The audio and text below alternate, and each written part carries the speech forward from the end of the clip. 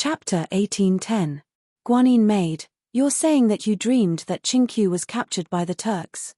In Empress Zhongxuan's chambers in the Imperial Palace's West Court, Empress Zhongxun, who had just awoken from her nightmare, gave Li Er a brief account of her dream. Li Er frowned thoughtfully. Empress Zhongxun still had lingering fears. It was clear that she had yet to recover from her dream. She tightly gripped Li Er's hand and said in a trembling voice, "Erlang, this concubine feels that this isn't a dream. This dream is too real. Moreover, Qingqiu and the others should be arriving in Taiyuan soon. Do you think that something has happened to Qingqiu? It was said that a mother would worry when a son traveled 1,000 li. Moreover, Li Tai had never been so far from the imperial palace since his birth. Moreover, the Great Tang and the Turks were currently at daggers drawn, so how could Empress Zhongxun not worry?" Hearing this, Li Er's heart couldn't help but sink. He was originally slightly worried about Li Tai's safety. Otherwise, he wouldn't have sent so many imperial guards to follow Li Tai up north. At this moment, when he heard Empress Zhongxun narrate such a realistic nightmare, Li Er couldn't help but have a bad premonition in his heart.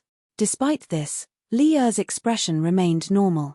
He lightly patted Empress Zhongxuan's back and comforted her. "This is just a dream. Guanyin Maid, don't think too much.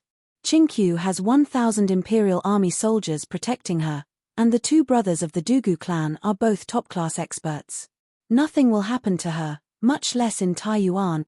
Taiyuan Prefecture has 70,000 soldiers, and there are several barriers between Taiyuan and the Turks. What you saw in your dream can't possibly be real. Relax and don't think too much." These words were not only for Empress Zhongxun to hear, but also for himself to hear. In his view, Li Tai's defense was so strong that it was impossible for what Empress Zhongxun had seen in her dream to happen.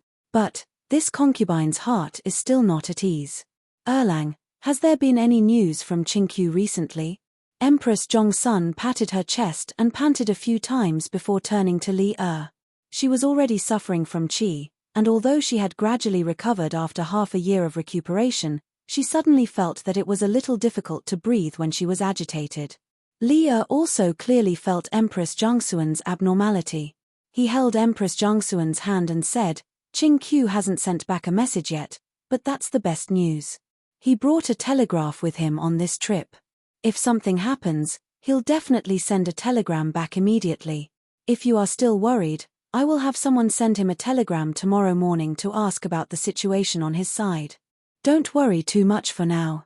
Relax, and continue to rest. It's still early before daybreak." Li Er's affirmative tone made Empress Zhongxun feel slightly at ease. She let out a light sigh and said with a nod, "All right, Erlang, remember to send a telegram to Qingqiu tomorrow. Also, send someone to inform me when Qingqiu returns." Ordering the emperor to do things was somewhat out of line for the empress, but Li Er and Empress Zhongxun had been husband and wife since young and had deep feelings for each other. He naturally would not care about this. He smiled and comforted, "Guanyin's servant, don't worry. If there is news tomorrow, Zhen will send someone to inform you. Now, go to sleep. Thank you very much, Your Majesty." Empress Zhongxun smiled as if relieved of a heavy burden. The two of them lay down again. After a while, the sound of steady and regular breathing sounded in the bedchamber. "Your Majesty, the notice of conscription has been urgently sent to all the provinces and counties. The Ministry of War has formulated a conscription plan for all the provinces and counties. All the provinces and counties are actively selecting elites.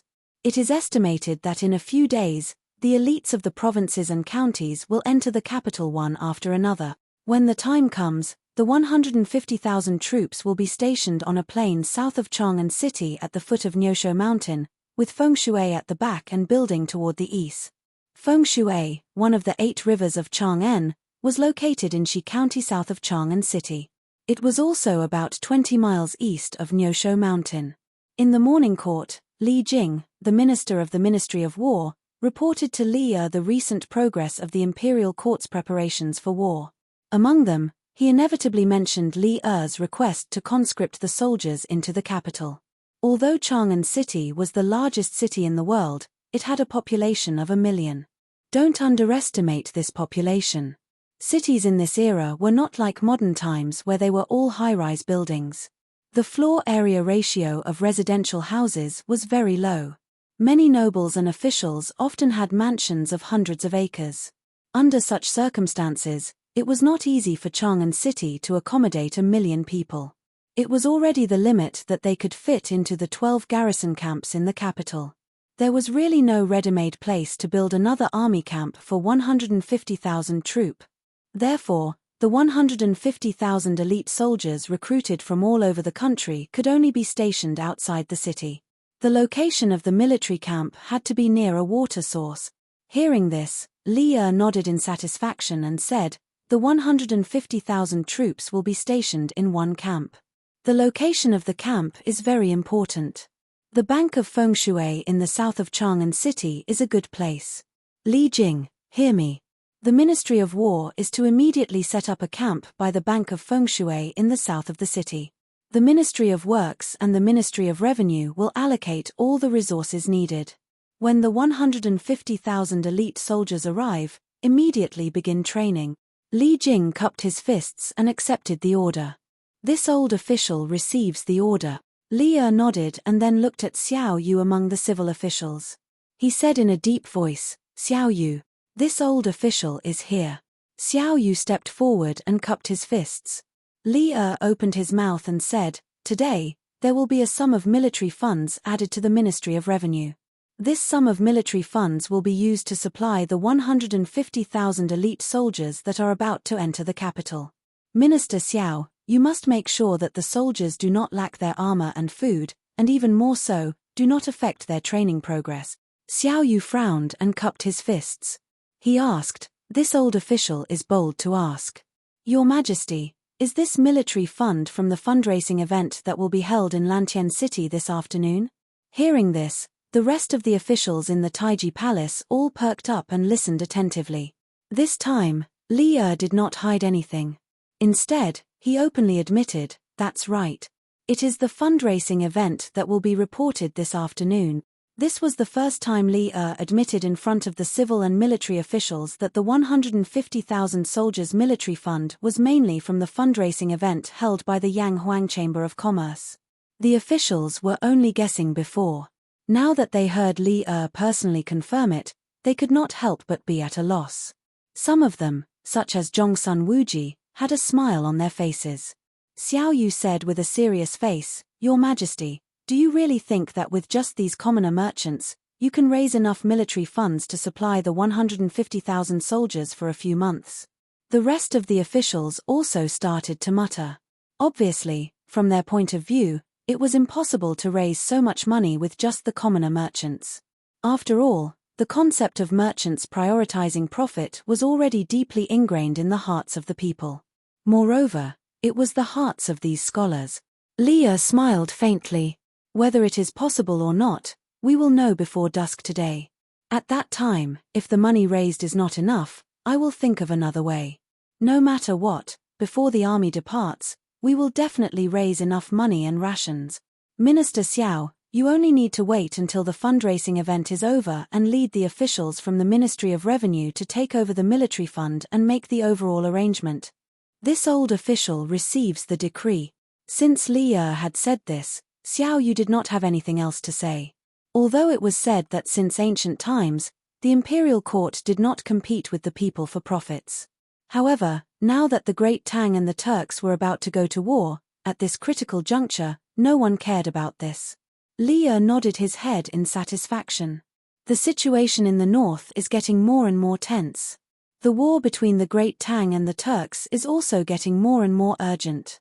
I hope that all of you can work together and make preparations before the war to ensure that our Great Tang will not lose this war." The officials clasped their hands together and said, "We obey the decree." Seeing that the matters that needed to be discussed were more or less discussed, Li Er opened his mouth and said, "My beloved officials, please report to me. If there is nothing else, the court is dismissed." After waiting for a while, no one stepped forward. The eunuch standing at the side of the hall shouted with a sharp voice, "The court is dismissed. Farewell, Your Majesty." As the officials sent him off, Li stood up and left the Taiji Palace, heading toward the Ganlu Palace. Zhao Song, go and arrange for someone to send a telegram to Qingqiu from the imperial astronomer. Ask him about the situation over there. Returning to the Ganlu Palace, Li did not even change into his normal clothes before instructing Zhao Song. In the imperial palace, there was a telegram placed in the imperial astronomer's platform, temporarily under the care of the imperial astronomer. The function of the imperial astronomer was to observe the astronomical phenomena, calculate the solar terms, and set the calendar. From the Qin, Han, to the southern dynasties, the imperial astronomer was in charge of the astronomical calendar. The secretary province of the Sui dynasty was under the imperial astronomer Cao. In the Tang dynasty, the imperial astronomer bureau was changed to the imperial astronomer bureau. After that, it was renamed to the secretarial court, the Celestial Sphere Overwatch Council, the Celestial Sphere Overwatch Council, or the Secretary Province. The imperial astronomer of this time was equivalent to the ancient version of the National Observatory. It was responsible for observing the astronomical phenomena and announcing the calendar. The imperial astronomer was equivalent to the director of the National Observatory. Due to the calendar and the fact that the ancients believed that the changes in the astronomical phenomena were directly related to the changes in human affairs, the imperial astronomer's position was very important. The reason why the telegram was kept in the imperial astronomer's observatory was mainly because the observatory's observatory was located at a higher location. When sending telegrams, it would be easier for electromagnetic signals to travel further. This was what Li Zishuan had told Li earlier. Back when Guan City was quelling the rebellion, Li Yu brought the telegram to the pagoda of the Songyu Temple, hundreds of miles away, to send a message to the academy. This was the principle behind it. Before the telegram relay station was built, this was the only way to increase the distance of the telegram. Although the increase was limited, it was still enough to send messages from Chang'an to Taiyuan.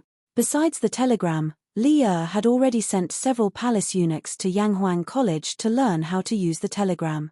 Thus, even if Li Tai was not in the palace, there were still people in the palace who knew how to use the telegram. Understood. Zhao Song bowed and accepted the order, then turned and left. Call Li Junxian over to see us. After Zhao Song left, Li ordered one of the eunuchs in the hall. Understood. The eunuchs bowed and left. This general pays respects to your majesty. A few moments later, Li Junxian strode into the hall and bowed. Rise. Seeing Li Junxian, Li put down the memorial in his hand and walked up to Li Junxian. We called you here today because we have a task for you. Li Junxian cupped his fists and said, Your Majesty, please give your orders. Li nodded and said in a deep voice, We order you to select a group of 100 elite cavalry. There is no need for too many people, just a dozen or so. Have them immediately depart for Source Peak City and investigate if there are any Turk spies in Source Peak City. After investigating Taiyuan City, investigate Yunzhong County. If there are any abnormalities, immediately work with the local subjugation residents to eliminate them. Li Junxian was rather confused, but he still bowed and said, This general obeys the decree. Go. Li waved his hand. Understood. This general will take his leave. Li Junxian cupped his fists and left. Chapter 1811. Although Li Tai's capture by the Turkic spies was only a dream of Empress Zhongsun, the ancients believed in ghosts and gods. In this era, people generally believed that dreams were the revelations of gods or the guidance of ghosts, foretelling something that would happen in the future. For example, King Wu dreamed that the three gods told him, I must send you to suppress Yinju. King Wu believed that this was an order from the three gods. As expected, he sent troops to suppress Yinju. This was a direct explanation and self-possession. Another example was when Yin Gaozong dreamed of Fu Shuo and found Fu Shuo. Although he didn't know Fu Shuo's name in his dream, he saw Fu Shuo's appearance. He believed that if the heavens gave him such a person in his dream, he would definitely find such a person. In ancient times, there were specialized dream diviners, or dream interpreters. From this, it could be seen that the ancients valued dreams far more than modern people. As Li Tai's birth mother, Empress Zhongxuan's heart was connected to her son. Although Li didn't seem to care about her sudden dream, he couldn't help but worry. He knew that although there were 1,000 imperial guards following Li Tai north, and Li Tai's destination was in the Tang Empire, so it seemed unlikely that something would happen. However, Li Tai's group was in the open while the local forces were in the dark. As long as the enemy grasped the right opportunity, they might have a chance. Before entering Yanghuang College, Li Tai was one of Li Er's favorite sons. In the year since he entered Yanghuang College, Li Tai's outstanding performance in Yanghuang College had brought a lot of glory to Li Er. Li Er was naturally concerned about his safety. Therefore, it wasn't enough to send someone to ask about Li Tai's current situation. Li Er also directly sent a group of 100 riders to Taiyuan to secretly spy for Li Tai. Qi County, in a guest room of an inn, Li Tai, who had just finished breakfast, was going back to his room to pack up and prepare to follow the main group to the first destination of this trip, Taiyuan City. Suddenly, the telegraph rang. Beep beep beep beep. Who is sending me a telegram? When Li Tai heard this, he stopped what he was doing. He quickly placed the telegraph machine on the table, took out a pen and paper, and began to record the code. It's a telegram from the palace. After translating the message, Li Tai couldn't help but mutter in his heart. At first, he thought it was a telegram from Li Zishuan. Although he was slightly surprised, Li Tai's hands did not stop. He immediately replied with a string of codes. On the one hand, it was to confirm his identity. On the other hand, it was to ask the other party what the telegram was about. Beep tilde beep tilde beep beep beep tilde. Imperial City, Imperial Observatory. His back. His Highness has replied. Zhao Song and another eunuch were eagerly waiting beside a telegraph. After waiting for a while, the telegraph finally rang. The eunuch could not help but exclaim excitedly, "Quick, see if it's His Highness who replied. Then, ask His Highness what's going on over there. Did he encounter any danger on the way?" Zhao Song could not help but heave a sigh of relief. As long as Li Tai replied, it meant that at least Li Tai was safe. From Li Er's tone earlier, he could roughly tell that Li Er was worried about Li Tai's current situation. While heaving a sigh of relief, Zhao Song could not help but urge the eunuch. "Yes, supervisor." The eunuch quickly responded, then began to record and translate the message sent by Li Tai. After a while, the eunuch finished translating the code. As he sent the telegram to Li Tai, he replied to Zhao Song, "Supervisor Zhao, it is indeed His Highness Prince Wei on the other end of the telegraph. His Highness asked why we were contacting him. I am replying to him now." Zhao Song nodded and said, Good." After sending the message, they waited for about 15 minutes before the telegraph rang again. The eunuch skillfully translated the message, then stood up and replied to Zhao Song, "Supervisor, His Highness said that they are currently in Qi County town. They are expected to reach Taiyuan City this evening. His Highness also said that they did not encounter any danger along the way. He hopes that His Majesty and Her Highness will be at ease. This is the message sent by His Highness. I have translated it. Please take a look, Supervisor." After saying that, the eunuch handed Zhao Song a piece of paper. Zhao Song reached out and received it.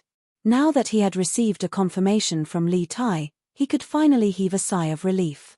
Zhao Song glanced at the contents of the paper, then said to the eunuch, "Tell Prince Wei that His Majesty hopes that he will be careful along the way. If he encounters any danger, he is to reply to the palace immediately." Of course, Li Er did not say this to Zhao Song. However, Zhao Song could guess what Li Er was thinking. "Understood." The eunuch responded, then returned to his seat to send the message.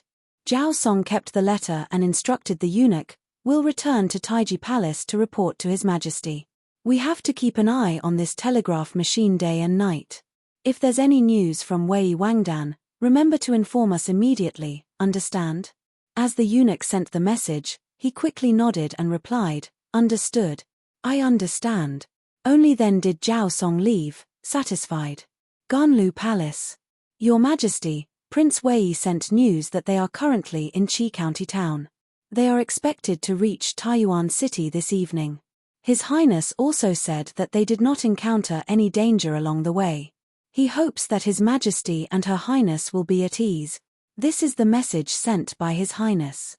Please take a look, Your Majesty. Zhao Song, who had just returned to Ganlu Palace from the Imperial Astronomer, immediately handed the translated message from Li Tai to Li Er. When Li Er heard this, he immediately put down the memorial in his hand and waved to Zhao Song, saying, "Present it." "Yes, Your Majesty." Zhao Song naturally agreed, then walked in front of Li Er and handed him the message. Li Er reached out to take it and immediately opened it to read. The specific content of the message was naturally more than what Zhao Song had said. It included Li Tai's greetings to Li Er and Empress Zhongsun, as well as what he had seen and heard along the way. However, the core meaning was similar to what Zhao Song had said just now. Soon, after Li Er finished reading, a smile appeared on his face. He handed the letter back to Zhao Song and instructed, "Send this letter to the Empress. She must be worried sick at this moment." "Yes, Your Majesty." Zhao Song took it with both hands, then turned around to make the arrangements. Qi County Town. After sending the telegram, Li Tai finally walked out of the room with his luggage. In fact, when he was sending the telegram, Iron Egg came in to rush him. However, seeing that he was sending the telegram, Iron Egg left without saying anything. Everyone from the academy was waiting for him in the carriage outside the inn. "I'm sorry to have kept you all waiting." Carrying the luggage, Li Tai jumped onto the carriage of Class 1 and saluted Iron Egg, Qin Huayu, and Meng Wenhao. "It's okay. We didn't wait long. Since you're here, Qingqiu, let's set off." Qin Huayu shook his head, then lifted the curtain and said to the coachman, "Let's go." The carriage moved slowly. As usual, Du Guxin led 2 of his personal guards and rode in front of the carriage to open the way. In the carriage, Iron Egg could not help but ask, "Qingqiu, I saw you sending a telegram just now. Was it from my master?" Although Li Zishuan had not personally taught Iron Egg martial arts for a long time, Iron Egg was still very respectful and concerned about this cheap master. Therefore, when he saw Li Tai sending a telegram to someone else, he subconsciously thought that it was from Li Zishuan. Hearing this, Qin Huayu and Meng Wenhao also looked over. This was the advantage of the telegraph in terms of confidentiality. Even if someone saw you sending a telegram, they would not know who you sent it to or what message you sent. If it was a phone call, the result would be different. Li Tai shook his head and said, "It's not from Yamacho. It's a telegram from the palace. Father and mother are worried about my safety and ordered the people from the Imperial Astronomer to send a telegram to ask about our current situation. They also want us to be careful." "Oh." Hearing this, Iron Egg was slightly disappointed. Qin Huayu frowned and said, "We've only left the academy for a few days. Why would His Majesty send a telegram to ask about us? Could it be that the situation in the north has changed?" Among the 4 of them, he was the oldest, so when it came to thinking about problems, he would naturally consider more comprehensively. Li Tai was stunned when he heard this, then he shook his head again and said, "This. The telegram didn't mention it just now. The situation in the north shouldn't have changed, right?" However, when he said this, he lacked some confidence. After a moment of silence, Iron Egg said, "No matter what, I feel that after we reach Taiyuan or Yunju, no one should act alone to avoid accident. Although there are so many Imperial guards protecting us this time, if we are not careful, we will still give the enemy an opportunity to attack." Li Tai nodded and said, "Iron Egg, you're right. Then we'll do as you say. When we reach Taiyuan, I'll inform Mr. Mo Chue and our classmate." The group quickly left Qi County and arrived at the official road outside the city. Here, 1,000 Imperial guards were already waiting on the official road. The 2 sides met up and headed toward Taiyuan City. "How is it? Wang Dao, did Fei Ying send back any news?" Outside the carriage, Du Guxin called in the Deputy General and asked in a low voice. Yesterday, when they left Shihe County in Fen Province, Du Guxin decided to send Dugu Fei Ying to lead a team of elites and sneak into Taiyuan City in plain clothes. They were to secretly investigate whether there were any hidden dangers in the city. It was better to nip them in the bud. The Deputy General cupped his fists and said, "General, no messenger from General Fei Ying came back last night or this morning." "Okay. I got it." Du Guxin patted his head. Even if Du Guxin had sensed something amiss in Source Peak City, he wouldn't have been able to send news back so quickly. Based on the travel time, Du Guxing and the others should have only arrived at Source Peak City yesterday evening. Thinking of this, Du Guxin ordered his deputy general. When we're about to reach Taiyuan City, I'll lead 50 elite soldiers into the city with His Highness. You take the rest of the soldiers with this general's order and settle down in the camp of Taiyuan Subjugation House. If there's any situation, I'll send someone to inform you. If there's no time to inform, then use fireworks as a message. Du Guxin understood that the power hidden in the dark was the most terrifying. He didn't want to expose all of his power in the open. Otherwise, the enemy would target his power in the open and make very specific plans. This would be very disadvantageous for them. In addition, the Curious Pavilion Workshop had invented fireworks last year before the new year, making Yanghuang College the most beautiful boy on New Year's Eve. However, some people saw an additional value in the beautiful fireworks, and that was to send messages. Du Guxin had brought a few fireworks produced by the Curious Pavilion Workshop this time. This general obeys. The deputy general cupped his fists. Chapter 1812. How is it, Zhong Dafu? Did you find anything? Taiyuan City, Tongfu Inn, Yellow Room 4.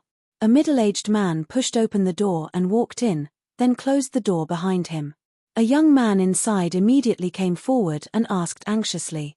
This young man was Du Guxing, and the middle-aged man was a soldier of the Imperial Army named Zhong Dafu.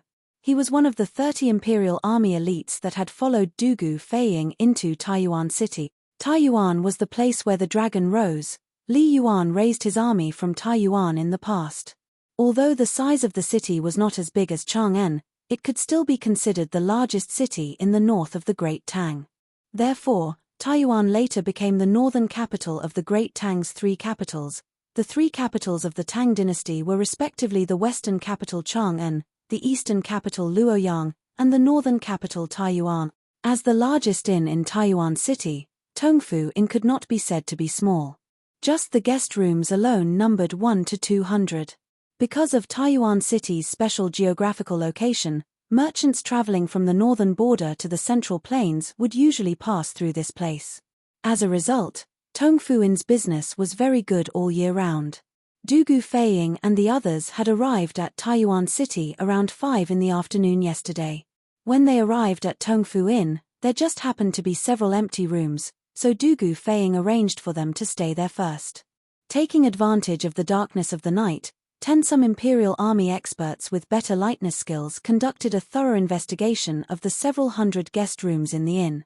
In the morning, Du Guxing had sent Zhong Dafu and several waiters to inquire about some information. At this time, Zhong Dafu had come to report the results to Du Guxing.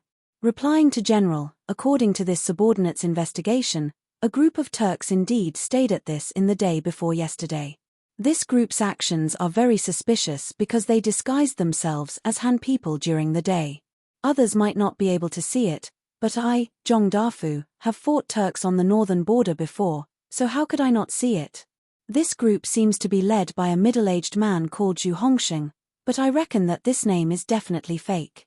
This Zhu Hongxing is currently staying in the Sky Room. According to the waiters of the inn, he usually goes out at 7 in the morning and only comes back in the afternoon. I've already had my brothers keep an eye on him. Zhu Hongxing, a Turk disguised as a Han. This Tongfu Inn is indeed fishy.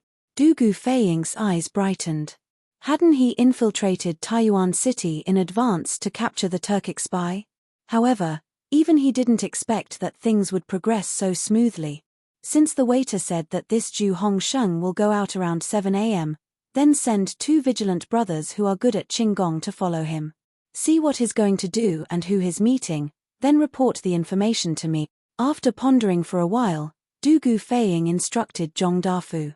Although Zhu Hongxing was very suspicious, he did not have any direct evidence to prove that Zhu Hongxing was a spy sent by the Turks to Taiyuan City.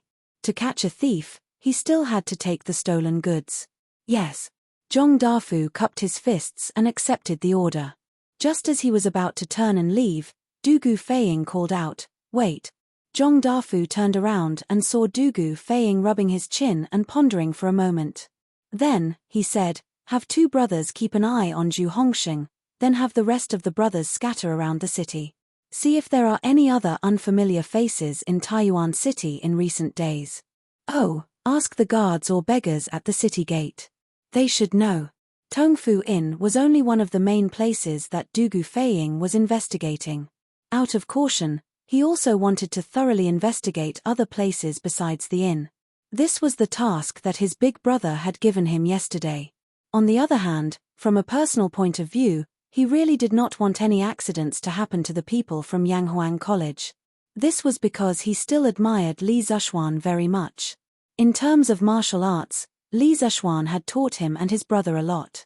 However, Taiyuan City was so big that it was impossible to thoroughly investigate the city in a short time. Even if he mobilized the power of the entire Taiyuan City government, it was still impossible. Therefore, Dugu Feiying could only try his luck by asking the guards or beggars at the city gate for now. This general obeys. Zhong Dafu responded, then turned and left. Suddenly, only Dugu Feiying was left in the room. Although everything that Dugu Xin had asked him to do had been arranged, he still did not dare to be careless.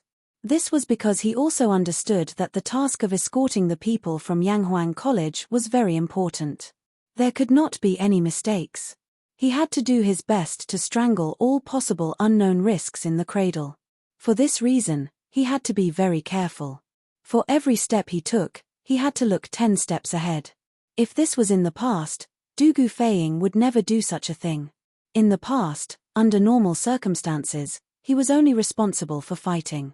The one who was responsible for thinking was his big brother Dugu Xin. Of course, if he encountered someone he could not defeat, his big brother Dugu Xin would still have to take action. But now, Dugu Xin could not protect him, so he could only rely on himself. After organizing all the clues in his mind, Dugu Feiying frowned slightly. This was because he suddenly felt that the information he had obtained was too simple. Did he and Dugu Xin overestimate the Turks, or was the information he had obtained so far only superficial? For a moment, Dugu Feiying was in a dilemma. Forget it. Let's go out and take a look. Let's see what kind of background Zhu Hongsheng has.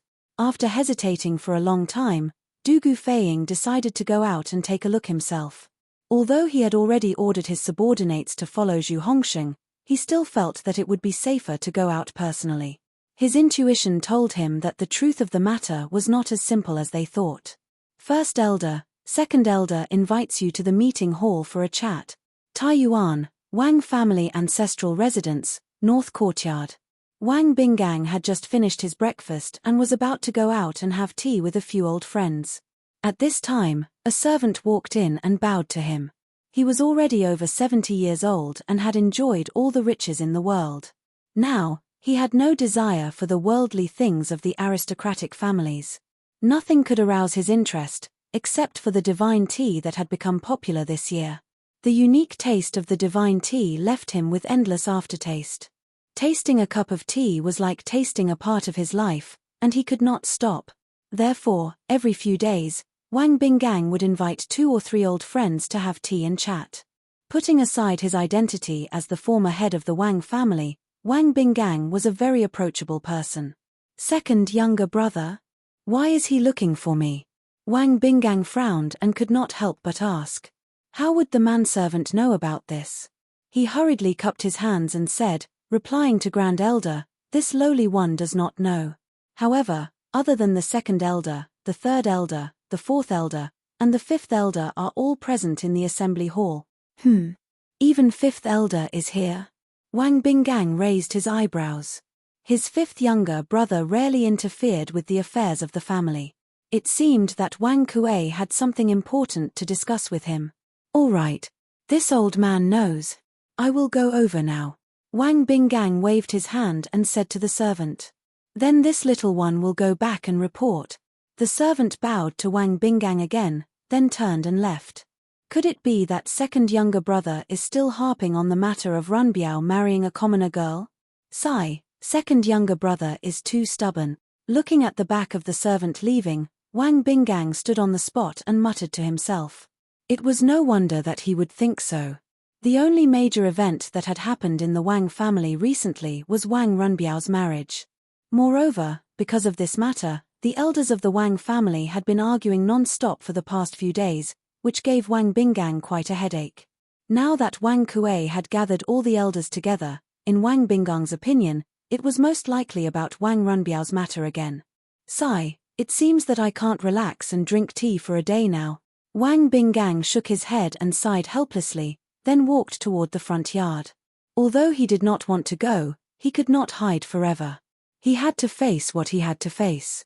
As long as the elders did not reach a consensus on Wang Runbiao's matter, he was afraid that he would not be able to rest for a day. Eldest brother is here. In the council chamber, Wang Kuei and the other 3 elders sat on both sides. The 3 elders were asking Wang Kuei why he had gathered them today when they heard footsteps outside the room. Then they saw Wang Bingang coming in with his hands behind his back. Everyone hurriedly stood up and saluted. Eldest brother. Anyway, Wang Bingang was the most prestigious person in the Wang family of Taiyuan. As the prime minister of the previous dynasty, the Wang family had prospered under his leadership in the Sui dynasty. At that time, it was a relatively prosperous period for the Wang family. Now that the family was declining, it showed how important Wang Bingang was to the Wang family in those days. Haha. We are all family. Why are you so polite? Wang Bing waved his hand and then sat down in the center seat. After everyone was seated, he looked at Wang Kuei and said, "Why did you call everyone here today?" That was what he thought. Second brother, why did you call everyone here today? After he finished speaking, everyone in the room turned their eyes to Wang Kuei. However, they all had the same guess in their hearts as Wang Bingang. Wang Kuei paused and stood up. Today, I have troubled you to come here because I want you to help me with something. Unexpectedly, today's Wang Kuei was not as aggressive as before. Instead, he was very humble. Everyone, including Wang Bing, was deeply surprised. Second younger brother, what are you talking about? We are all family. If you have something to say, just say it. We will help you if we can. Wang Bing did not know what Wang Kuei wanted to do, but he still had to be polite. The others echoed, that's right. Second elder brother, we are all family. If you have something to say, just say it. Seeing this scene, Wang Kuei said slowly, in fact, this is not a difficult thing for you. You all know that my Hong'er has been married for many years and has no children until now. Seeing that my second branch is about to die, I, as his father, am anxious in my heart. This old man wanted to let one of the clan's heirs be adopted by Hong'er. But whose child isn't a treasure? This old man also understands that my brothers love their grandchildren. So after thinking about it, I feel that only the second son of Yu Er's family is the most suitable. This child had committed a mistake and was imprisoned in the ancestral home. According to Yu Er's intention, he was to be imprisoned for his entire life.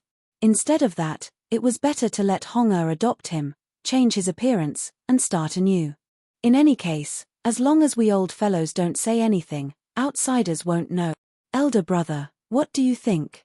Chapter 1813. Adopted. Wang Kuei wanted Wang Rennie to be adopted by the second branch. In the meeting hall of the Wang family's ancestral mansion, everyone was shocked after hearing Wang Kuei's words.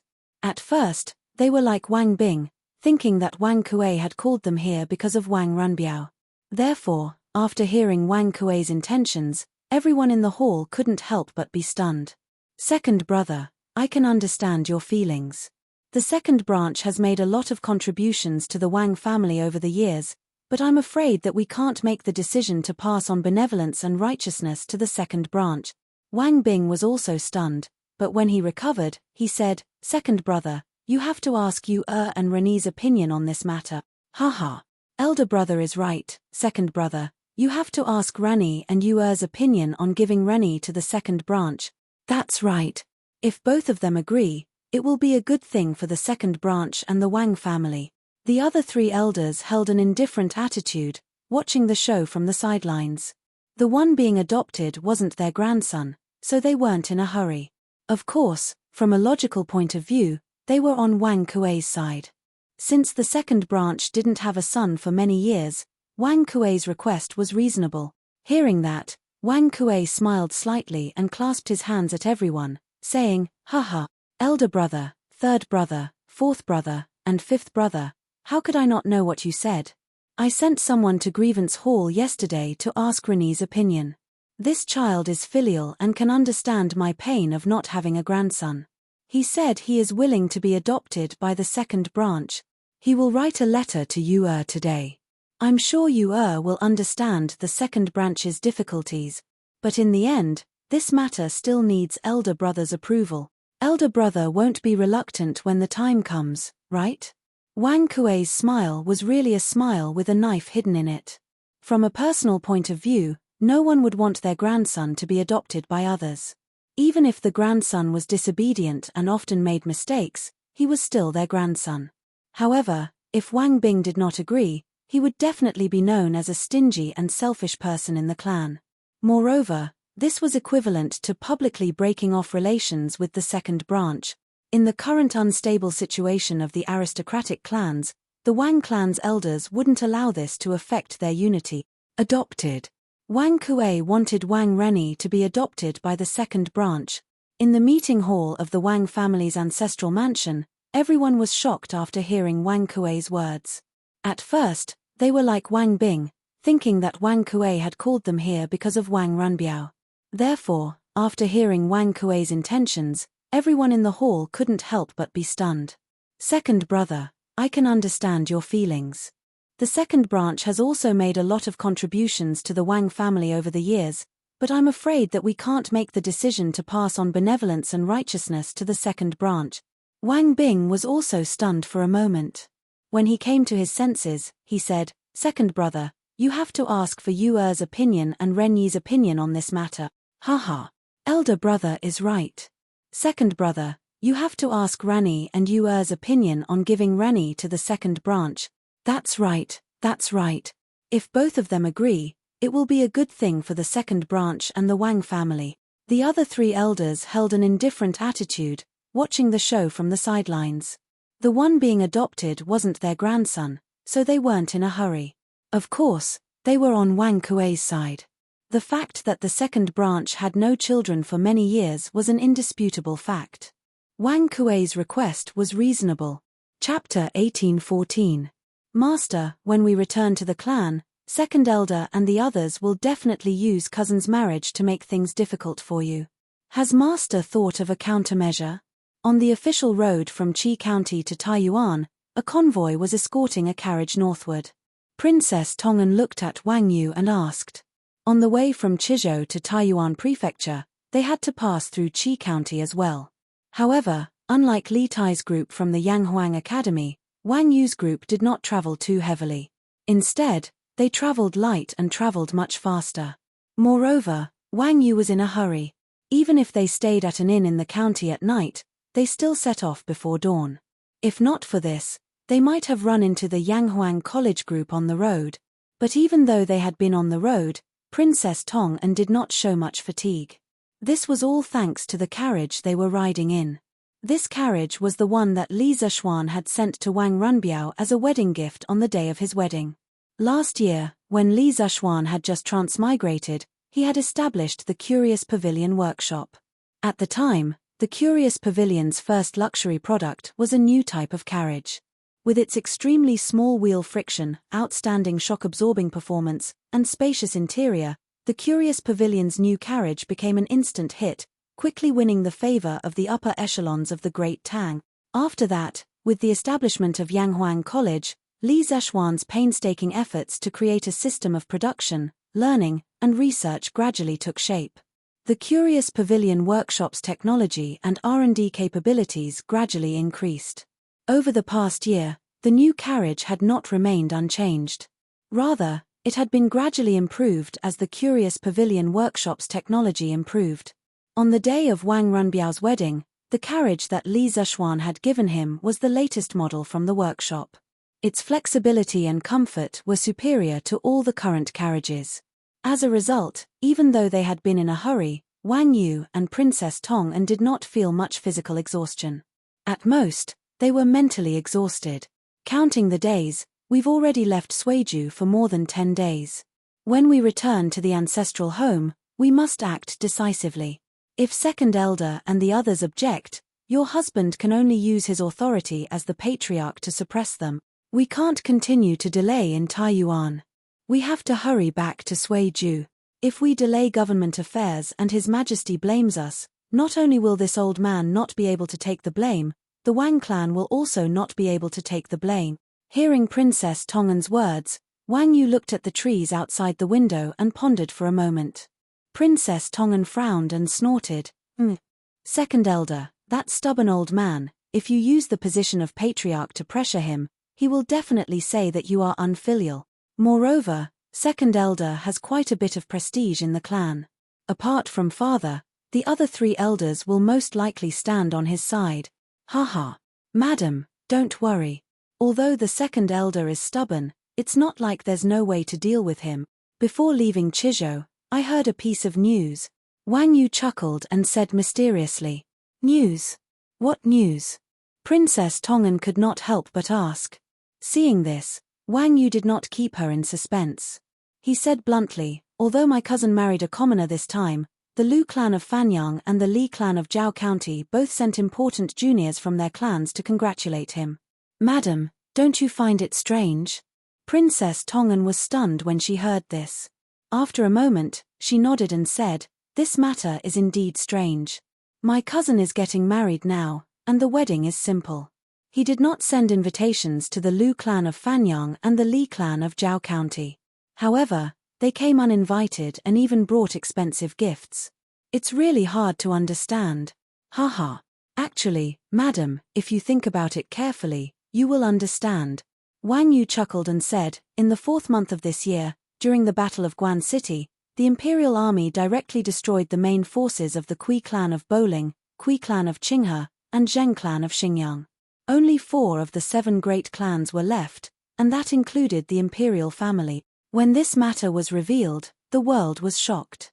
The old men of the Lu clan of Fanyang and the Li clan of Jiao County personally went to Chang'an to draw a clear line with the Kui and Zheng clans to express their loyalty to His Majesty. After witnessing the power of the imperial power, how would these 2 clans dare to make any moves? Among the remaining 5 great clans, only our Wang clan of Taiyuan has the closest relationship with His Majesty. Although my cousin is marrying a commoner, the Fan and Lu clans sent their direct descendants to congratulate him personally. This is because my cousin is still the next head of the Wang clan, and they do not want to offend the Wang clan. As for the matter of Jingchu being the sworn sister of the Marquis of Yong'an, they definitely did not know before coming to Chizhou. This is a pleasant surprise for them. This trip to Chizhou did not offend the Wang clan, but also indirectly sold the Marquis of Yong'an's favor. It can be said that they killed 2 birds with 1 stone. Princess Tongan thought for a moment and said with a frown, Master's analysis seems to be reasonable. In the past, the Kui clan of Qinghe was the strongest among the 7 great clans. After the Battle of Guan City, the great clans all bowed their heads and pledged their loyalty to His Majesty. Whether it was true or not, the imperial court's strength is stronger than the great clans. This is an indisputable fact. However, Master said that Li Jingchu being the sworn sister of the Marquis of Yong'an was a pleasant surprise for Lu Chengqing and Li Jingxian. Isn't this a bit too much? What ability does a mere Li Zishuan have to make the Lu and Li clans curry favor with him? As Li Er's aunt, Princess Tongan believed that the great clans were afraid of the imperial power. However, she did not believe that Li Zishuan was a person that the Lu and Li clans would fight to curry favor with. Haha. Madam, you are wrong. Wang Yu chuckled and said, not long after we left the Chizhou yesterday, I received news that Lu Chengqing and Li Jingxian had also left the Chizhou. Madam, can you guess where they are going? Princess Tongan replied without thinking, where else could they be going? They are definitely going back to Fanyang and Jiao County. That is not true. Wang Yu shook his head and said, at first, I also thought that the 2 of them were going home. However, I received news last night that they are going to Chang'an. When Wang Yu left Suiju this time, other than the provincial governor's residence guards, he had also brought a portion of the Wang clan's secret guards. Therefore, it was not difficult for him to find out Lu Chengqing and Li Jingxuan's whereabout. Chang'an. Even the elders of the Fan and Li clans do not dare to go to Chang'an easily. What are they going to do there?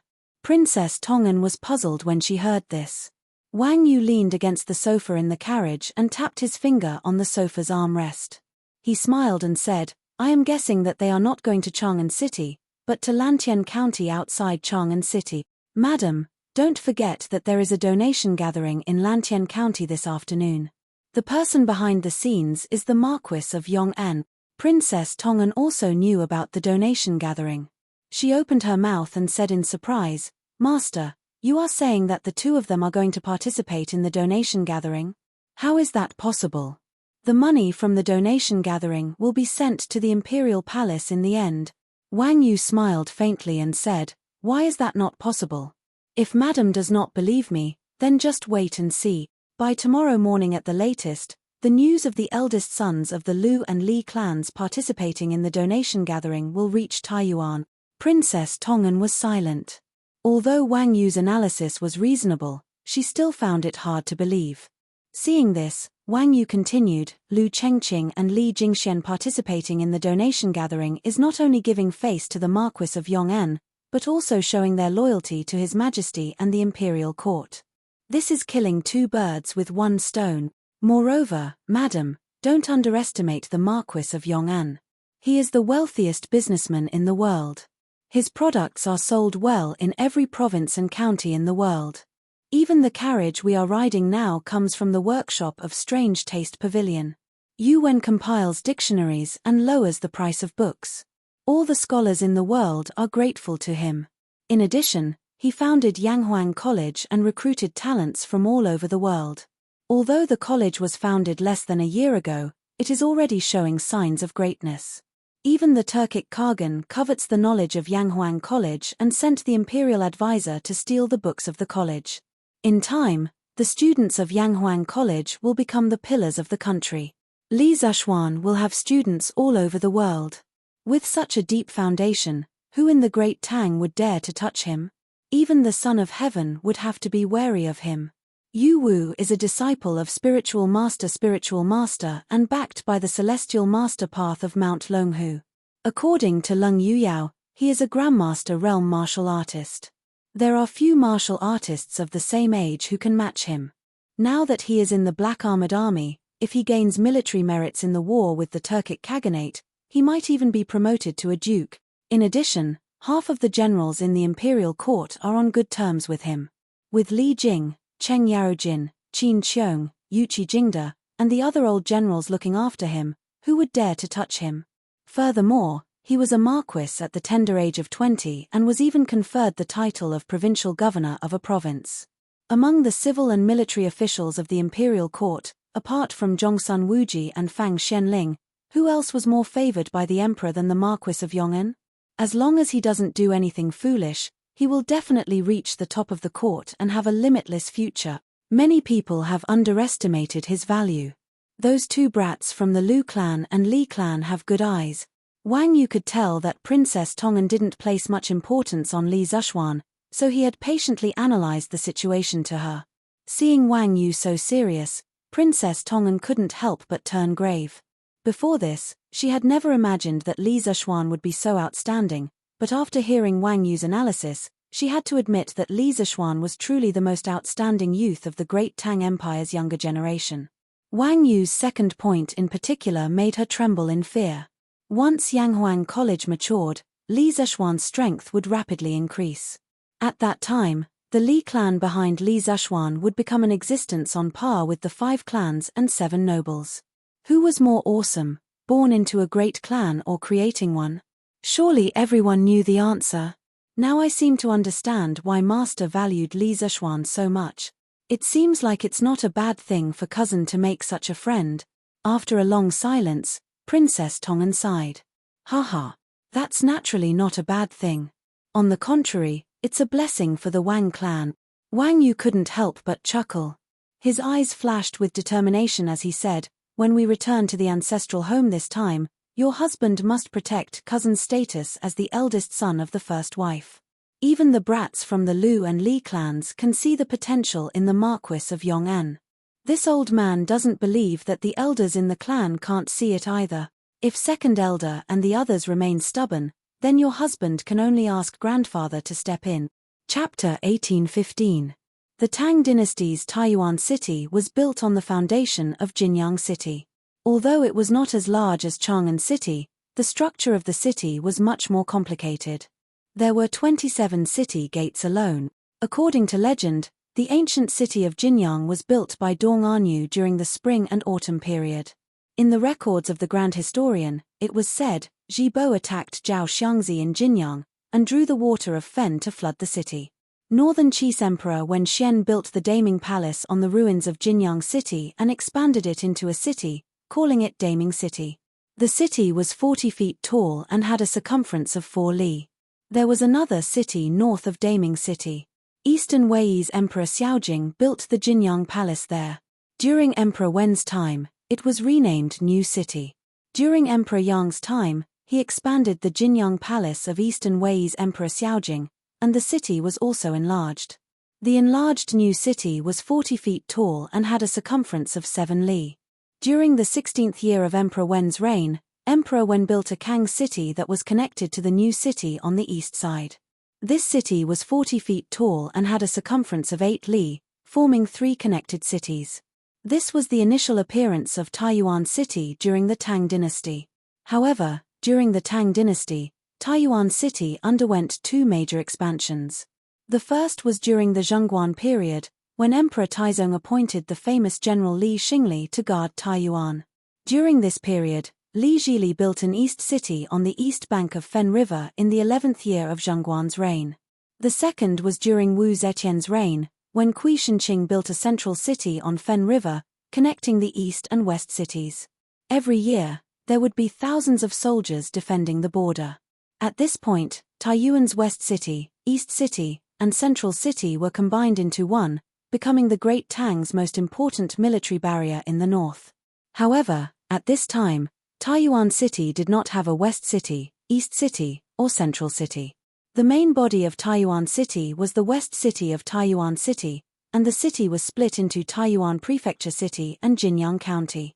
Taiyuan Prefecture City was also known as the Provincial City, and it was the core region of Taiyuan City.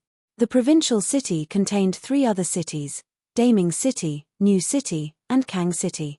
Jinyang County was the administrative center of Jinyang County, and it was located 2 li south of the prefecture city. Oh, are you Boss Ju Ya? Taiyuan Prefectural City, Great Brightness City, Market Square, Chu Family Ironware Shop. A slightly plump middle-aged man dressed in luxurious clothes walked in. The shop's attendant went up to greet him. At first glance, the middle-aged man looked familiar. After carefully sizing him up for a while, he finally recognized the middle-aged man and couldn't help but exclaim in surprise. Yes. Is your shopkeeper here today? I'm here for him. The middle-aged man nodded and asked the servant. He was speaking in Chinese. Although he was fluent, it sounded a little stiff. The manservant hurriedly nodded and said, Yes, yes. The shopkeeper is in the back hall. Boss Zhu Xie, please take a seat. This little one will go and report to him. Yes. The middle-aged man nodded, and the servant turned and left. After waiting for about half a cup of tea's time, the servant walked out from the back hall and warmly said to the middle-aged man, Boss Zhu Ya, my shopkeeper invites you to the back hall for tea. This way, please. After saying that, the servant made an inviting gesture. The middle-aged man nodded and stood up. That's good. Lead the way. Boss Zhu Ya, please wait a moment, the servant suddenly said. Then, he quickly walked to the front of the shop. First, he looked around. Then, he actually hung a closed sign on the door and closed the shop.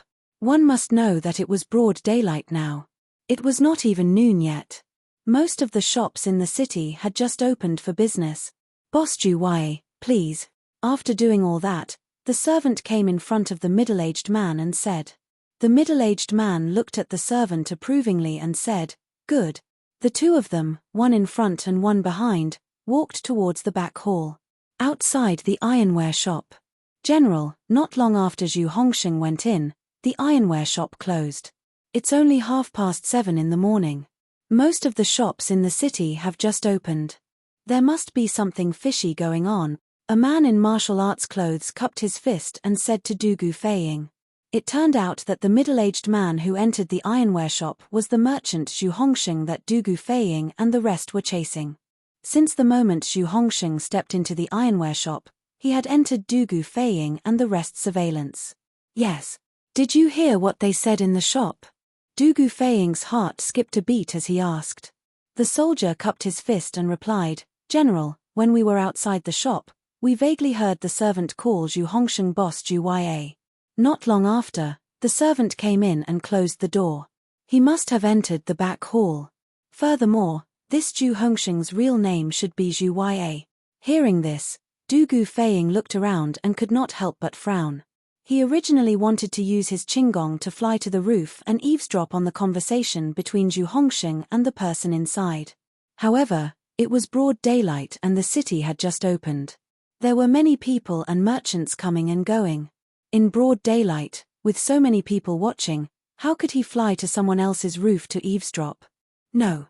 His name is not Zhu Ya. His surname is Zhu Ya. Du Gufeiying sighed helplessly and said, the Western Turkic Khaganate has a separate tribe called the Shatuor tribe. The Shatuor tribe is divided into the Zhu Ya tribe and the Qi branch. The leader of the Zhu Ya tribe is called Zhu Ya Q Chalin.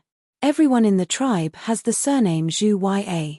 It seems like this Zhu Hongsheng is from the Shatuor tribe of the Western Turkic Khaganate. However, why would someone from the Shatuor tribe suddenly appear in Taiyuan? And why would he disguise himself and act so sneakily?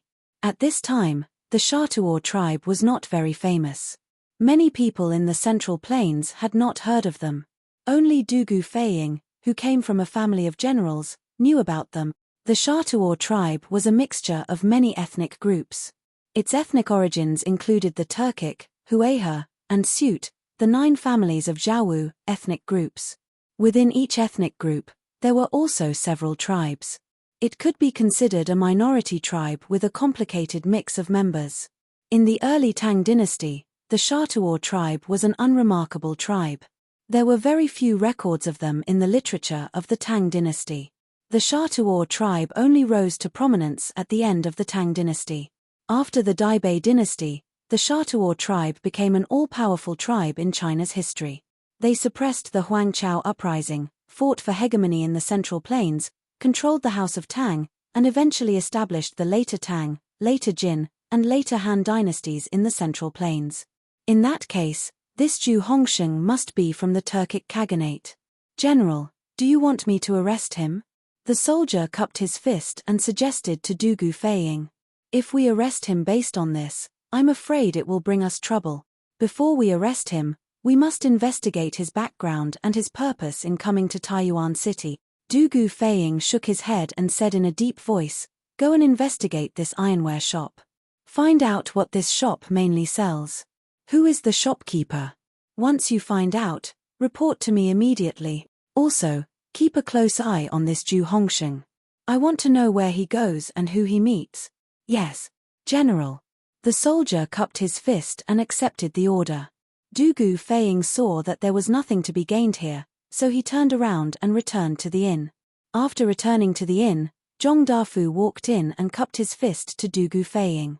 General, this subordinate had the inn's waiter lure Zhu Hongsheng's accomplice out of the room. Then, I took the opportunity to sneak into the heavenly room and rummage through Zhu Hongsheng's luggage.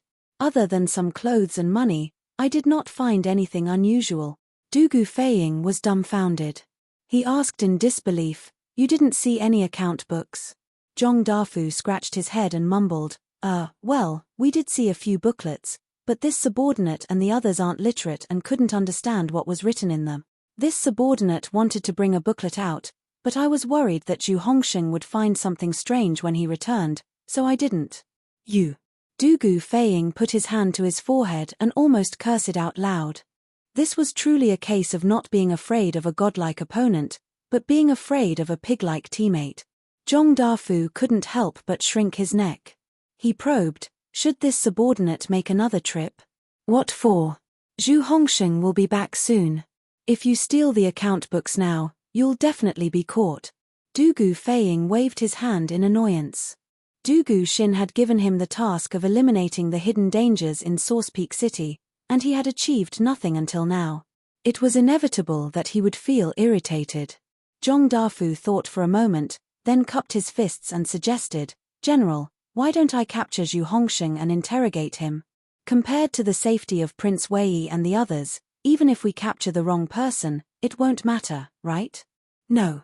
Dugu Feiying frowned and thought for a moment before shaking his head. Compared to the safety of King Wei and the others, a mere Zhu Hongsheng is naturally insignificant. However, if he really is an ordinary merchant, then our actions might alert the enemy and alert the Turkic spies with ill intentions. When that happens, it will be even harder to capture them. Zhong Dafu clasped his fist and said, "General, you're right. What should we do now? His Highness and the others should be in the city by dusk today." Dugu Feiying stood with his hands clasped behind his back. He paced around the room, thinking of a countermeasure. Using his brain was not his forte. He was only good at fighting and doing funny things.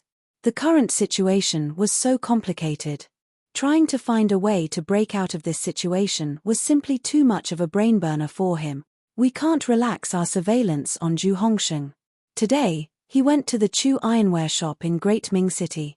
You have to find out why he went there as soon as possible. In addition, I had you send people to investigate which new faces have arrived in Source Peak City in recent days. Have you made any progress?" After some thought, Dugu Feiying turned to Zhong Dafu and asked. Zhong Dafu shook his head and said, "My brothers have already been sent out. I'm afraid we won't have any news until noon." Dugu Feiying said, "Then wait. According to these two directions, if they couldn't find any useful clues before 4:45 in the afternoon, then they would find an opportunity to secretly capture Zhu Hongsheng and his group. At present, this Zhu Hongsheng's behavior is indeed suspicious." This was a helpless move. According to Dugu Feiying's original plan, he would capture Zhu Hongsheng after gathering enough evidence. However, time waits for no one. Li Tai and the others would arrive in Source Peak City before dark and stay at Tongfu Inn. Dugu Feiying couldn't let Zhu Hongsheng, this uncertain factor, stay by Li Tai's side. In any case, from the clues they had so far, Zhu Hongsheng was indeed very suspicious. "This general obeys." Zhong Dafu's expression shook. He quickly cupped his hands and accepted the order. Seeing that Dugu Feiying had no other orders, Zhong Dafu cupped his hands and turned to leave. In the room, Dugu Feiying rubbed his eyebrows and muttered to himself, "I hope this decision is right. Otherwise, it will be troublesome." Chapter 1816. 7 in the morning, in the Wang family's ancestral home. Wang Kuei once again came to the grievance hall. Hearing the commotion, Wang Reni hurriedly came out and asked impatiently, "Second elder, how did it go? Did my grandfather agree?" "Of course he agreed." Wang Kuei glanced at Wang Reni and said lightly, "What? Grandfather really agreed? That's great." Hearing this, Wang Reni was pleasantly surprised. When he thought about how he had been imprisoned for more than a year and finally had the chance to regain his freedom, he could not help but tremble with excitement. Those who had never been imprisoned would never be able to understand the pain of being surrounded by walls all day long. For Wang Reni, this 1 year had been a complete and utter torture. "Don't be happy so early. Your father is back and will be here soon. You'd better think about how to get through your father first." Seeing Wang Reni's excited face, Wang Kuei put his hands behind his back and said casually, "What? My father is back. Isn't he in Chizhou? Even if he left Chizhou, he should have returned to Suiju. Why did he return to the ancestral home?" Hearing this, Wang Reni was obviously stunned. Obviously, this news caught him off guard. "Why are you panicking? Even if your father didn't come back, according to the original plan, shouldn't you send him a letter next? Now that he's back, it saves us the time of sending letters back and forth. Make some preparations. I reckon that the clan will have another meeting about this in the afternoon. Your father will definitely be present. I've already helped you pass the Great Elder's test. The rest is up to you. You have to convince your father back then." Seeing Wang Reni's panicked face, Wang Kuei frowned and reprimanded in a deep voice. Wang Reni was shocked when he heard this and quickly covered the panic on his face. He cupped his hands and said, "Second elder, please forgive me. I lost my composure." "You're right. No matter what, this confrontation between me and him is inevitable. Don't worry, if grandfather and father summon me in the afternoon, I'm confident that I can convince them to not stop me from being adopted by the second branch. But when the time comes, I'm afraid we'll need second elder to cooperate with us." Wang Reni knew that whether he could regain his freedom this time depended on the attitude of the old man in front of him. He could not show any cowardice in front of Wang Kuei. Otherwise, his value in Wang Kuei's heart would plummet. When he needed Wang Kuei's help, Wang Kuei might not be willing to help. Therefore, even though Wang Reni was not mentally prepared for Wang Yu's sudden return, his face was filled with confidence and calmness. As expected, after listening to Wang Reni's explanation, Wang Kuei nodded in satisfaction and said, Since you are so confident, then this old man can rest assured. At the crucial moment, this old man will also lend you a helping hand. If everything goes well, you should be able to be adopted into the second branch in 2 days. After that, you can start implementing your plan." When speaking of plan, Wang Kuei's face flushed with excitement. His eyes narrowed and flashed with a fanatical light. His whole aura suddenly changed a little. It became crazy and blazing. Wang Reni smiled and cupped his hands. Grandson congratulates grandfather in advance for taking the power of the clan and bringing the Wang family one step closer. Before being adopted, he directly called Wang Kuei grandfather. This guy really had no bottom line. He was a typical example of forgetting his ancestors. Chapter 18:17. Ahem. Big brother, you are now in a high position and have many children. Why don't you take care of your little brother and let Wang Reni be adopted by the second branch? Don't worry, as long as you are willing to adopt Reni, madam, and I will treat him well and treat him as our own son. In the future, he will inherit the second branch's family business. In the main hall of the Wang family, at the banquet, Wang Hong, who was sitting below Wang Yu, saluted Wang Yu with an embarrassed expression. After all, for a middle-aged man to be childless was definitely a shameful thing for a man. If it weren't for Wang Kuei's repeated warnings, he definitely wouldn't have mentioned this matter in front of everyone. The pressure instantly shifted to Wang Yu's side. Wang Hong had already lowered himself to such a level, and had even put it this way. If Wang Yu still didn't agree, it would be too unreasonable. Thus, everyone at the table turned their gazes to Wang Yu at this moment. "Brother Hong, it's not that I don't want to. I know the second branch's difficulties, but Reni is a ruthless child. If I let you adopt him, I'm afraid it will cause trouble for the second branch in the future." After a long silence, Wang Yu finally found a reason to reject Wang Hong. As a father, Wang Yu understood Wang Reni's nature very well. When Wang Reni and Wang Runbiao went to Chang'an for a family competition, the devious Wang Reni tried to beat Wang Runbiao through unorthodox means.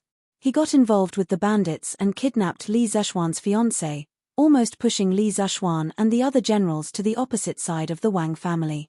If not for Wang Yu's timely intervention, the Wang family would be in an even worse situation now. If Wang Reni was adopted by the second branch, it would be giving Wang Reni a chance to regain his freedom. Without Wang Yu's strict control, Wang Reni would cause even more trouble for the Wang family. But Wang Hong did not think so. He had already lowered his face and begged Wang Yu humbly, but Wang Yu still refused. This was obviously a slap to his face in front of everyone. "Big brother, we all watched Reni grow up. Although his personality is a little unpredictable, he is not as bad as you say. Besides, even if he had caused trouble, the second branch should be responsible for it. For the second branch, it's better to have more trouble than to have no descendants. If you really can't bear to part with it, then just take it that I've mentioned it to you before."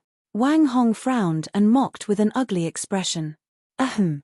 Big brother, you are now in a high position, and you have many children. Why don't you take care of little brother and let Wang Reni be adopted by the second branch? Don't worry, as long as you are willing to adopt benevolence, madam, and I will definitely treat him well and treat him as our own son. In the future, the second branch's family business will also be inherited by him." In the main hall of the Wang family, at the banquet, Wang Hong, who was sitting below Wang Yu, cupped his hands and said to Wang Yu with an embarrassed expression. After all, for a middle-aged man to be childless was definitely a shameful thing for a man. If not for Wang Kuei's repeated exhortations, he would never have mentioned this in front of everyone at this moment. The pressure instantly shifted to Wang Yu's side. Wang Hong had already lowered himself to such a level, and had even put it this way. If Wang Yu still didn't agree, it would be too unreasonable. Thus, everyone at the table turned their gazes to Wang Yu. Chapter 1818. What conditions? In the Wang family's meeting hall, Wang Kuei heaved a sigh of relief when he heard that Wang Yu had finally agreed to let Wang Renyi be adopted by the second branch. However, when he heard the second half of Wang Yu's sentence, he could not help but ask. Wang Yu said solemnly, Wang Renyi violated the family rules last year and was imprisoned by this old man in the grievance hall. He will never be able to take a step out of the hall. Although he has been adopted by the second branch this time, his previous mistakes are still there, so his punishment is still there. After the adoption ceremony, he must return to the grievance hall and continue to stay there. As soon as these words were spoken, a trace of panic flashed through the eyes of Wang Renyi, who had just stood up from the ground.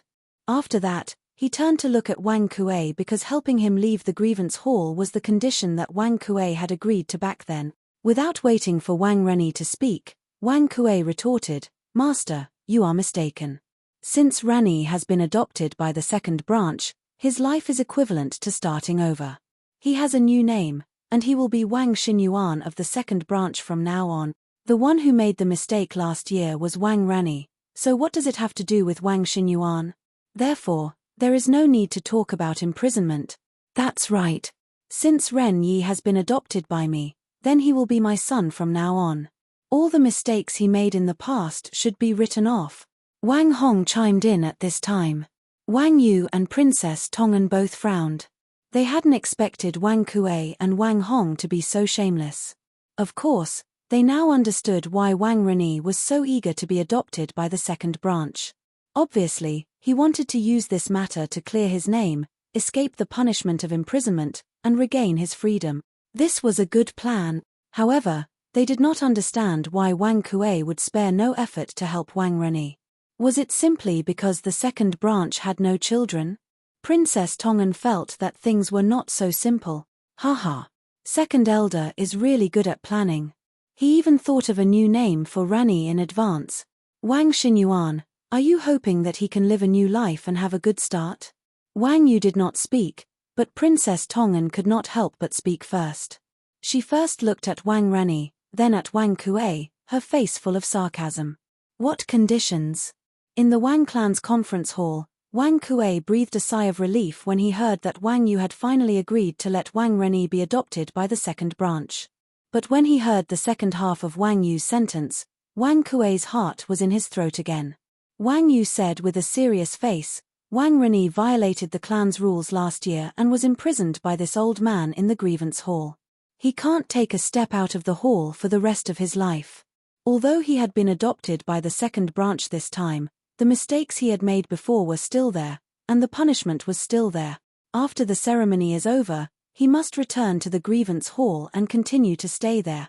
As soon as these words were spoken, a trace of panic flashed through the eyes of Wang Renyi, who had just stood up from the ground. After that, he turned to look at Wang Kuei because helping him leave the grievance hall was the condition that Wang Kuei had agreed to back then. Without waiting for Wang Renyi to say anything, Wang Kuei retorted, Master, you are wrong. Since Renyi has been adopted by the second branch, his life is equivalent to starting anew. He has a new name. He will be Wang Xinyuan of the second branch in the future. The one who made the mistake last year was Wang Renyi. What did it have to do with Wang Xinyuan? Therefore, there's no need to talk about imprisonment. Chapter 1819. Wang Kuei's move of retreating to advance was very effective, directly turning the situation around.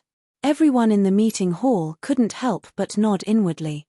First, everyone felt that Wang Kuei's request wasn't excessive. In the end, he just wanted the second branch to continue to have descendants. Second, Wang Kuei had already taken a step back and guaranteed that Wang Renyi would never leave Source Peak City. This was already cutting off Wang Renyi's future career. Third, Source Peak City was the origin of the Wang family. The Wang family had operated in Source Peak City for many years, and its power could be said to be deeply rooted. Wang Renyi could change his appearance and name, and then he would only move within the boundaries of this territory. The imperial court wouldn't know. Thus, the Wang family's third elder looked at Wang Bing and said, "Big brother, second brother just wants to leave an heir for the second branch, and this request isn't excessive. You and the family head should agree, right?" The fourth elder chimed in, "That's right. Big brother. The 5 branches of the Wang family have always been of the same breadth and branch.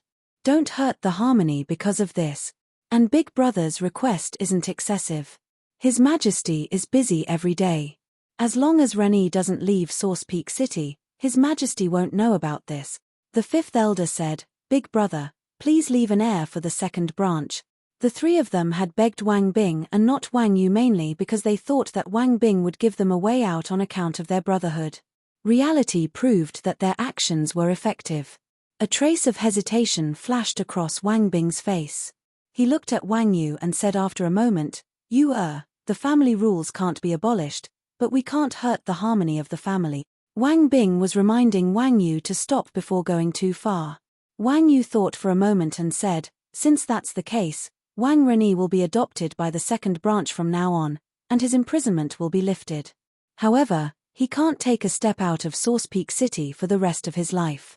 If he violates this, he will be expelled from the Wang family. I hope that second elder will take good care of him in the future. Don't make any mistakes and put the family at a disadvantage."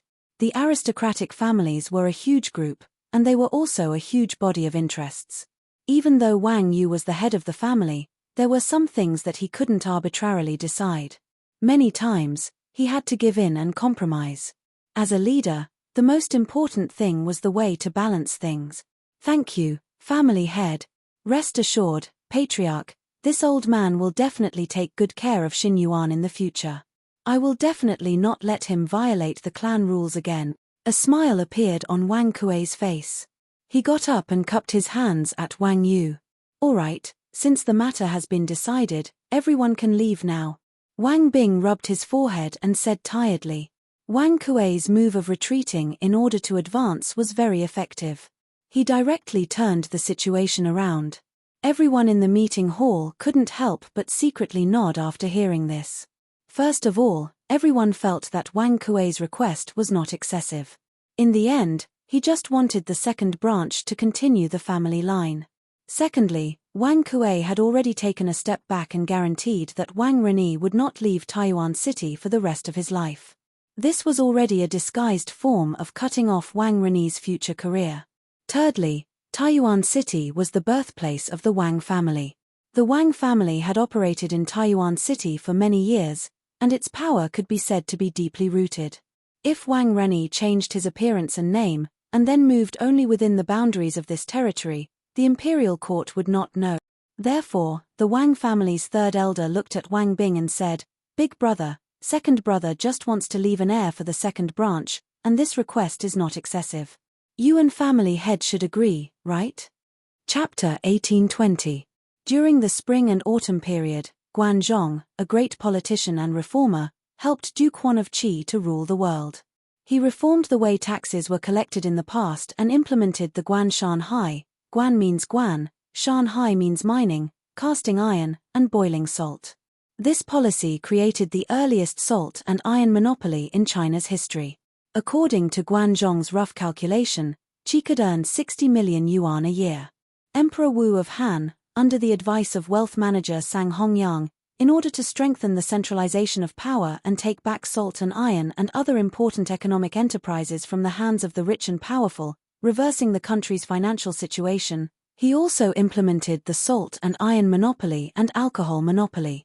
Since then, the salt and iron monopoly system ran through the entire feudal dynasty of China. During the Tang dynasty, more than 90% of the country's mineral veins were in the hands of the imperial court. The remaining less than 10% were in the hands of the important officials and aristocratic families, such as Zhongsun Wuji. As a 1,000-year-old clan, the Wang family also controlled 2 mineral veins. There were only 3 sources of iron and iron for the blacksmiths. The first was to buy it from the local government. The second was to recycle some of the iron that the commoners did not use and reforge it. The third was to buy it from the aristocratic families who owned iron. In Tongfu Inn, Du Gufeiying pondered for a moment and ordered, "Go and contact the people of the Wang family. Tell them your identity and ask them to cooperate. Find out the identity of this Kang Chang'an as soon as possible." "Yes, General." Zhong Dafu bowed. After a moment of hesitation, he clasped his fist and said, "General, the head of the Wang family, Wang Yu, has returned to Taiyuan. He came back around noon." "Oh, Wang Yu." Du Gufeiying's eyes lit up. He pondered for a moment and suddenly a thought flashed through his mind. He smiled and said, "The Wang family has been in Taiyuan for many years. They are the local bullies. As for Wang Yu, if I remember correctly, Wang Yu's son, Wang Runbiao, is a good friend of the Duke of Yong'an. Our main purpose of this trip is to protect the safety of the people from Yanghuang College. So, to a certain extent, we should be on the same side as Wang Yu. Get ready and follow me to the Wang family. If we can get their help, it will be very convenient for us to do things in Taiyuan City." As a 1,000-year-old clan, the Wang clan also controlled two ore veins.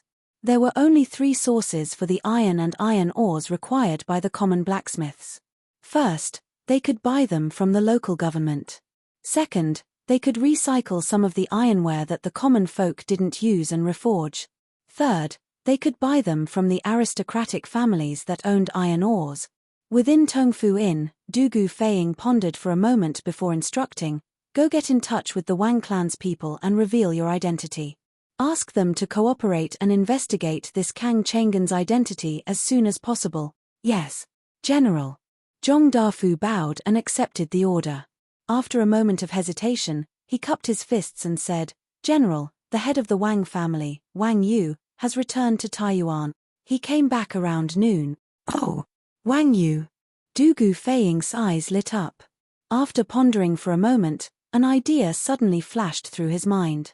The Wang family has been operating in Taiyuan for many years and is the local tyrant. As for Wang Yu, if I remember correctly, Wang Yu's son, Wang Runbiao, has a good relationship with the Marquis of Yong'an. Our main purpose of this trip is to protect the safety of the people from Yanghuang College. So, to a certain extent, we should be on the same side as Wang Yu. Get ready and follow me to the Wang family. If we can get their help, it will be very convenient for us to do things in Taiyuan City. Chapter 1821. Constable's Son, You Are. The arrival of nearly 100 Yamen runners naturally attracted the attention of the host of the fundraising event, Lin Wenyuan. He hurried forward and asked Constable Sunday Lantien County was Li Zeshuan's fief, and the host of today's fundraising event was the Yanghuang Chamber of Commerce. The mastermind behind the scenes was Li Zeshuan, so Lin Wenyuan naturally did not misunderstand that Constable's son had brought so many people here to cause trouble. However, he did not expect that the Lantien County Yamen, as the government, would actually send people here today. After all, the fundraising event mainly invited businessmen. "Old Master Lin, I am under the orders of County Magistrate he to bring people here to maintain order and ensure that the fundraising event will proceed smoothly. Cough, I hope that Old Master Lin will not be offended by the number of people who came." Constable's son very politely cupped his fists towards Lin Wenyuan and said. Hearing this, Lin Wenyuan hurriedly said, "What are you saying, Constable's son? This fundraising event involves a huge sum of money. For the county Yamen to send people here, I am naturally more than happy to oblige. Why would I be offended? In a while, I will invite Constable's son in for tea." Lin Wenyuan was a businessman. If it was in the past, when would he not bow and scrape in front of officials?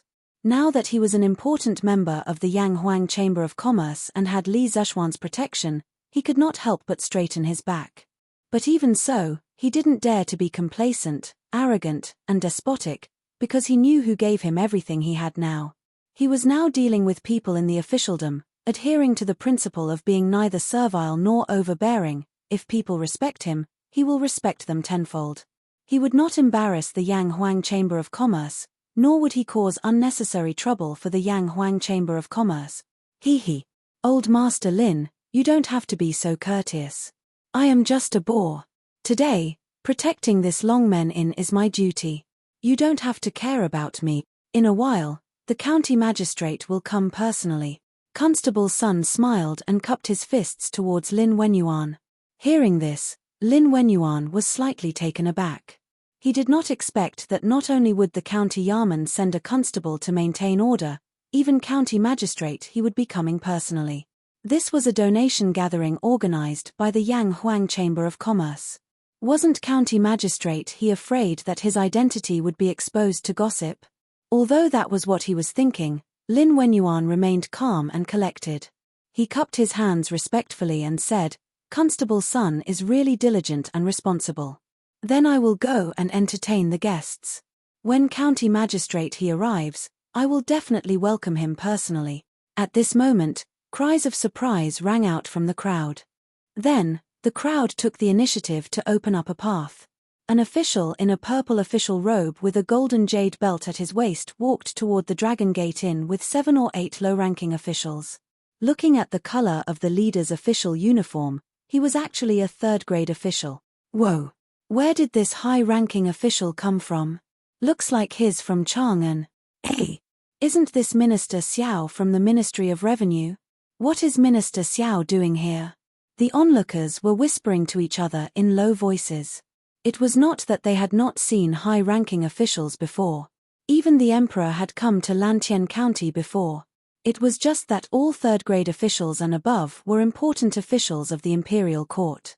Now that the donation gathering was about to start, a third-grade official suddenly came here. It was inevitable that the crowd could not help but discuss in low voices. Lin Wenyuan's heart skipped a beat. He hurriedly went up with the other members of the Yang Huang Chamber of Commerce and bowed respectfully. Lin Wenyuan of the Yang Huang Chamber of Commerce greets Minister Xiao. Cao Wendong from the Yang Huang Chamber of Commerce, Feng Zhihua, Zheng Qianzhen, Liao Shifan, greets Minister Xiao. Everyone, there's no need to be so polite. Xiao Yu stopped in his tracks and waved at the crowd. Then he looked at Lin Wenyuan and said, I'm here on orders to take over the money from the donation gathering. Once the gathering is over, the Ministry of Revenue will register all the money and send it back to Chang'an. Boss Lin, when will the donation gathering begin? Li had indeed sent people from the Ministry of Revenue over to receive the donations from the fundraiser, but Li did not ask Xiao Yu to come over personally. Actually, Xiao Yu only needed to send a few of his little brothers over for this sort of thing. However, this old man had previously made a bet with Li on whether this fundraiser could raise enough funds for a 150,000-man army. Naturally, he wanted to come over personally to see for himself. Merchants valued profits, and Xiao Yu did not think that these merchants would be so generous as to donate money to the court. This was because this matter did not benefit them at all. At this moment, he was already thinking about where the court would get the money if the donation gathering did not raise enough money. After all, Li's edict had already been sent to the various provinces and counties. The elite soldiers of the various provinces were gathering in Chang'an. The fact that the Northern Expedition Army had increased by 150,000 was already an indisputable fact. As the Minister of Revenue, he naturally had to think of ways to raise money.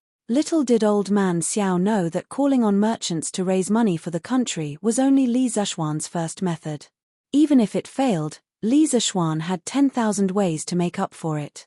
For example, he could use the Yang Huang Bank to get a loan from the court, or the court could issue war bonds to the people. Once the war was won, they would return the money to the people. Every method could easily solve the current dilemma of the court. The reason why Li Zishuan prioritized the donation gathering was because he wanted to use this opportunity to arouse the patriotism of the Tang people and build momentum for the upcoming war between the Tang Empire and the Turk. History tells us that only by mobilizing the masses and gaining the support of the people can we win the war. At this moment, Lin Wenyuan looked at the sundial in front of the Longmen Inn. It was still a little short of the agreed time. However, he could not let Xiao Yu, the Minister of Revenue, stand outside and wait. After all, Xiao Yu was an elder who had lived through several dynasties. His position in the court was important. Thus, he cupped his hands and said, "The donation gathering will begin soon. Minister Xiao, please come in." Then, He ordered the servants, "Open the door. Invite the guests to take their seats." "Yes, master." The servant of the Lin clan bowed and ran to open the door of the inn. Lin Wenyuan and the others invited Xiao Yu to enter first. Xiao Yu did not refuse. When they entered the hall on the first floor of the inn, Xiao Yu couldn't help but exclaim, "Boss Lin, this inn is really luxurious. It doesn't pale in comparison to Yanghuang College at all. How extravagant. No wonder it's the #1 inn in Lantian County." As busy as Xiao Yu was, he naturally didn't have time to visit the Longmen Inn in Lantian County. He had heard of the reputation of the Longmen Inn, but he had never seen it in person. Seeing it for the first time today, he couldn't help but exclaim in admiration, "Minister Xiao, you flatter me. How can this inn be compared to Yanghuang College, the holy land of the literary world? Please take a seat." As they spoke, they had already arrived in the hall.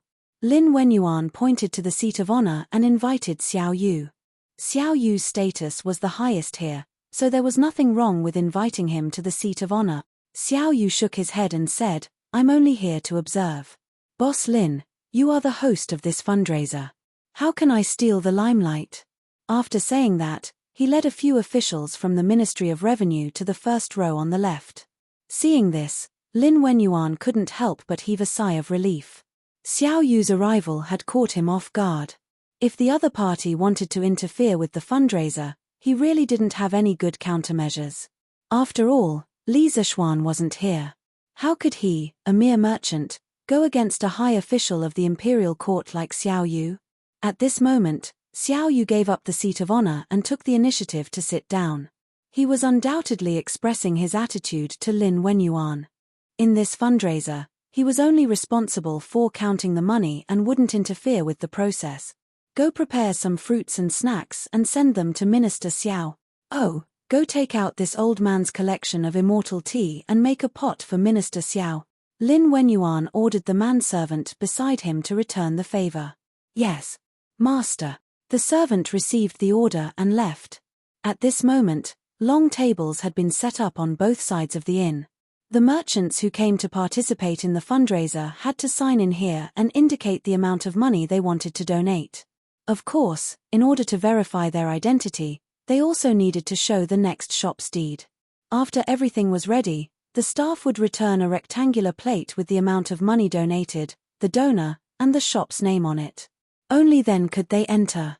This was mainly to increase the efficiency of the fundraiser. Although the area of the first floor of the Longmen Inn was large, there was a limit to its capacity. It was impossible to let all the people outside in. Not long after, Lantian County's county magistrate he arrived with a group of officials. With Xiao Yu, a third-rank official, in front of him, Lin Wenyuan didn't have much fear and trepidation when he greeted Magistrate He. However, he deliberately arranged Magistrate His seat next to Xiao Yu's, which made Magistrate He look at him with admiration. At 6 in the afternoon, all the merchants outside the inn finished signing in and took their seats in the hall. At a rough glance, there were about 600 to 700 people.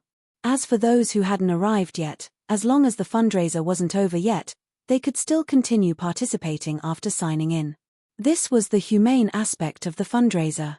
It was worth mentioning that Li Yu had brought the reporters from the editorial department of Tang Daily over as well. Of course, they were not there to donate money, but to record this patriotic event so that they could publish it in tomorrow's newspaper. It was a hot summer day, but the hall on the first floor of the Longmen Inn was abnormally cool. This was because there were buckets of ice placed around the hall. In front of each bucket, there was a maid holding a fan to fan it. It was like a human air conditioner. As such, the people in the hall naturally didn't feel the heat. After hearing the waiter report that the merchants outside had all entered, Lin Wenyuan walked to the front of the crowd. He held the latest loudspeaker developed by the Strange Taste Pavilion, which was a handheld megaphone. He faced the crowd and said, "Dear friends from the business world, I am Lin Wenyuan. On behalf of the Yang Huang Chamber of Commerce and Marquis, I would like to express my gratitude to all of you." Although Lin Wenyuan didn't shout hysterically, his voice reverberated throughout the hall. The merchants who had been whispering to each other a moment ago immediately quieted down. After Lin Wenyuan finished speaking, he bowed deeply to the crowd. His attitude was sincere and his expression was sincere. This fundraiser wasn't just beneficial to the Yang Huang Chamber of Commerce. It was also beneficial to the imperial court and the people of the world. However, Lin Wenyuan could only represent the Yang Huang Chamber of Commerce. As for the imperial court and the people of the world, he wouldn't dare to represent them. Boss Lin, there's no need to be so courteous. The rise and fall of the country is the responsibility of the people. At this moment, someone in the hall said loudly. Once this was said, many people immediately echoed his words. That's right, that's right. The rise and fall of the country is the responsibility of the people. We are here to do our part for the Great Tang. That's right, that's right.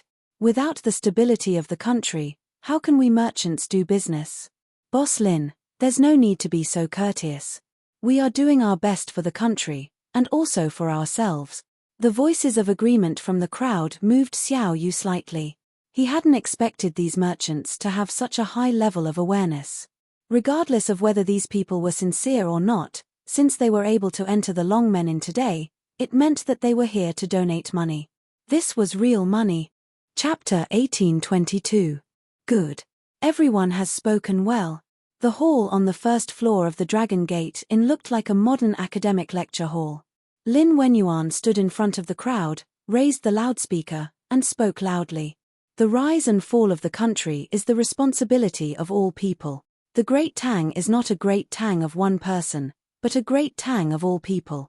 Although we merchants have never been paid by the imperial court, we have been able to do business in peace precisely because His Majesty and the Emperor Emeritus established the Great Tang, ending the chaotic era of the sway and creating a golden age of peace for the people of the realm. And now, the Turks harbor wild ambitions against our Great Tang, repeatedly invading our borders. A war is inevitable between the Great Tang and the Turks. Although we merchants normally do not speak of national affairs, if the Great Tang is defeated in this war, the Central Plains will fall into chaos. We will all become slaves of a conquered country, so where will we go to do business? The common people say that merchants value profit, but Marquis once said to this old man that value profit and righteousness. What matters is the person, not the status. Those who value profit in their bones, no matter what status they have, will place profit above all else, and vice versa. Now that the country is in danger, if we don't value righteousness, how can we talk about profit in the future? Today, I have gathered all of you here in the hope that you can place the country's righteousness above all else and contribute money and strength to the imperial court to raise military funds so that the imperial court can defeat the Turks and bring peace to the Great Tang's borders and its people.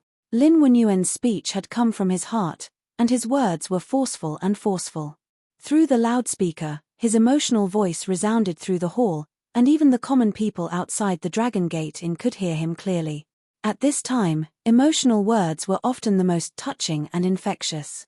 Especially since most of the people present today were businessmen, they could empathize with Lin Wenyuan's words.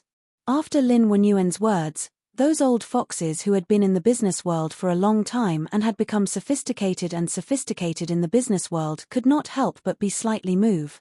They could clearly sense something surging in their bodies, hot blood.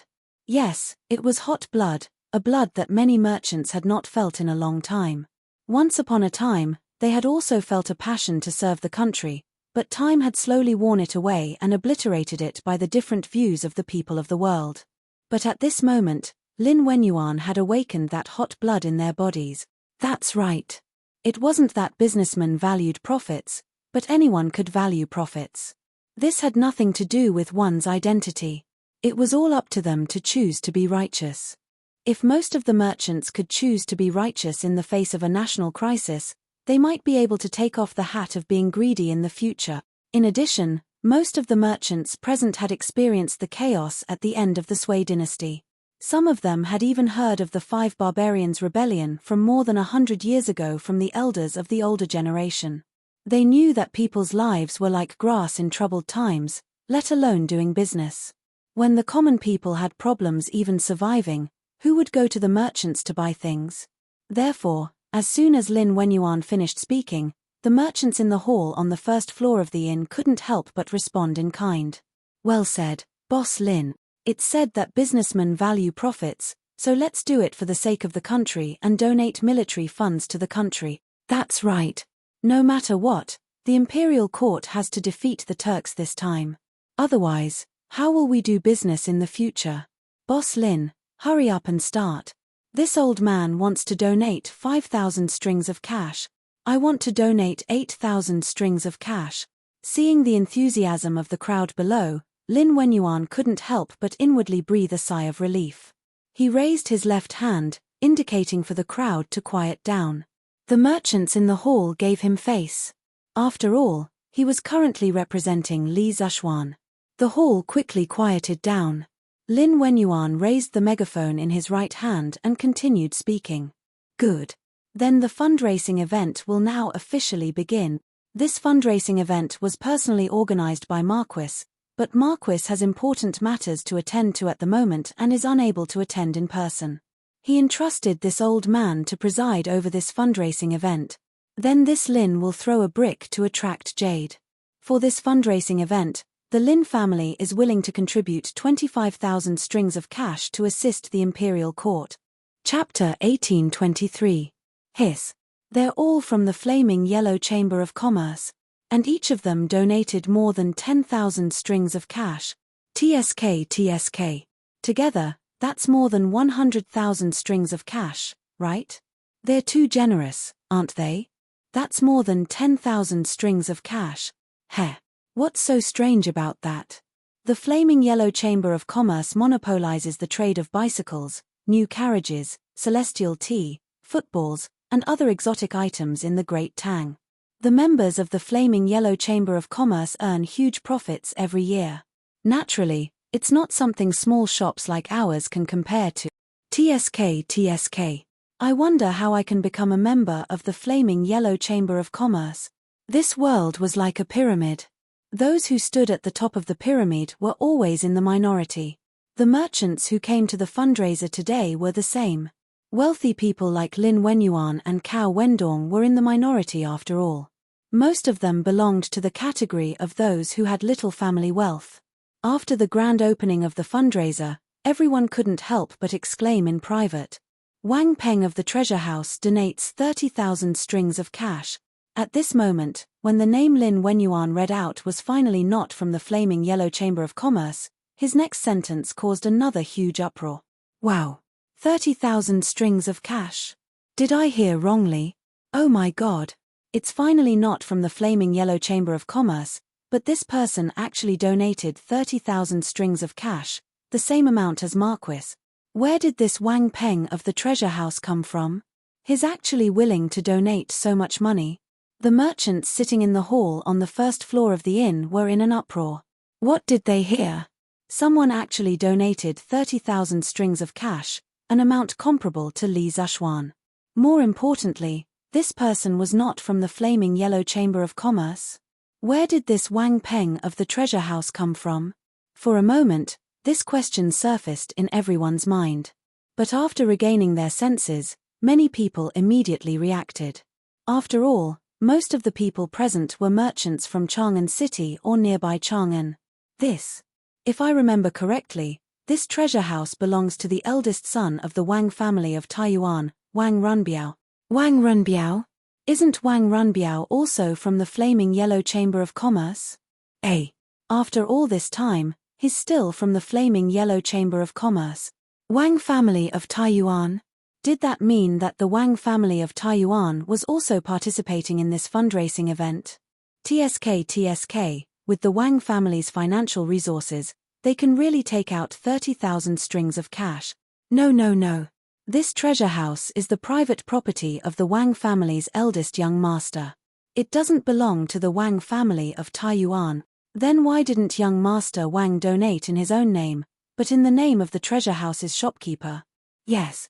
If I could donate that much money, I would definitely donate it in my own name. Soon, someone revealed the background of the treasure house. Wang Runbiao, the owner behind the scenes, also surfaced. However, many people were somewhat puzzled. Why did Wang Runbiao give this opportunity to make a name for himself to his own shopkeeper instead of himself? However, there was no lack of smart people present. An old man explained to his companion in a low voice, the eldest young master of the Wang family, is now the provincial governor of Chizhou and represents the Chizhou officialdom. This donation drive is mainly for us merchants. It will be inconvenient for the eldest young master of the Wang family to donate money in his own name. Therefore, he can only participate in the name of his shop's shopkeeper. His words were reasonable and instantly received the agreement of many people. Now, looking at the whole Tang dynasty, it was extremely rare to see someone like Li Zhuan, who was a high official in the imperial court and openly engaged in the business of merchants among the people. Most people in the officialdom would only let their family members or subordinates engage in the business of merchants behind the scenes and would not put it out in the open. The following facts proved that it was indeed as the old man had guessed.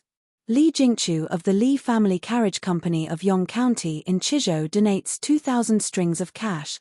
While the crowd was discussing in low voices, Lin Wenyuan did not stop and immediately read out the next name.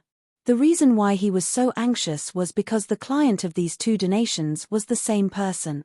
In the middle back row, a fat middle-aged man in luxurious clothes stood up and walked forward with 2 cards in his hands. Then, the old man showed the cards in his hands to the crowd. One of them had 30,000 strings of cash written on it and was signed by Zhu Baozhai, while the other had 2,000 strings of cash written on it and was signed by Li Jingqiu of the Li Family Carriage Company. After showing the cards, the old man put the cards in his hands into the cardboard box. Then, under the guidance of the venue staff, he went up to the second floor of the inn to pay the corresponding donation amount. This old man was actually the client of both donations.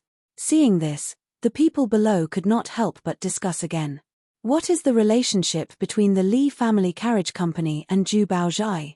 No, it should be the relationship between the eldest son of the Wang family and this Li Jingqiu. Why did they let Wang Peng donate their money? Li Jingqiu? From the name, it sounds like a girl. TSK, 2,000 strings of cash. This girl is really generous. I think I have heard of this Li Jingqiu. A few days ago, I sent the shopkeeper to Chizhou to deliver a batch of goods. At that time, I heard that the governor of Chizhou, Wang Runbiao, would be marrying a commoner girl in a few days. That girl is called Li Jingqiu.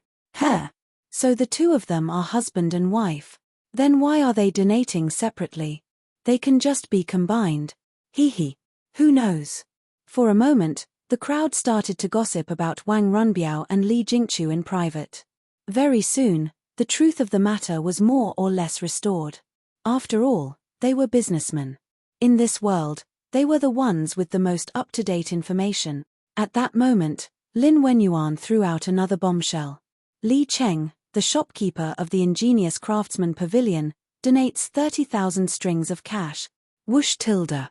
This time, Xiao Yu, who was sitting in the first row on the left, could not help but narrow his eyes, and he looked slightly shocked. At that moment, not only were the people in the hall shocked, but even the onlookers outside the Long Men Inn were also in an uproar. 30,000 strings of cash, another 30,000 strings of cash. What's the background of this Ingenious Craftsman Pavilion? However, this time, the background of the Ingenious Craftsman Pavilion was dug out very quickly. The Ingenious Craftsman Pavilion? The Ingenious Craftsman Pavilion in Chang'an West City? Isn't that the shop of that person in the palace? That person in the palace? Who is it? It's His Highness the Crown Prince. What? His Highness the Crown Prince? How is that possible? Lower your voice. I heard that His Highness the Crown Prince is also a member of the Flaming Yellow Chamber of Commerce. If that's the case, it's not surprising that he donated. What? His Highness the Crown Prince is also a member of the Flaming Yellow Chamber of Commerce? How much money did the Flaming Yellow Chamber of Commerce donate? Let me count. It's actually 190,000 strings of cash. The crowd discussed fervently. With Wang Runbiao as an example, everyone understood very well why Li Chengqian did not use his own name but someone else's. As they discussed, a pale, beardless old man walked up with a card in his hand. It was the shopkeeper of the Ingenious Craftsman Pavilion, Li Cheng. At this point, the first batch of members of the Flaming Yellow Chamber of Commerce had all donated. The donation amount was 190,000 strings of cash. Everyone who thought of this was shocked. Even Xiao Yu was no exception. He had expected the people from the Yang Huang Chamber of Commerce to be rich and would be the main force of this donation drive. However, he never expected the people from the Yang Huang Chamber of Commerce to be so generous. The donation drive had only started for less than 15 minutes, and they had already donated 190,000 strings of cash. To be precise, it was 190,000 strings of cash, including Li Jingchu's 2,000 strings of cash. A few days ago, he had made a bet with Li that the donation drive would not be able to raise enough money for the military. However, in such a short period of time, he had already raised 190,000 strings of cash. He was only 58,000 strings of cash away from the small goal of 250,000 strings of cash that he and Leah had set. There were a total of 600 to 700 people attending the donation drive today. The remaining people donated an average of 100 strings of cash each, which was enough to reach the small goal of 250,000 strings of cash. The power of merchants. For the first time, Xiao Yu realized that when merchants united, they could also exert a force that could not be ignored. The donation drive continued. Lin Wenyuan's voice was still echoing in the hall.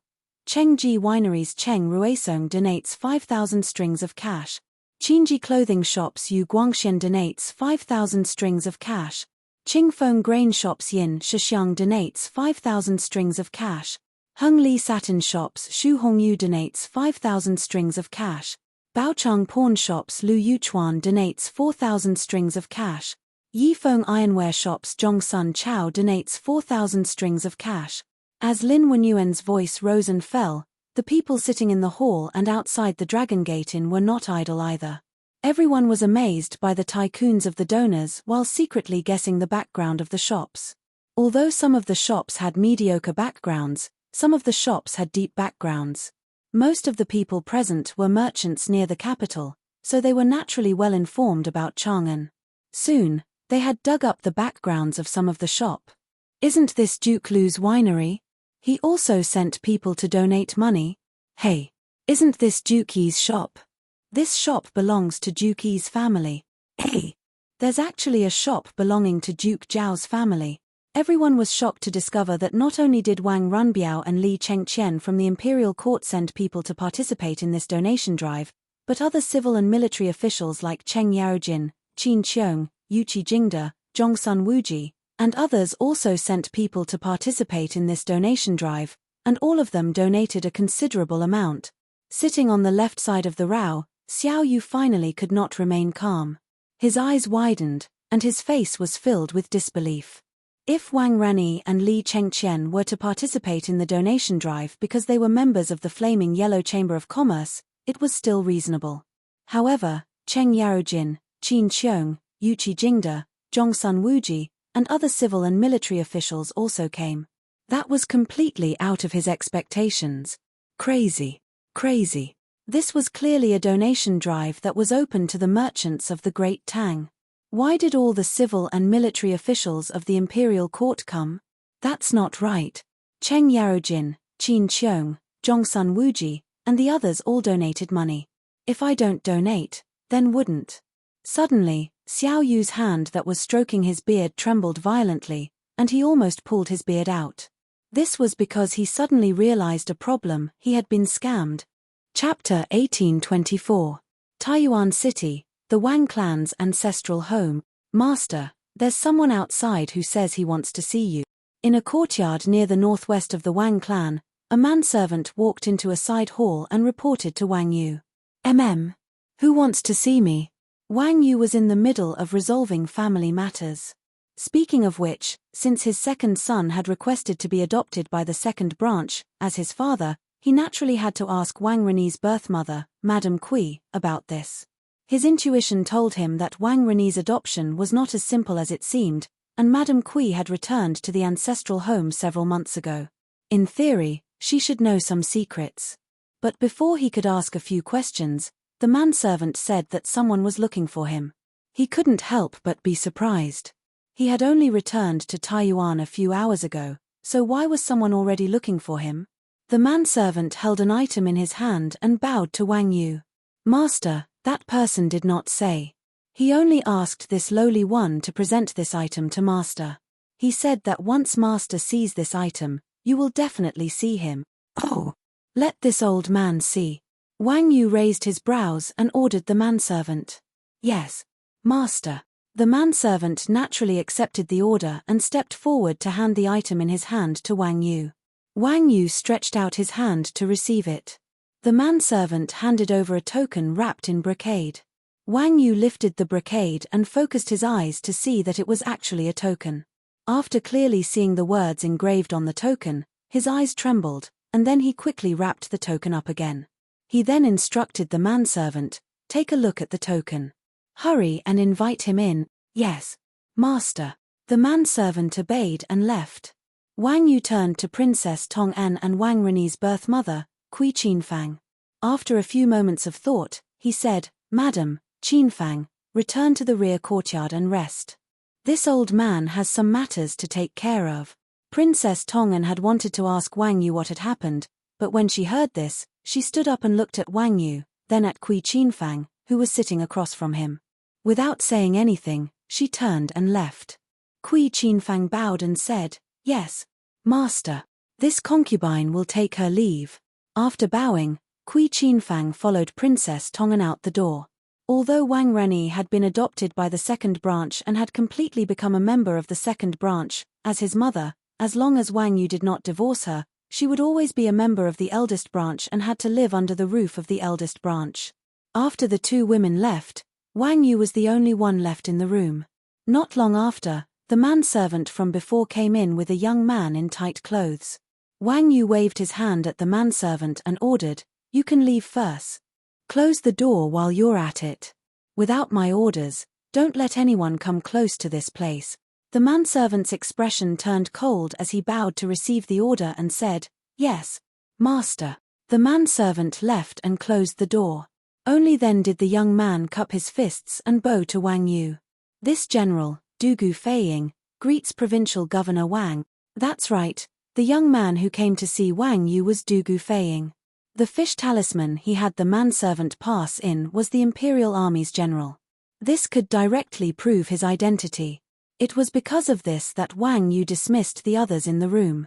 The Imperial Army would not leave the capital so easily. Now that an Imperial Army soldier had come to Taiyuan and had not revealed his identity to the manservant and only passed the fish talisman to Wang Yu, it meant that he did not want others to know his identity. At the same time, it also meant that this Imperial Army soldier did not want others to know the purpose of his visit. Haha. So it's a brat from the Dugu family. Have a seat. Hearing this, Wang Yu laughed and threw the fish talisman in his hand to Dugu Feiying. He pointed to the chair beside him and said, "The Dugu family was a noble family from the North Ju to the Sui dynasty. The founding empress of the Sui dynasty and Li Yuan's first wife were all from the Dugu family. Although the Dugu family was not as powerful as the 5 families and 7 nobles, they were not far behind. Therefore, after hearing Dugu Feiying's identity, Wang Yu's attitude became very polite. However, Dugu Feiying did not sit down as he was told. He cupped his fists and said in a deep voice, "Thank you, Provincial Governor Wang. However, this general still has military affairs to attend to. I came here today to ask Provincial Governor Wang for a favor. After I'm done, this general will leave." Seeing that Dugu Feiying's tone was hurried, Wang Yu did not have the intention to continue the small talk.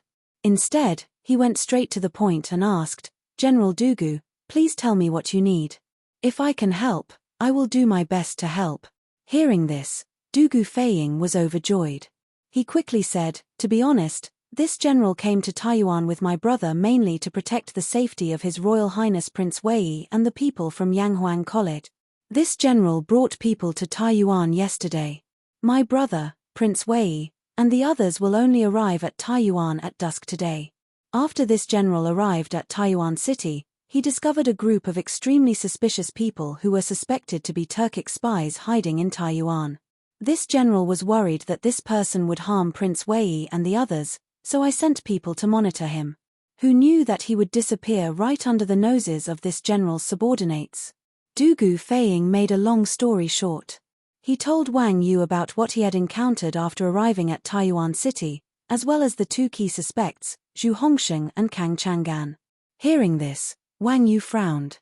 After thinking for a while, he opened his mouth and asked, "You said that His Royal Highness Prince Wei and the people from Yanghuang College are coming to Taiyuan?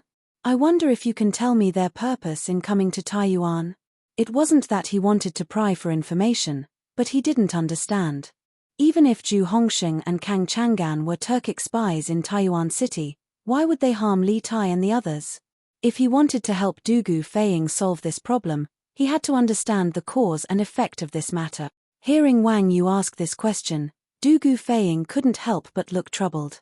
Seeing this, Wang Yu waved his hand and laughed. Haha. Since it's not convenient to say, then forget it.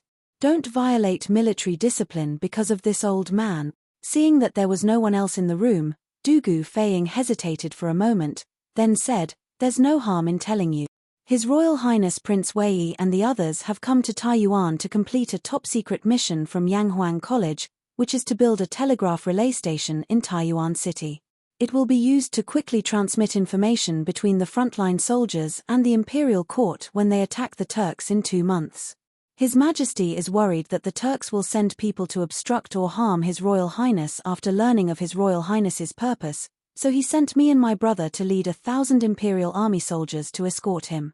When we were in Shihe County in Fen Province, my brother suspected that we were being followed, so he sent me to Taiyuan City first to clean up the hidden dangers in the city. Unexpectedly, the suspects escape. The Wang clan has operated in Taiyuan for many years. If Provincial Governor Wang is willing to help, it won't be difficult to find those two people in Taiyuan City in a short time. As the head of the Wang clan and the Provincial Governor of Sui Province, Wang Yu couldn't be unaware of the pros and cons of this matter. Moreover, Wang Yu had a close relationship with the imperial family and Li Zhuan. He couldn't possibly reveal this secret and put Li Tai and the others in danger. It was precisely because of these prerequisites that Dugu Feiying told Wang Yu the true purpose of Li Tai's trip. He believed that Wang Yu would definitely keep this secret. Yanghuang College? A telegraph relay station. Hearing this, Wang Yu's expression suddenly became serious. He said in a deep voice, "General Dugu, rest assured. This old man will do his best to help this matter that concerns Prince Wei's safety and Yanghuang College's mission." Just as Dugu Feiying thought, Wang Yu was the Empress' son-in-law. His son and Li Zhuan were close friends. He was now firmly tied to the imperial court's war chariot. When it came to the safety of Li Zhuan's son and Li Zhuan's students, he couldn't just stand by and watch. At this point, Wang Yu muttered to himself for a moment before continuing, "This old man hasn't been in Taiyuan for a long time. The affairs of the clan are handled by second elder. You just said that you suspect that the Chuji Ironware Shop and Zhu Hongxing are accomplices, and the Chuji Ironware Shop's daily iron or needs come from the Wang clan.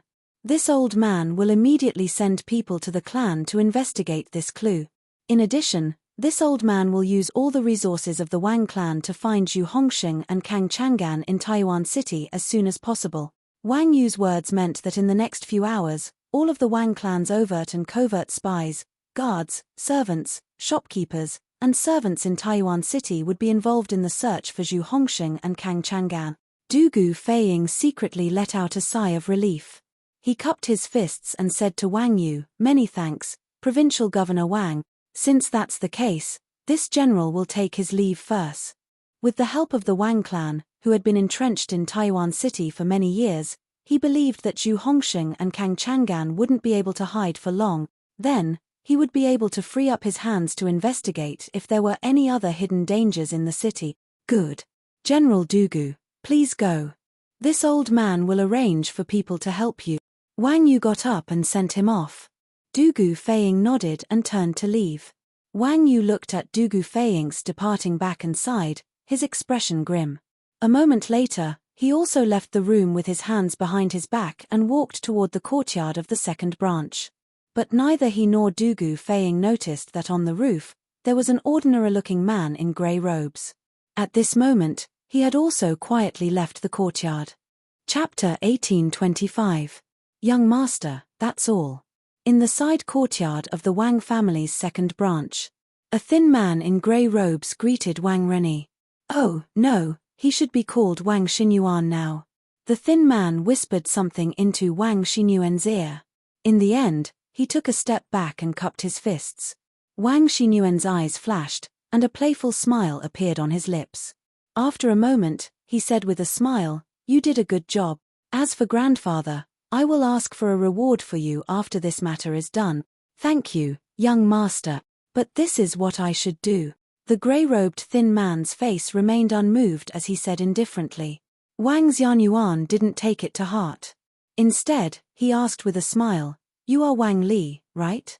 The thin man in grey's eyes flashed slightly and said, "You have a good memory, young master." He was a subordinate of the Wang family's second elder and belonged to the Wang family's shadow guard. Although the Wang family's shadow guard was a force that the Wang family had secretly nurtured for many years and directly took orders from the patriarch, the 5 branches of the Wang family all had their own forces within the shadow guard, and this Wang Li was the commander of one of the Wang family's shadow guard squads. His original name was Guo Li, and after his parents died when he was young, he was taken in by Wang Kuei and entered the Wang family. He first became a guard of the Wang family, and then, under Wang Kuei's arrangements, he entered the Wang family's shadow guard. Many years later, he actually became one of the 5 leaders of the Wang family's shadow guard, and was even bestowed the surname of the main family, becoming the current Wang Li. In terms of loyalty, Wang Li was naturally loyal to the Wang family, to Wang Yu, the head of the family, and to Wang Kuei. However, for him, loyalty to Wang Kuei took precedence over the other 2. Wang Xinyuan asked meaningfully, "Haha, I know a little about the realm of martial artists like you. I wonder what realm you are in now?" Wang Li didn't understand why Wang Xinyuan asked this, but he still replied, "Fortunately, I was nurtured by second elder. I reached the peak of Qi transformation 3 years ago, but I didn't make any obvious progress in these 3 years. Now I am only half a step into the Guru realm." Half a step into the Guru realm. Wang Xinyuan's eyes flashed, and he couldn't help but murmur, "That's still far from Li Zishuan." Although his voice was soft, it was still heard by Wang Li. After all, those who practiced martial arts had sharper ears than ordinary people. The corner of the latter's mouth twitched involuntarily. It was rumored that Li Zishuan had stepped into the supreme power realm at the age of 20 last year. Such an amazing martial arts genius was rarely seen in hundreds of years. How could he compare with him? Speaking of which, if he had Li Zishuan's talent, there would be countless sect leaders fighting to recruit him. Why would he settle for being a lowly guard in the Wang clan? The atmosphere stagnated for a moment before Wang Xinyuan continued, "I know that you are loyal to grandfather, but since grandfather sent you here, did he tell you that you have to listen to my commands during this period of time? Second elder has already instructed this subordinate to be at young master's disposal for this month." Wang Li cupped his fists and said. In fact, he really looked down on Wang Xinyuan, who betrayed his father for glory and took the initiative to be adopted by the second branch. However, due to Wang Kuei's orders, he didn't show his disdain on his face. Wang Xinyuan smiled, and then his face suddenly became serious. He said in a deep voice, "I don't only want you to obey me on the surface, but I also want you to obey me in your heart. Listen, as long as you follow me and work hard, I will not only help you become the commander of the Wang clan's secret guards in the future, but I will also ask an expert to help you break through to the supreme power realm." How could someone as smart as him not see that Wang Li was only obeying him on the surface and was not convinced in his heart? It was because of this that he said these words to Wang Li. He had just arrived at the second branch and had no one to rely on. Although Wang Kuei was so good to him now, the 2 of them were mostly using each other. When Wang Kuei successfully took control of the family, where would he go and where would he go? Therefore, it was necessary for him to cultivate some forces for himself before that. Wang Li was moved, but the waves in his heart were quickly calmed down. He said lightly, "Thank you for your kindness, young master." He didn't accept or refuse. His attitude was ambiguous and ambiguous. Haha. It's up to you whether you believe me or not. My words are always effective. However, the most important thing now is that you must help me with this matter in front of you. Wang Xinyuan knew that the other party didn't believe him, but at the moment he was really poor. As the saying goes, haste makes waste. Fortunately, he didn't continue to force him, but said lightly, It's all up to young master. Wang Li cupped his fists and said. His attitude was no longer as frivolous as before. Wang Xinyuan nodded secretly and said, continue to monitor the family head.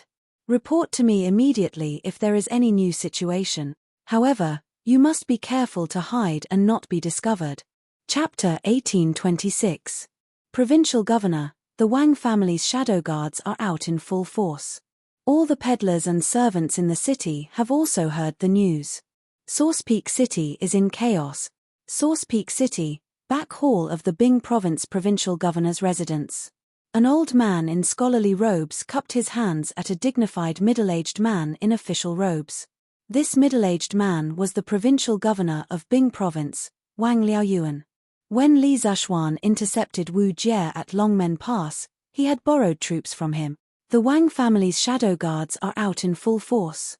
Hearing this, Wang Liaoyuan frowned and couldn't help but ask, what exactly happened that made all the hidden guards of the Wang clan come out and cause such a commotion?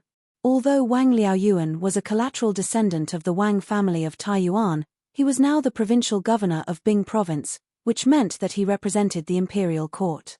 The sudden appearance of the Wang family's shadow guards and such a big commotion put him in a difficult position.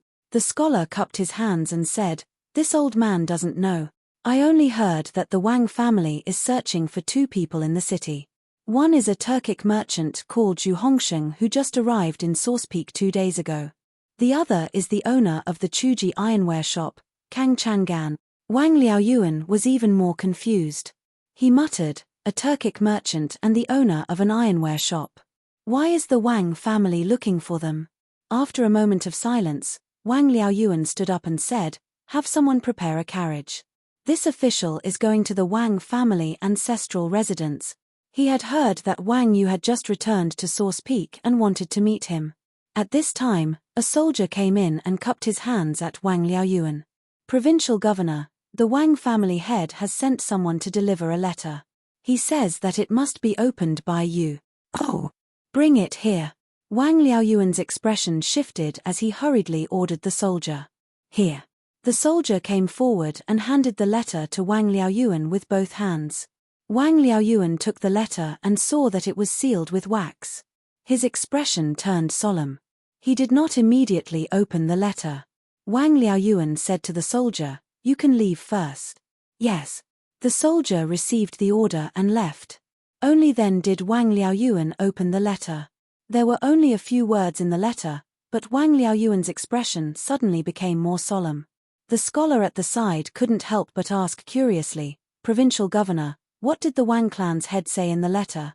Wang Liaoyuan immediately put away the letter and said with his hands behind his back, the Wang family's hidden guards have been mobilized under the orders of the imperial court.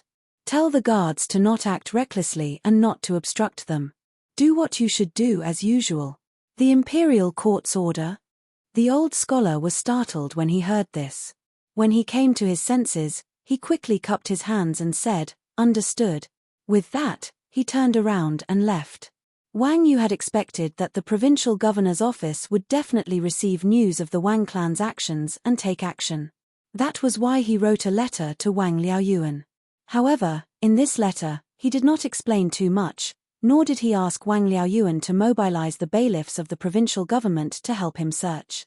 This was because this matter concerned the safety of Li Tai and the others, as well as the Turkic spy. The fewer people who knew, the better. Dugu Feiying had told him to keep this a secret. In addition, the Wang clan's ability to find people in Taiyuan City was far superior to the provincial governor's office. There was no need for the guards of the provincial capital to get involved in this matter. Although Wang Yu's letter was abnormally simple, Wang Liaoyuan could tell from the few words that there was something unusual about this matter. As for what exactly was unusual, he could not guess. This Taiyuan city will probably be in chaos soon. Wang Liaoyuan stood with his hands behind his back and sighed. Chapter 1827. Yuju was located to the northeast of Chang'an. Together with Ji, Yun, and Feng provinces, they formed a firm military barrier on the northern border of the Great Tang.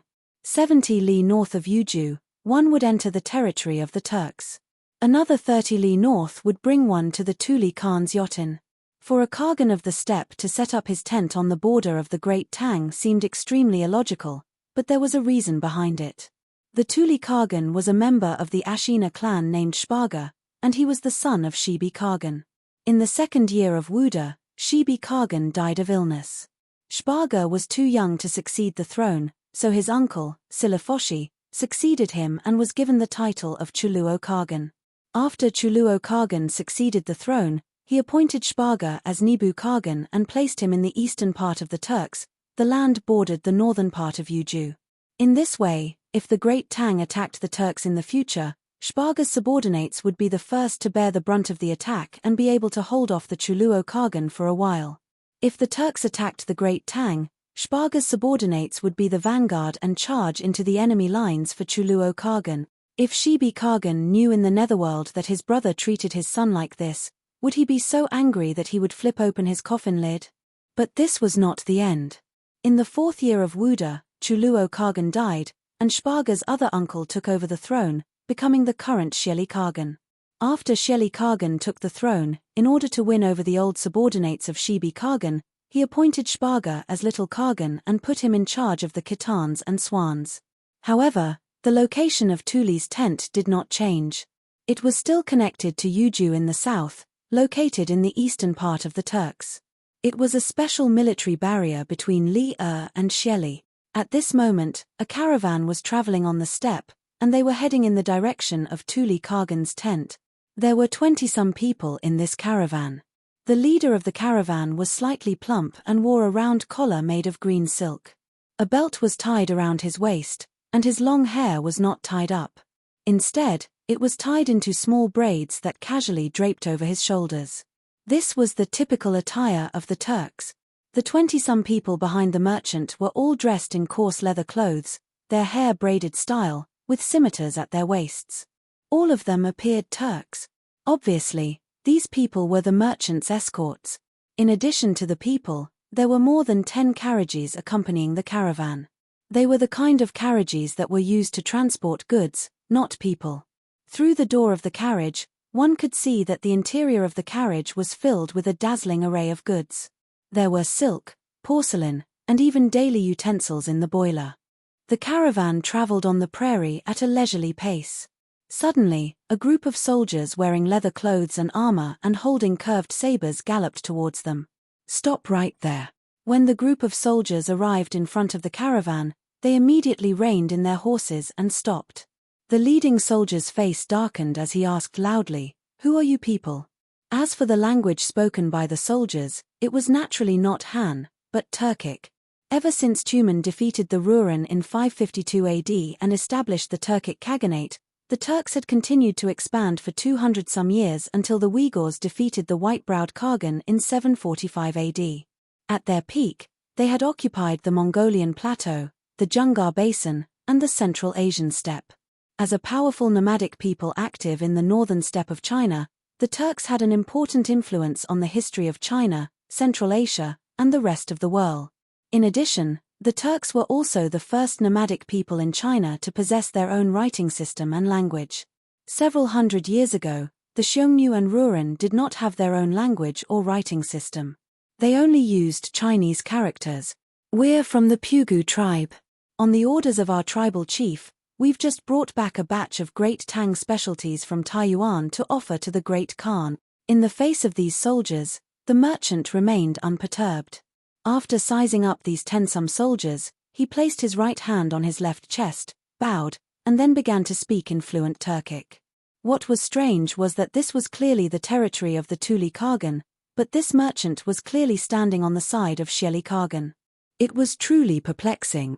Was he not afraid that these soldiers would kill or capture all of them and bring them to the Tuli camp? However, after hearing the merchant's reply, those soldiers didn't have any strange expressions on their faces, nor did they make any extreme movements. A hint of fear even flashed through the eyes of the leading soldier, but it was quickly concealed. He looked inside the carriage and said, "Servant Bone Division? What did you bring to the Great Tang? We want to inspect it." The merchant chuckled and said, "The things in the carriage are just some silk, porcelain, and iron. If you like them, you can each take a few with you." Just treat it as a gift from our Pugu tribe. But which tribe do you belong to? Switching from defense to offense, who would have thought that this merchant would actually start to take the initiative? Hearing the merchant say that everyone could choose a few items to take away, a hint of greed flashed across the eyes of the dozen or so soldiers. After all, the items mentioned by the merchant might be common in Great Tang, but on the plains, all of them were in high demand. There was a flash of greed in the eyes of the leader as well, but it quickly returned to normal. He held his head high and puffed out his chest. We are from the Chien tribe, and are here to guard this place under the orders of the Great Khan. Since you are offering these things to the Great Khan, we naturally won't take more. One per person is enough. The Chien tribe, one of the 15 tribes of Tiela, was the closest tribe to the Tuli Khagan's Yashin that belonged to the Sheli Khagan's forces. It seemed that the merchant's decision to say that he was from the Pugu tribe was the correct one. Because the Pugu tribe was near the Turkic royal court, it was the direct subordinate force of Sheli Khagan. The merchant smiled and said, "So you are the warriors of the Chien tribe. Since you are under the orders of the Great Khan, please inspect these goods carefully." After saying that, he made a please gesture. Seeing the merchant being so magnanimous and being so polite, the leading soldier waved his hand at the people behind him and said, "All right. Since you are friends from the Pugu tribe, brothers, each of you can take a piece of ironware." After saying that, everyone cheered and hurriedly got down from their horses and walked towards the carriage loaded with goods. After a while, some of these people carried iron pots and some carried iron stoves. To the nomads living in the grassland, these ironwares from the central plains were very scarce. This was because the people of the grassland were not good at refining iron, let alone making ironwares. Take the iron pot for example. A good iron pot could easily be exchanged for dozens of sheep in the grassland. Some tribes that were not doing well could not afford to use iron pots, so they could only use stone pot. "All right. Brothers of the Pugu tribe, you can go now.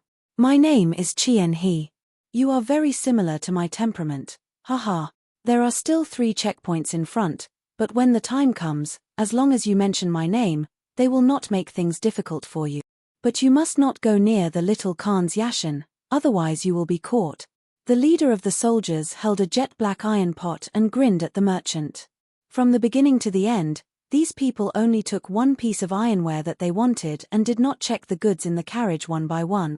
The merchant smiled and bowed, "Thank you, brother Chien He." The soldier by the name of Chi Da he waved his hand and left with his subordinates in satisfaction.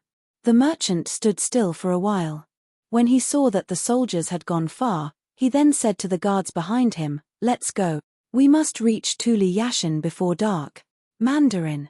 At this moment, this merchant was actually speaking in Mandarin. "Yes, Tilda."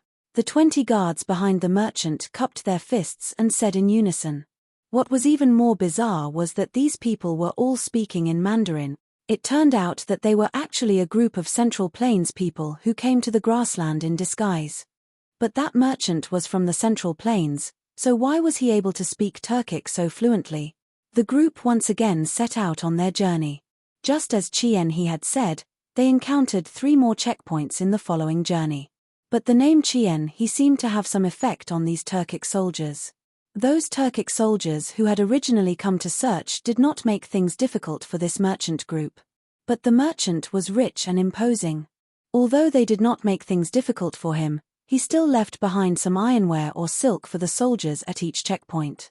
These soldiers were all beaming with joy and declared that if they went to the Great Tang to buy goods again, they would definitely not stop them. Good. We should be safe from now on. After passing through the last checkpoint, the leading merchant finally let out a sigh of relief and said, "Heh, Duke Ju, you are truly formidable. Those Turkic soldiers were all fooled by you. At the start, this general was sweating for you." Hearing these words, the guards behind the merchant all let out a sigh of relief. Among them, the leading guard could not help but look at the merchant with a face of worship and sigh. Duke Ju. This merchant dressed as a Turkic was actually the Duke Ju, Tang Jian, who had secretly departed from Chang'an 10 some days ago on a diplomatic mission to the Turk. Who could have imagined that the mighty Duke Ju of the Great Tang would disguise himself as a Turkic merchant and even speak fluent Turkic? At this moment, The other guards also looked at Tang Jian with admiration. This man had single-handedly led them through Shelley's checkpoints, making it difficult for them not to admire him. Tang Jian stood with his hands behind his back and faintly smiled. When we go on a diplomatic mission to the Turks, we are already dancing on the edge of the blade. In the future, we will definitely encounter many more dangerous situations than today. If we want to return alive, we must be extremely careful, and at the same time, we must also prepare ourselves mentally. At this moment, Tang Jian's hair and beard were blowing in the wind. He was just like Ju Yu, calm and composed, confident and at ease. This sort of mentality was simply explosive. Yes. Everyone agreed. The leading guard hesitated for a moment, then said, Duke Ju, this general has a matter that I do not understand. Earlier, why did you tell that Chi Kahe that we were from the Bogu tribe? This territory belongs to Tuli Kargan. When you said this, were you not afraid that Chi Kahe was one of Tuli's men and would kill us all? He knew a little of the Turkic language, but he was far less proficient than Tang Jian. Just now, he had also understood a portion of the conversation between Tang Jian and Chi Kahe. It was precisely because of this that he was sweating for Tang Jian. Chapter 1828. Haha. In the past, the entire southeast region of the grassland was naturally Tuli's territory. But now, Shelley Khan is amassing a large number of troops to encircle and suppress Tuli. Tuli has sent people to the Great Tang several times to ask for help, so Shelley must be on guard against him escaping from the grassland and seeking refuge with the Great Tang. Therefore, Shelley must have sent troops to guard the borders of the grassland to prevent Tuli from escaping. Since Shelley sent troops to guard against Tuli's escape, he must have sent tribes closer to Tuli's house. Thus, this old man said that we came from the Pugu tribe, and the Pugu tribe is located in the heart of the grassland, far away from here. Even if the guards here find us unfamiliar, they probably won't find it strange, so they didn't make things too difficult for us. On the grassland, Tang Jian, who had passed through many checkpoints, was leading the group forward quickly while explaining to the guard beside him. The people accompanying Tang Jian to the grassland were all elites of the Imperial Army, and the guard beside him was a lieutenant general of the Imperial Army named Yu Minghu. During the Wuda years, he had followed Li to fight the Turks many times, so he knew a thing or two about the Turk language. However, compared to Tang Jian, the little bit of Turk knowledge in Yu Minghu's mind was completely lacking. During the Wuda years, Tang Jian had interacted with some Turk nobles and generals many times. Not only was he familiar with the Turk language and writing, he also knew the Turk tribal divisions and power relationships like the back of his hand. Therefore, after Li ascended the throne, whenever he sent an envoy to the Turks, Tang Jian would be among them. So that's how it is. After hearing Tang Jian's explanation, Yu Minghu couldn't help but be enlightened. He cupped his fists toward Tang Jian and said in admiration, Duke Ju is farsighted and insightful. This Yu admires you. This was sincere admiration. Although Tang Jian did not know martial arts and seemed to be in existence of fighting 5 dregs, on this grassland, his brain and the knowledge in his stomach were completely comparable to a mighty soldier who had experienced hundreds of battle. Tang Jian waved his hand, not taking this matter to heart. He said indifferently, if this old man remembers correctly, we should be able to see Tuli's house after walking a few more li to the north. After saying that, he added, if it's not necessary, try to speak as little as possible to avoid being overheard and exposing our identity. Yu Minghu had long been convinced by Tang Jian, so how could he not agree? He hurriedly cupped his fists and said, yes. The group of people rode their horses and pulled their goods towards the north. The afternoon sun shone on their bodies, causing the sweat on their faces to increase. Although the heat was unbearable, they were more confident that they could return alive. South of Taiyuan City, in the Yi Temple, under the incense burner table. At this time, there were also 2 people here who felt the unbearable heat. Not only was it unbearable, but it was also unbearable, hunger, thirst. This hunger and thirst was real hunger and thirst, especially for the fat middle-aged man. He was about to faint at this moment. He was not only suffering from the heat, but also hunger and thirst. Phew tilde. He couldn't take it anymore. He couldn't take it anymore. Boss Kang, I need to go out for some fresh air and find something to eat and drink. Otherwise, I'll starve to death. Zhu Xiecheng moved his body and turned his head to speak to Kang Chang'an. As he spoke, he used his fat palm to fan his cheeks. Obviously, he was unbearably hot. He was just short of sticking out his tongue like a puppy in summer. Speaking of which, if sticking out one's tongue could cool down one's body, this guy definitely wouldn't mind sticking out his tongue. Are you crazy? Kang Chang'an couldn't help but scold him angrily. The Wang family's people are looking for us all over the city now. Aren't you walking right into their trap if you go out now? If you want to die, don't drag me down with you. Although he was also unbearably hot now, compared to being caught by the Wang family, this stuffy heat was still within his tolerable range. Then what should we do? Are we going to hide here for the rest of our lives? Let alone for the rest of our lives, even if it's just for 2 days, we'll suffocate and starve to death here. I'll go out and see if there are any Wang family guards outside. They can't be nearby all the time, right? Zhu Xiecheng said impatiently. Chapter 1829. Reporting to Patriarch, Zhu Hongsheng's attendants, as well as the manservant and shopkeeper of the Chu ironware shop, have all been captured by us. However, Zhu Hongsheng and Kang Chang'an's whereabouts are unknown. Their attendants and subordinates are all stubborn and unwilling to divulge their whereabout. Oh, right. And that Zhu Hongsheng is a fake name. His real name is Zhu Shicheng, Taiyuan, the Wang family's ancestral home. A tall man in black with a round collar cupped his fist and reported to Wang Yu. Other than the two of them, Princess Tong An and Wang Bing were also in the room. The pursuit of Zhu Shicheng and Kang Chang'an involved a secret mission of Yanghuang College, as well as the safety of Li Tai, the Tang Empire's prince. Therefore, Wang Bing had only used his authority as the master of the family to help Du Gufeiying catch the spies. As for the details, he hadn't told anyone else in the family. It wasn't that he didn't trust them, but that he didn't dare to, because the slightest mistake could doom the Wang family. Even so, Wang Yu had still told Princess Tong An and Wang Bing about the inside story. Firstly, these two were his closest relatives and were absolutely trustworthy. Secondly, these two were experienced and quick-witted people. After knowing the inside story, wouldn't they be able to help Wang Yu come up with a solution? Humph. Zhu Shicheng. I remember that there's a Turkic tribe called the Shatuor tribe, and most of the tribesmen have the surname Zhu. Combined with today's situation, there's really something going on behind these two people. Wang Yu's expression turned cold. He snorted and said, since those servants refuse to speak, Chengwu, immediately hand them over to Du Gufeiying of Tongfu Inn. They're the Imperial Army, and they have plenty of ways to make those servants talk.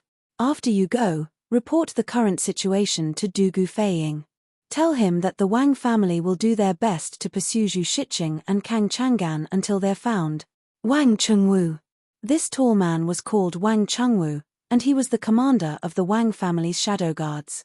He was a grandmaster who had been trained by Wang Yu.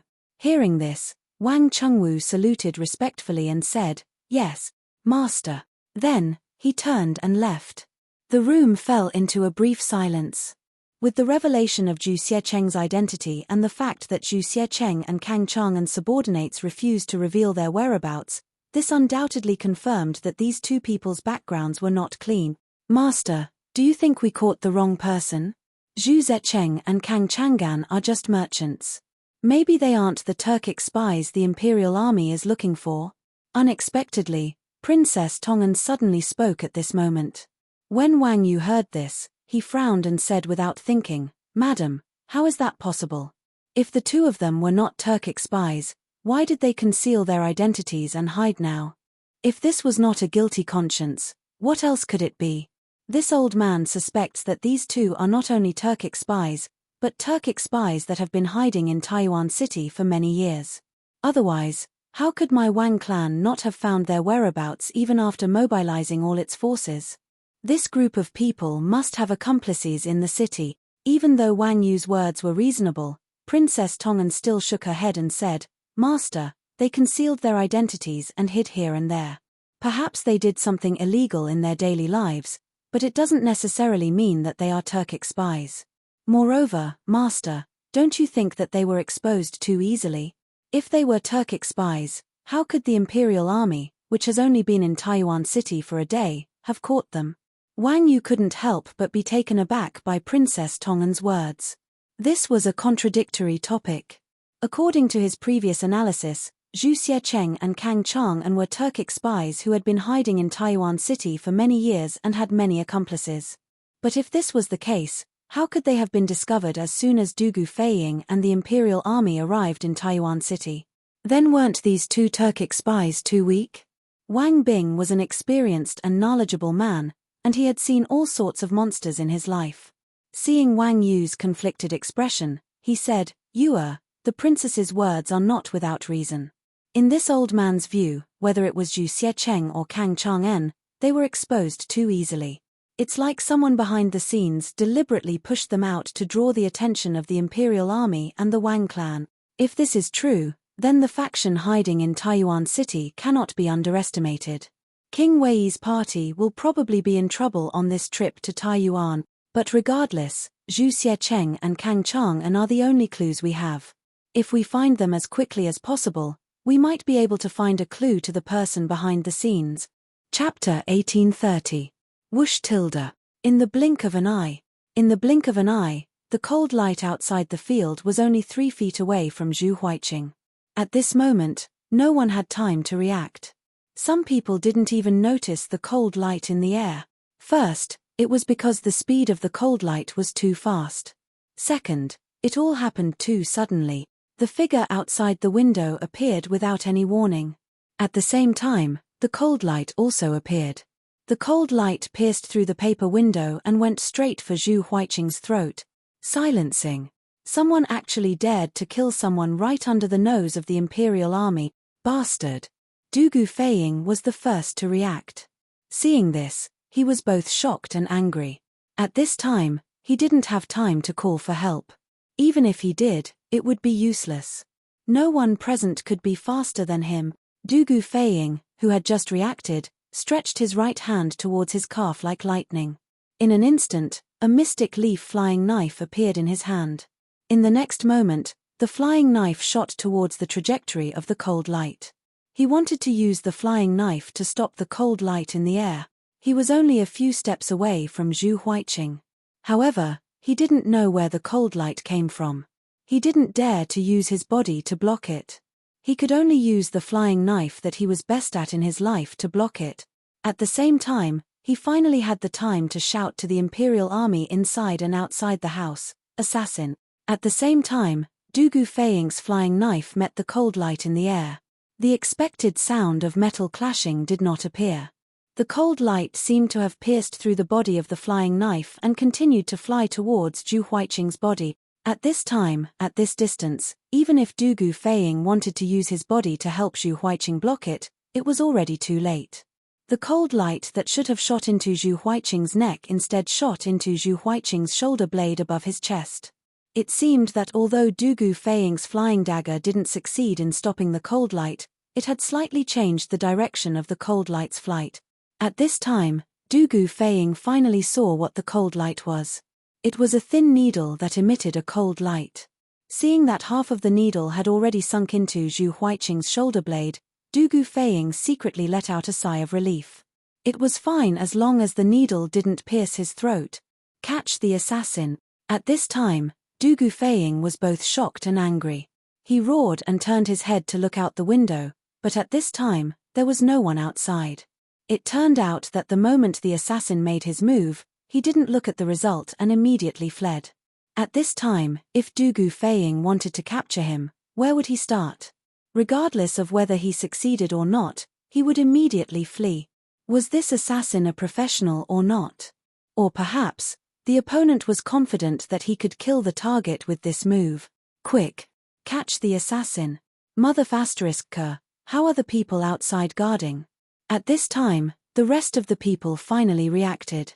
Zhong Dafu roared and led the people directly out of the house, cursing and swearing. There was a commotion outside the house, followed by a series of hurried footsteps that gradually went further and further away. Back in the house, Zhu Huiqing's shoulder blade was hit for a while, but he didn't cry out in pain. He only groaned. Dugu Feiying felt a little strange, but then he saw Zhu Huiqing's neck quickly turn black. There's poison on the needle. Almost instantly, Dugu Feiying reacted. He quickly squatted down, grabbed Zhu Huiqing's shoulder, and shook it, saying, "How are you? The person you want to protect wants to silence you. Tell me quickly, why did Zhu Shiqing come to Taiyuan? Where is he hiding now?" "He is taking revenge." At that moment, Zhu Huiqing could feel his life draining away rapidly. After hearing Dugu Feiying's words, he opened his mouth, wanting to tell Dugu Feiying about the matter. However, he suddenly felt his head become extremely heavy. He wanted to fall asleep right there and then. He opened his mouth for a long time, but he couldn't even say a complete sentence. After spitting out 4 words intermittently, this guy's eyes rolled back, and he finally stopped breathing. At this time, not only did his neck turn black, but his entire face also turned black, and black blood flowed out from the corner of his mouth.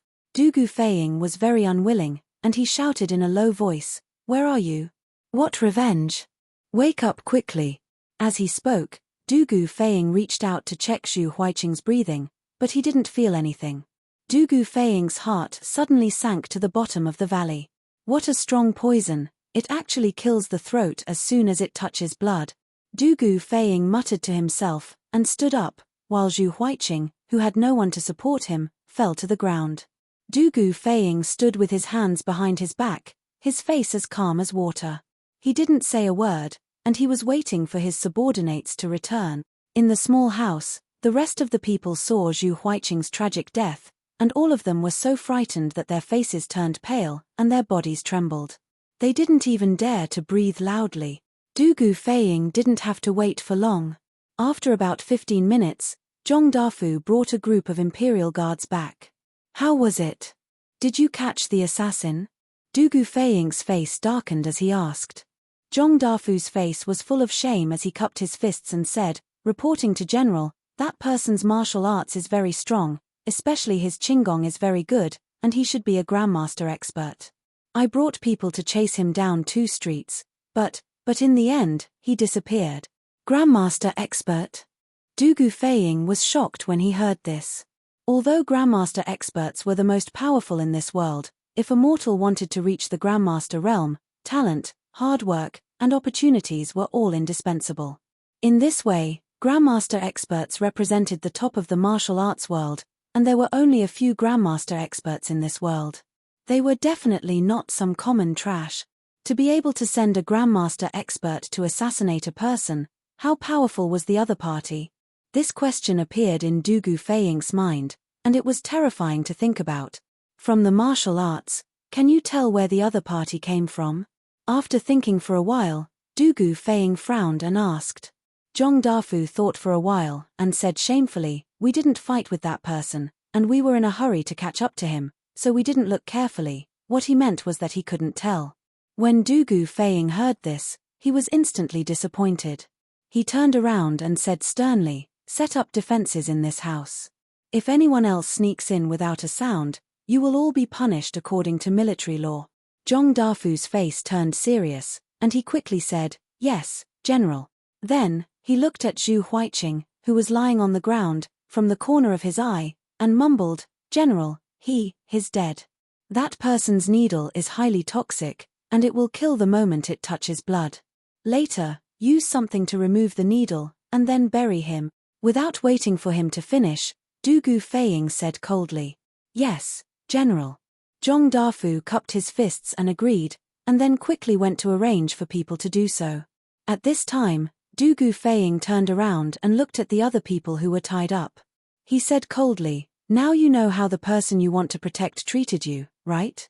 If you don't want to end up like Zhu Huiqing, tell me what you know immediately, and I will ensure your safety. Otherwise, even if I don't kill you, your boss will send people to kill you." Chapter 1831. A living person was still stubborn in front of Dugu Feiying just a moment ago, and the next moment, he was bleeding from all 7 orifices and died on the spot. This kind of strong impact made the people who were caught by the Imperial Guards all change their expressions. Especially Dugu Feiying's last sentence, "Even if I don't kill you, your boss will send people to kill you." It directly broke down their inner defenses. because anyone with a discerning eye could see that Zhu Huiqing's death was definitely caused by another group of people. Now, who wanted Zhu Huiqing to die? Perhaps anyone with a normal IQ could think of it. Under the immense fear of death, many people immediately took the initiative to jump out. The manservant named Zhao Fuguei wanted to kneel down and kowtow to Du Gufeiying, but because his hands and feet were tied, he couldn't make any large movements. Thus, kowtowing became bowing over and over again. He repeatedly said he kept saying, "General, please spare me. I'm really from Wutai County in Daiju. I'm not a Turk. I've already told you everything I know. Please be merciful and let me live." After he finished speaking, another servant said, "General, I'm also from Wutai County in Daiju. Like Zhao Fuguei, I was recruited by Boss Zhu to transport goods in Taiyuan. However, there was one night when I woke up in the middle of the night and heard Boss Zhu and Zhu Huiqing talking. However, I didn't dare to get close at that time.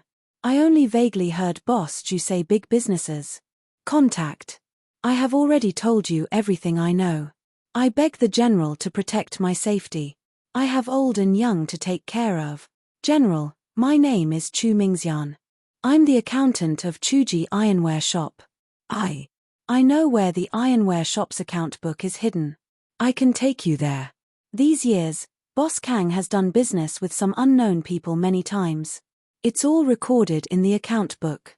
In the face of a choice between life and death, no one wanted to die. So, driven by the desire to live, what was supposed to be an interrogation session turned into a confession session. 5 of Zhu Shiqing's followers and 6 of Chuji Ironware Shop's employees all rushed to confess what they knew, hoping that Du Gufeiying could protect them from being killed. Naturally, these people's words fell into Du Gufeiying's ears.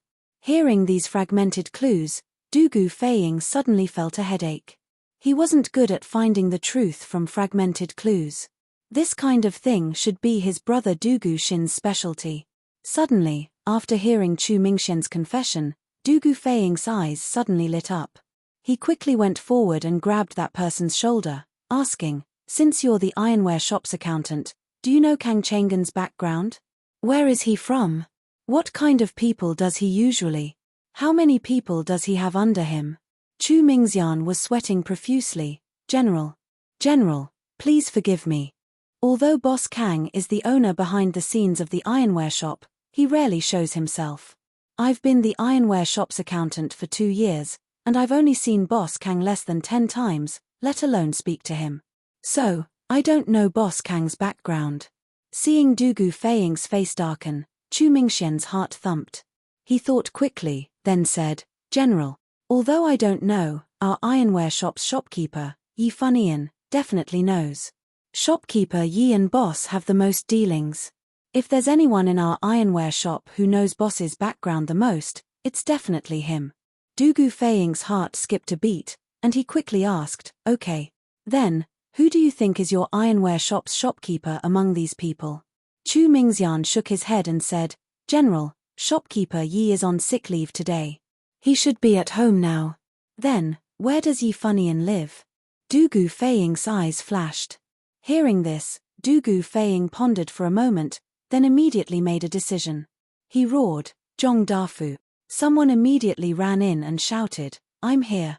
A living person was still stubborn in front of Du Gufeiying just a moment ago, and the next moment, he was bleeding from all 7 orifices and died on the spot. This kind of strong impact caused the faces of those who were caught by the Imperial Army to change color. Especially Du Gufeiying's last sentence, "Even if I don't kill you, your boss will send people to kill you." It directly broke the line of defense in their hearts. Because anyone with a discerning eye could see that Zhu Huiqing's death was definitely caused by another group of people. And now, who wanted Zhu Huiqing to die? Anyone with a normal IQ would be able to figure it out. Under the immense fear of death, instantly, many people took the initiative to jump out. The servant called Zhao Fuguei wanted to kneel down and kowtow to Du Gufeiying, but because his hands and feet were tied, he couldn't make any large movements. Thus, kowtowing became bowing again and again. He repeatedly said, "General, please forgive me. I'm really from Daizhou's Wutai County. I'm not a Turk. I've already told you everything I know. I beg you to be magnanimous and let me live. After he finished speaking, another servant said, General, I'm also from Daizhou's Wutai County. I'm the same as Zhao Fugue. I was recruited by Boss Zhu to transport goods in Taiyuan. However, there was one night when I woke up in the middle of the night and heard Boss Zhu and Zhu Huiqing talking. However, I didn't dare to get close at that time. I only vaguely heard Boss Zhu say big businesses. Contact. I have already told you everything I know. I beg the General to protect my safety. I have old and young to take care of. General, my name is Chu Mingxian. I'm the accountant of Chuji Ironware Shop. I know where the Ironware Shop's account book is hidden. I can take you there. These years, Boss Kang has done business with some unknown people many times. It's all recorded in the account book. In the face of a choice between life and death, no one wanted to die. Thus, driven by the desire to live, what was supposed to be an interrogation session turned into a confession session. 5 of Zhu Shiqing's followers and 6 of Chuji Ironware Shop's employees all scrambled to confess what they knew, hoping that Dugu Feiying could protect them from being killed. Naturally, these people's words all fell into Dugu Feiying's ears. Hearing these fragmented clues, Dugu Feiying suddenly felt a headache. This was because he wasn't good at finding the truth from fragmented clues. This kind of thing should be his brother Dugu Xin's specialty. Suddenly, after hearing Chu Mingxian's confession, Dugu Feiying's eyes suddenly lit up. He hurriedly went forward and grabbed that person's shoulder. Since you're the accountant of the ironware shop, then do you know Kang Chengan's background? Where is he from? What kind of people does he normally interact with? How many people does he have under him? Chu Mingxian was sweating profusely. General, please forgive me. Although Boss Kang is the owner behind the scenes of the ironware shop, he rarely shows his face. I've been the accountant of the ironware shop for 2 years, and I've only seen Boss Kang less than 10 times, let alone speak to him. Thus, I don't know Boss Kang's background. Seeing Dugu Feiying's face darken, Chu Mingxian's heart skipped a beat. He thought quickly and hurriedly said, General, although I don't know, our ironware shop's shopkeeper, Yi Funian, definitely knows. Shopkeeper Yi and Boss usually interact the most. If there's anyone in the ironware shop who knows Boss's background the most, it's definitely him. Dugu Feiying's heart skipped a beat. He hurriedly asked, all right. Then tell me, who among these people is your ironware shop's shopkeeper?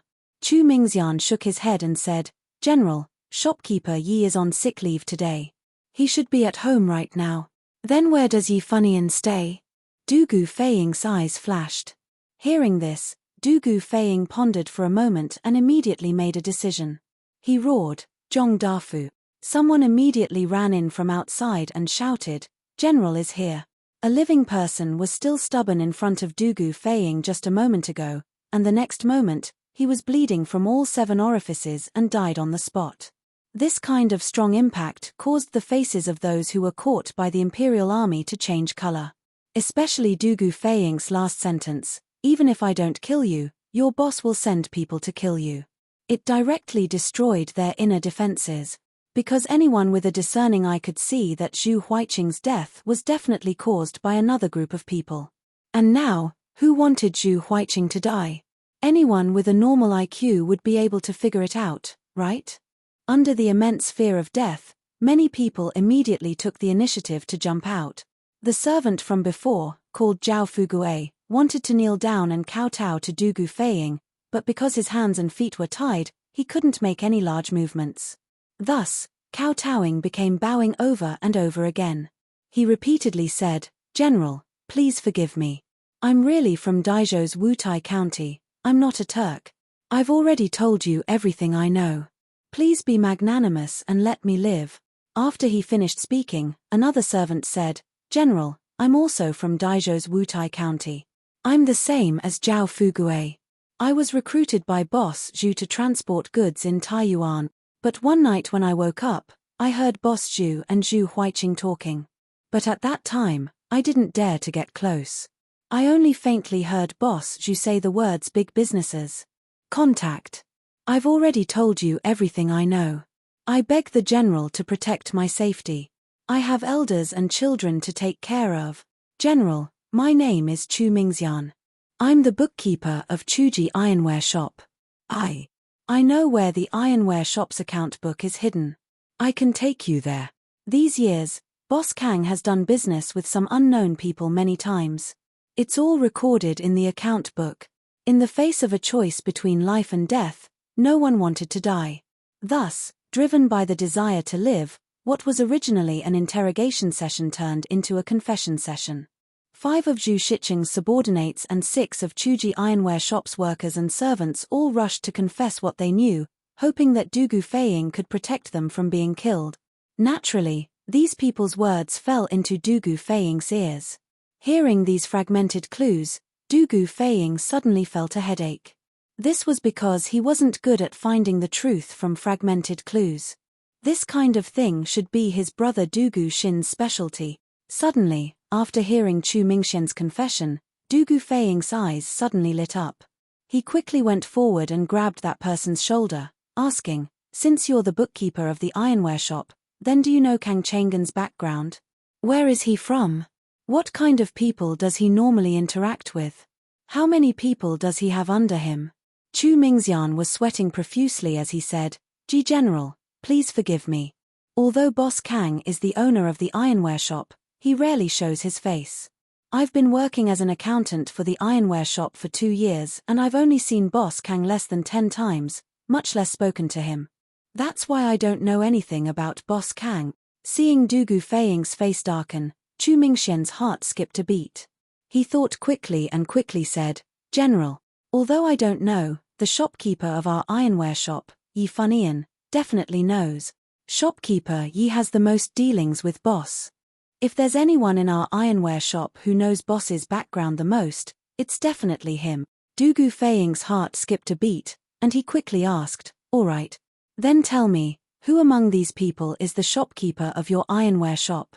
Chu Mingxian shook his head and said, General, shopkeeper Yi is on leave today due to illness. He should be at home now. Then where does Yi Funian stay? Dugu Feiying's eyes flashed. Hearing this, Dugu Feiying pondered for a moment and immediately made a decision. He shouted, Zhong Dafu.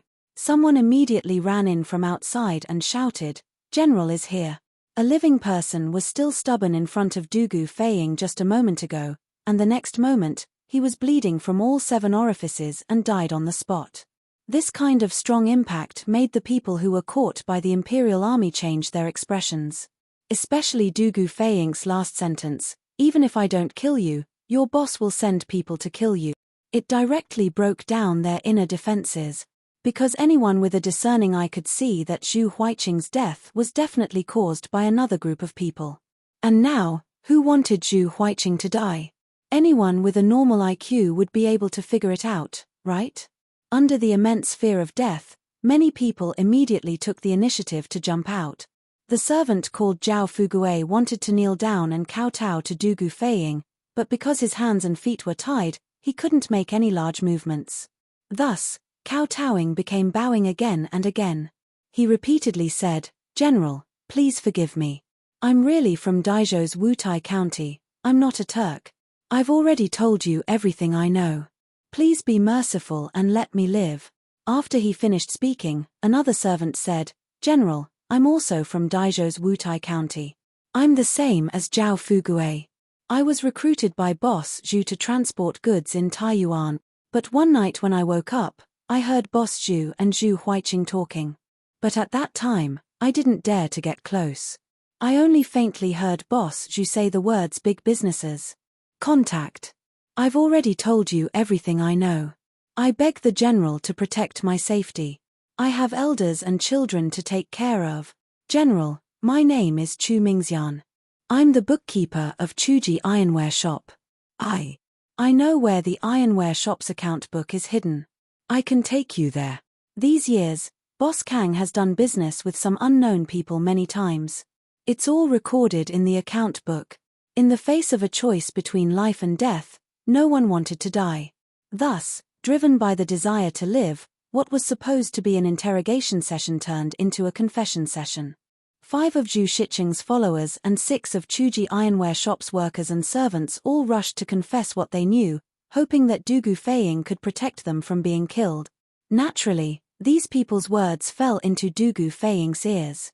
Hearing these fragmented clues, Du Gufei suddenly felt a headache.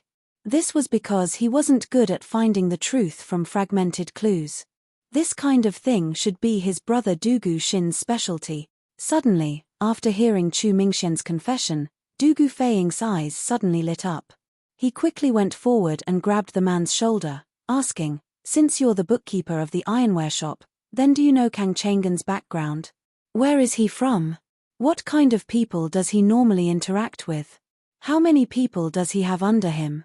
Chu Mingxian was sweating profusely. General, please forgive me. Although Boss Kang is the owner behind the scenes of the ironware shop, he rarely shows his face.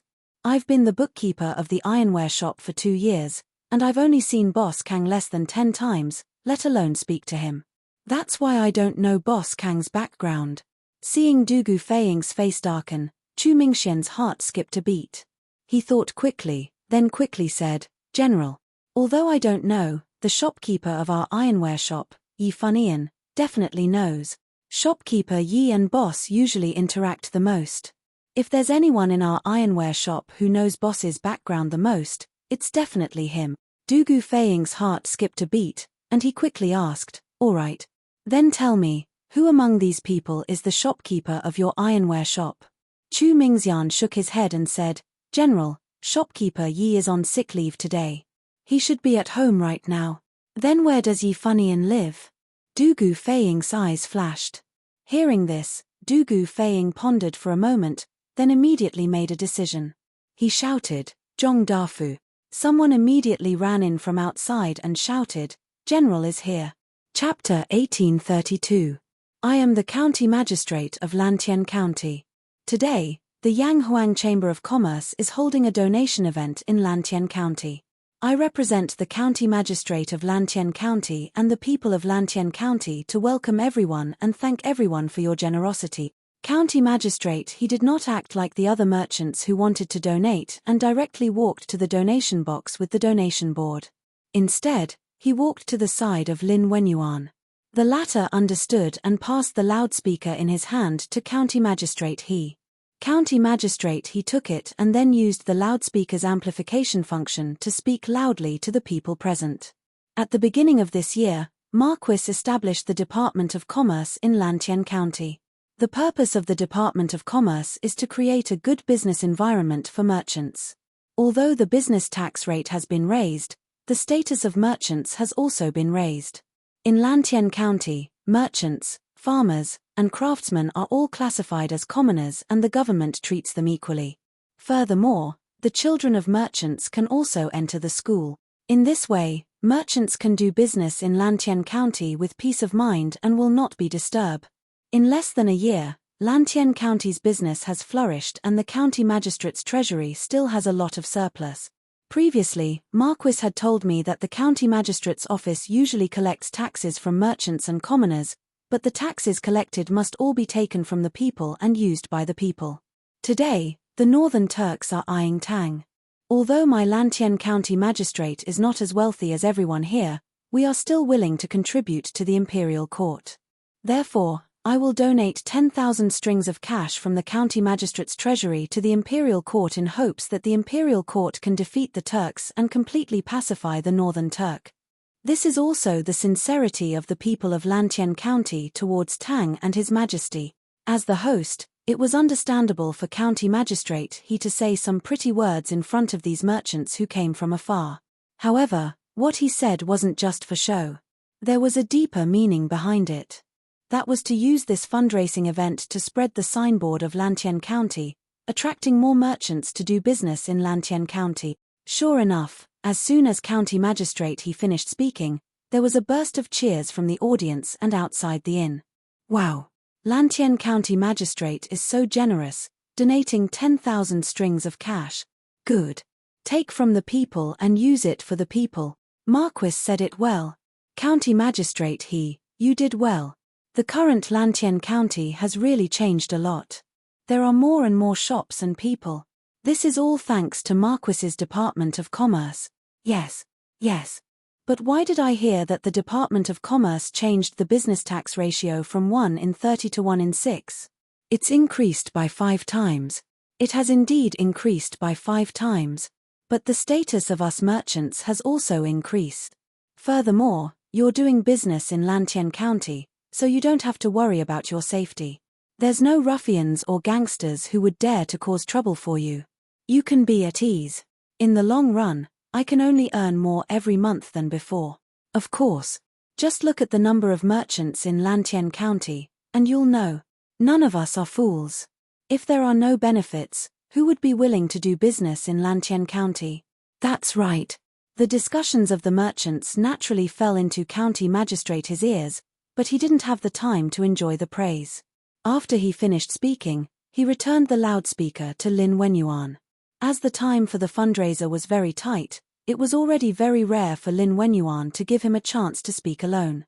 Furthermore, he had to deliver the fundraising signboard and go to the second floor to handle the procedures for the transfer of fund. At this moment, Xiao Yu was sitting on the ground in a daze. County Magistrate, his words just now had already set off a huge wave in his heart that was as calm as an ancient well. The purpose of the Department of Commerce is to create a good business environment for merchant. In Lantien County, merchants, farmers, and craftsmen are all classified as commoners. The government treats them all equally.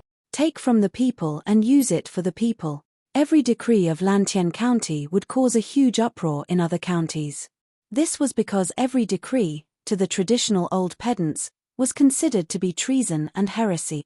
It was only because this was Lantien County, Li Zishuan's fief, that no one cared about it. This was because as long as Li Zishuan didn't rebel in his fief, Li wouldn't do anything to him even if he did something out of line.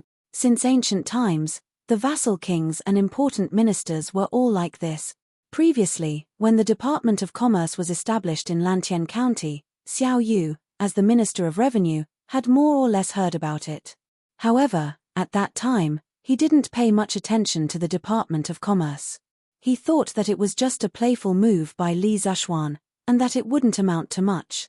But now, after hearing County Magistrate his systematic explanation of the government decrees issued by the Department of Commerce and the administration philosophy, coupled with the indisputable fact that Lantien County's business was flourishing, Xiao Yu's shock and sudden enlightenment were indescribable.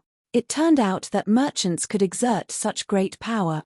To think that as the Minister of Revenue, his main duty was to manage the Great Tang's purse for Li. But now, the achievements of Lantien County made him, a veteran of 3 dynasties, feel ashamed. In the entire Great Tang, Lantien County was considered a middle-class county. But this middle-class county's annual business tax revenue was far more than 10,000 strings of coins. The reason why it was far more than 10,000 strings of coins was because the Department of Commerce had only been established for half a year. But now, County Magistrate, he was able to donate 10,000 strings of coins to the court. What did this mean? This meant that through a series of business tax reforms, Lantien County's county office had collected more than 10,000 strings of coins in just half a year. Didn't this mean that Lantien County's annual business tax revenue was more than 20,000 strings of coins? One had to know that this was only the first year of Lantien County's business tax reform. As the reputation of Lantien County spread among the merchants, the business of Lantien County was bound to flourish. When the time came, no one could predict how much business tax this middle-class county would collect in a year. But it would definitely be more than now, not less. Just imagine, if all the provinces and counties of the Great Tang were as awesome as Lantien County. No, even if they were only 1/5 as awesome as Lantien County, given that the Great Tang currently had more than 1,500 counties, just the tax on commerce alone would add up to 6 million strings of coins. 6 million strings of coins. Thinking of this number, Xiao Yu found it difficult to breathe. If the Great Tang's imperial court could collect 6 million strings of coins every year, it wouldn't be a problem to arm 10 elite troops like the Black Armored Army. At that time, wouldn't fighting a mere Turkic barbarian be as easy as beating up a son? Xiao Shangshu. Minister Xiao. Just when Xiao Yu's imagination was running wild because of the county magistrate's words, The low-ranking official beside him woke him up from his beautiful fantasy. After coming back to his senses, Xiao Yu frowned and said unhappily, "What is it?" It turned out that this old man was still angry that his beautiful dream of Great Tang was disturbed. Minister Xiao, County Magistrate, he bid farewell to you just now. You didn't hear him. He told me to tell you that he still has work to do in the county office, so he'll be leaving first. Also, Boss Lin is about to call out shopkeeper Mo's name. Seeing Xiao Yu's displeased expression, the low-ranking official's heart skipped a beat. He didn't know how he had offended Xiao Yu, but he still mustered up his courage and spoke carefully. Speaking of which, Xiao Yu had been in a daze for quite a long time. He didn't even hear County Magistrate he greet him when he returned to his seat. At this moment, the fundraising event was nearing its end. Oh. Then prepare yourself and go up in place of shopkeeper Mo later. Hearing this, Xiao Yu calmed himself down and said to the low-ranking official. Yes, Tilda. The low-ranking official replied. Then, he calmed himself down and sat by the side, waiting silently. Clear Ink Shop, Mo Tongming, donates 500 strings of coins. Not long after, Lin Wenyuan shouted from above. The low-ranking official beside Xiao Yu immediately stood up and walked forward. At this moment, the people below couldn't help but whisper among themselves. Clear Ink Shop. If I remember correctly, isn't this Clear Ink Shop a shop in Xiao Ji's hometown? That's right. It's Minister Xiao's family. I heard that Minister Xiao likes calligraphy and painting, so he opened this shop. Hiss Tilda. Does that mean that Minister Xiao is also donating today? Businessmen were indeed the most well-informed. As soon as Lin Wenyuan finished speaking, some people had already guessed the owner behind Clear Ink Shop. That's right, Xiao Yu was also donating today. He had asked the low-ranking official to withdraw the money and also gave the low-ranking official the deed of Clear Ink Shop so that the latter could register the donation in Clear Ink Shop's name at the entrance of the inn. Although 500 strings of coins wasn't much, it was his way of expressing his sincerity to Li Er. Although he was an elder of 3 dynasties, he had always been an honest official. His family's wealth couldn't compare to these rich businessmen in the inn's lobby. As for his identity being guessed, Xiao Yu didn't care at all. It was even better if someone guessed it. He thought to himself that no one would say that he was stingy, disloyal, and patriotic, right? On Lin Wenyuan's side, after reading out Clear Ink Shop's name, he read out 2 more names. Finally, everyone on the list was read out. Lin Wenyuan pursed his dry lips and heaved a sigh of relief. He said, "Everyone, today's fundraising event ends here." Wait Tilda. Lin Wenyuan was about to announce to everyone that the fundraising event was about to end, but before he could finish speaking, 2 youths walked in with 2 servants. One of the older youths said loudly, "Boss Lin, please bring us along. The 2 of us also want to donate money." As the youth spoke, he waved the fundraising card in his hand. Everyone took a closer look and gasped. They saw the words 30,000 strings of coins written on the card. A young man actually wanted to donate 30,000 strings of coins to the imperial court? Who exactly was this young man? Chapter 1833. Fanyang Lu family donates 30,000 strings of cash. At the same time as the 2 youths walked in, a page boy quickly walked up to Lin Wenyuan and handed him a piece of paper. Lin Wenyuan's expression changed when he read it. After a moment, he calmed himself down, put the loudspeaker to his mouth, and shouted. "Wow Tilda! Fanyang Lu family? Why are they here to join in the fun?" Yes. The Lu family is one of the 5 surnames and 7 watches. Why would they come all the way here to participate in the fundraising event and send money to the court? How is that possible? Haha. It's not the 5 surnames and 7 watches anymore, but the 3 surnames and 4 watches now. So what? Right now, the Lu family is not something that ordinary people like us can associate with. Looks like the Lu family is planning to side with the court. Chem? Isn't that the Lu family's young master, Lu Chengqing? Why is he here personally? Lu Chengqing? TSK. If this young man is Lu Chengqing, then who is the other young man beside him? The crowd inside and outside the inn was in an uproar again. Everyone was deeply surprised by the arrival of the Fanyang Lu family. Of course, Some of them actually recognized the young man's identity. He was the eldest son of the Fanyang Lu family, Lu Chengqing, who had just rushed to Lantian County from Chizhou. As for the person beside Lu Chengqing, it was the eldest son of the Li family from Zhao County, Li Jingxian. The two of them had rushed all the way from Chizhou and finally made it to today's fundraising event.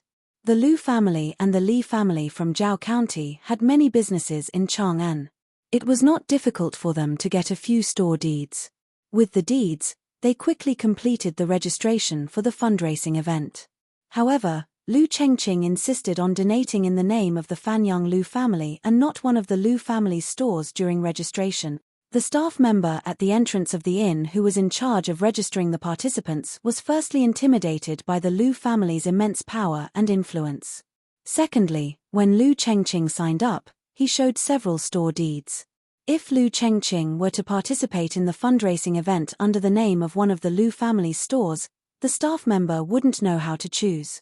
Coincidentally, the fundraising event was coming to an end and he didn't want to waste any time. Therefore, Lu Chengqing was able to participate in the fundraising event under the name of Fanyang's Lu family. The reason why he insisted on doing this was very simple. He was attending the fundraiser today for Li Zishuan and Li Zishuan to see. Since that was the case, why would he participate in the fundraiser in the name of his shop like Qin Qiong, Xiao Yu, and the others? He didn't want to and couldn't conceal his identity because there were many shops under the Lu family's name. If he attended the fundraiser under the name of one of the shops, it was hard to guarantee that everyone would recognize him. He wanted everyone present today to know that Fanyang's Lu family had participated in the fundraiser and had donated 30,000 strings of cash. Since he had done a good deed, he had to leave his name behind and let everyone know. From a certain perspective, Lu Chengqing's concept of doing good was somewhat similar to Li Zishuan's. However, Lu Chengqing did it more for the sake of his family, while Li Zishuan did it to create a virtuous cycle in society. That was why he fought for more benefits for those who did good, such as how he treated those who donated to the Warm Tang Foundation. Before leaving Chizhou, Lu Chengqing and Li Jingxian had both sent the news of their intention to participate in the fundraising event back to their ancestral home. After arriving in Chang'an, they had received a reply from their respective families' information channels. Both of them had received the support of some of the elders in their family. That was why they were now so openly and with such great fanfare, wanting to participate in the fundraising event under their family's name. Amidst the exclamations and discussions of the crowd, Lu Chengqing personally held the donation card in his hand and walked toward the donation box. When they were registering, the person in charge of registration outside the inn had already explained the general process of the fundraiser to the two of them. The Li family of Zhao County donates 30,000 strings of cash. After seeing Lu Chengqing throw the donation card into the donation box and follow the venue staff to the second floor, Lin Wenyuan took a deep breath and shouted, "The Li family of Zhao County. This person is actually from the Li family of Zhao County. Hey, what's so strange about that? Since the young man from before is the eldest son of Fanyang's Lu family, that means that this young man's status isn't low. If that's the case, it's not strange at all that this person is from the Li family of Zhao County. Who knows, he might even be the eldest son of the Li family of Zhao County. TSK. The Wang family of Taiyuan, the Lu family of Fanyang, and the Li family of Zhao County are all here. Today, 3 of the 4 great thousand-year-old families in the world are here." Chapter 1834. What? There's actually such a thing? Dragon Gate Inn, in a room on the second floor. Lin Wenyuan was slightly shocked when he heard the servant say that the commoners outside the inn were clamoring to come in and donate money. Xiao Yu muttered to himself for a moment before saying, Let's go out and take a look." Lin Wenyuan naturally had no objections. Then, under the servant's lead, the two of them went down the stairs and quickly arrived outside the inn. They saw that the open space outside the inn was filled with all sorts of people. These people had been outside the inn to watch the show earlier, but they didn't immediately leave after the donation gathering ended. Many of them felt empty in their hearts, as if something was missing. Immediately after, a scholar in the crowd stepped forward and wanted to enter the inn, but he was stopped by the inn's guards. The guards said that the inn wasn't receiving guests today, but the scholar said that he wasn't here to stay but to donate money. This made things very difficult for the guards. Because this donation gathering was only open to merchants, the youth in front of them was clearly a scholar. Moreover, the donation gathering had already ended, so the guards knew that Lin Wenyuan was definitely ordering people to count the money in the inn. At such a critical moment, how could they let some unrelated people in? If something happened, they couldn't bear the responsibility. Therefore, no matter what the scholar said, the guards in front of the inn refused to budge an inch. The commotion here quickly attracted the attention of the crowd outside the inn. After the crowd asked for the reason, they all began to support the scholar, because what the scholar said was exactly what they were thinking. That's right, most of them also wanted to donate. Although these people weren't as rich as the merchants, just as Lin Wenyuan had said at the start of the donation gathering, the rise and fall of the country is the responsibility of all citizens. The Great Tang is not the Great Tang of a single person, but the Great Tang of millions of people. Now that the country is facing a crisis, if we don't prioritize righteousness over righteousness, how can we talk about benefits in the future? Even the merchants, who had always prioritized benefits over righteousness in the eyes of the secular world, could be so generous when the country was in danger. If these people still remained indifferent, wouldn't they be even more prioritizing benefits over righteousness than the merchants? In the beginning, there were only a few people who agreed with the scholar, but slowly, more and more people joined in. Half an hour later, there were nearly 1,000 people blocking the entrance of Dragon Gate Inn. Seeing that the situation was about to spiral out of control, the guard at the entrance of the inn hurriedly sent someone to inform Lin Wenyuan. When Xiao Yu and Lin Wenyuan arrived at the entrance of the inn, this was the scene that greeted them. Boss Lin is out. Great. Boss Lin is out. Seeing Lin Wenyuan walk out, there was a commotion in the crowd. In their opinion, Lin Wenyuan was definitely more reasonable than the guards at the door. Moreover, Lin Wenyuan had the right to decide if they wanted to donate money. This Elder Xiao has also come out. Soon, the crowd noticed the dignified old man wearing a scarlet official's robe beside Lin Wenyuan. Many people had seen Xiao Yu before the donation gathering, so he was quickly recognized. The crowd, which had been noisy a moment ago, immediately quieted down. They were just ordinary people. They didn't have to fear Lin Wenyuan, but they had to respect Xiao Yu, a high official of the imperial court. Chapter 1835. Someone actually dared to kill someone right under the nose of the imperial army, and that person is definitely related to that mysterious Shatuo man. Madam, where do you think the killer is from? Taiyuan, the Wang family's ancestral home, in a side hall in the backyard of the Wang family's residence. Wang Yu could not help but frown as he looked at the slip of paper that the Wang clan secret guard had just sent over. As he spoke, he handed the note to Princess Tong'an, who was sitting next to him. Princess Tong'an took the note, and when she read its contents, she couldn't help but frown. Things are getting more and more unpredictable. On the surface, the killer is probably that Shatuo man named Zhu Xiecheng. If that's the case, then my previous deduction might be wrong. Zhu Xiecheng is a Turkic spy hiding in Taiyuan City, and his status might not be low. Otherwise, he wouldn't have sent a Grandmaster-level assassin to kill a key witness right under the nose of the Imperial Army. When Princess Tong'an and Wang Bingjun learned that Dugu Feiying had come to ask for help, they had thought that the possibility of Zhu Xiecheng being a Turkic spy was low, because a true Turkic spy wouldn't be exposed so easily. However, now that the only person who could identify Zhu Xiecheng had been assassinated, Zhu Xiecheng naturally became the most suspicious person. According to the intelligence, the person who had assassinated the witness was a Grandmaster-level expert. For such an expert to be willing to follow Zhu Xiecheng's orders meant that Zhu Xiecheng's identity and status were not as simple as a Shatuo merchant. In the current perilous situation, the possibility of Zhu Xiecheng being a Turkic spy was many times higher than before.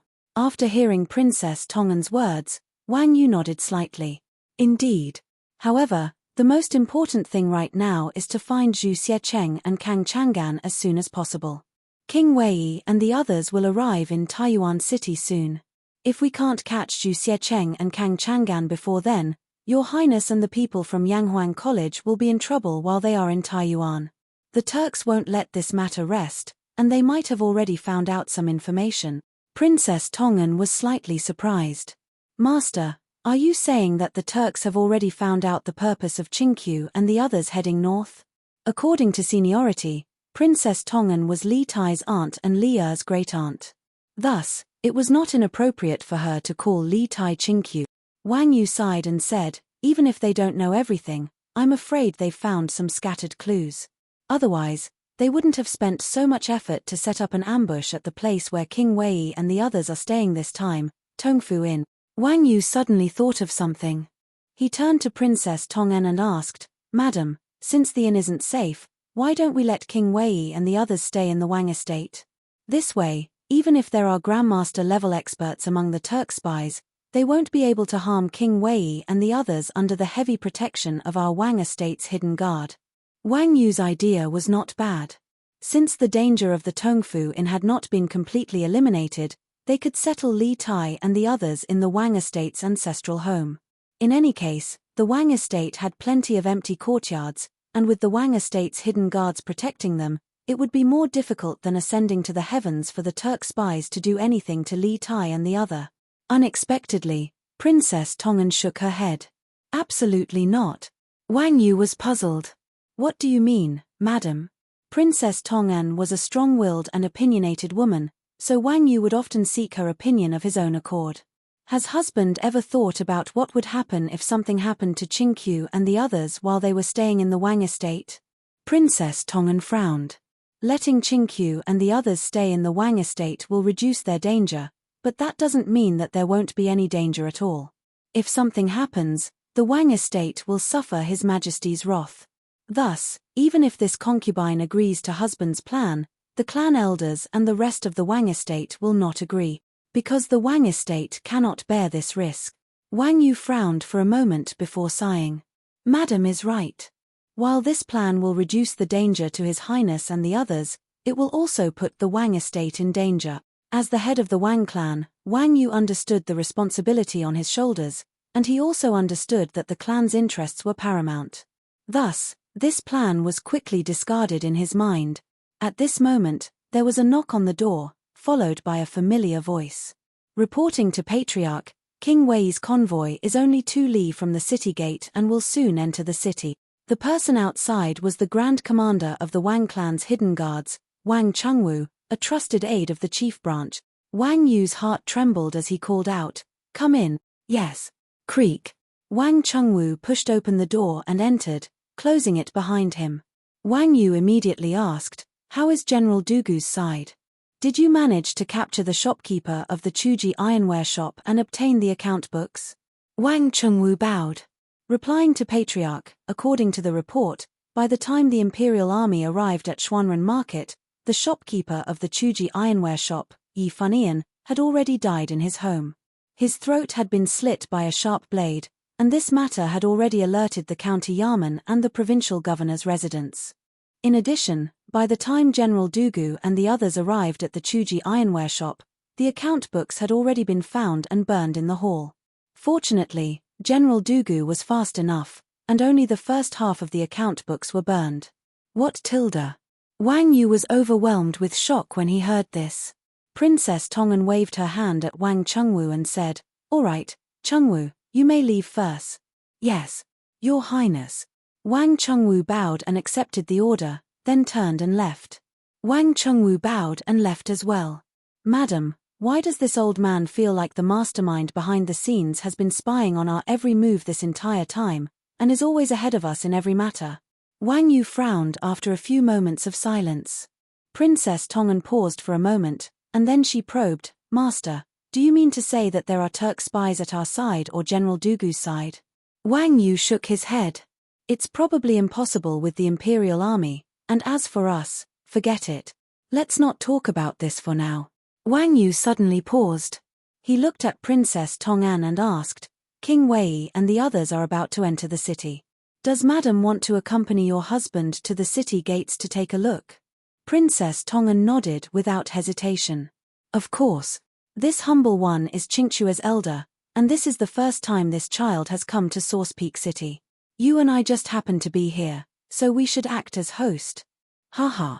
Since that's the case, let's go together." Wang Yu said with a chuckle. On the other side, Du Gufeiying, who had split his men into two groups, found nothing. Well, it could not be said that they found nothing.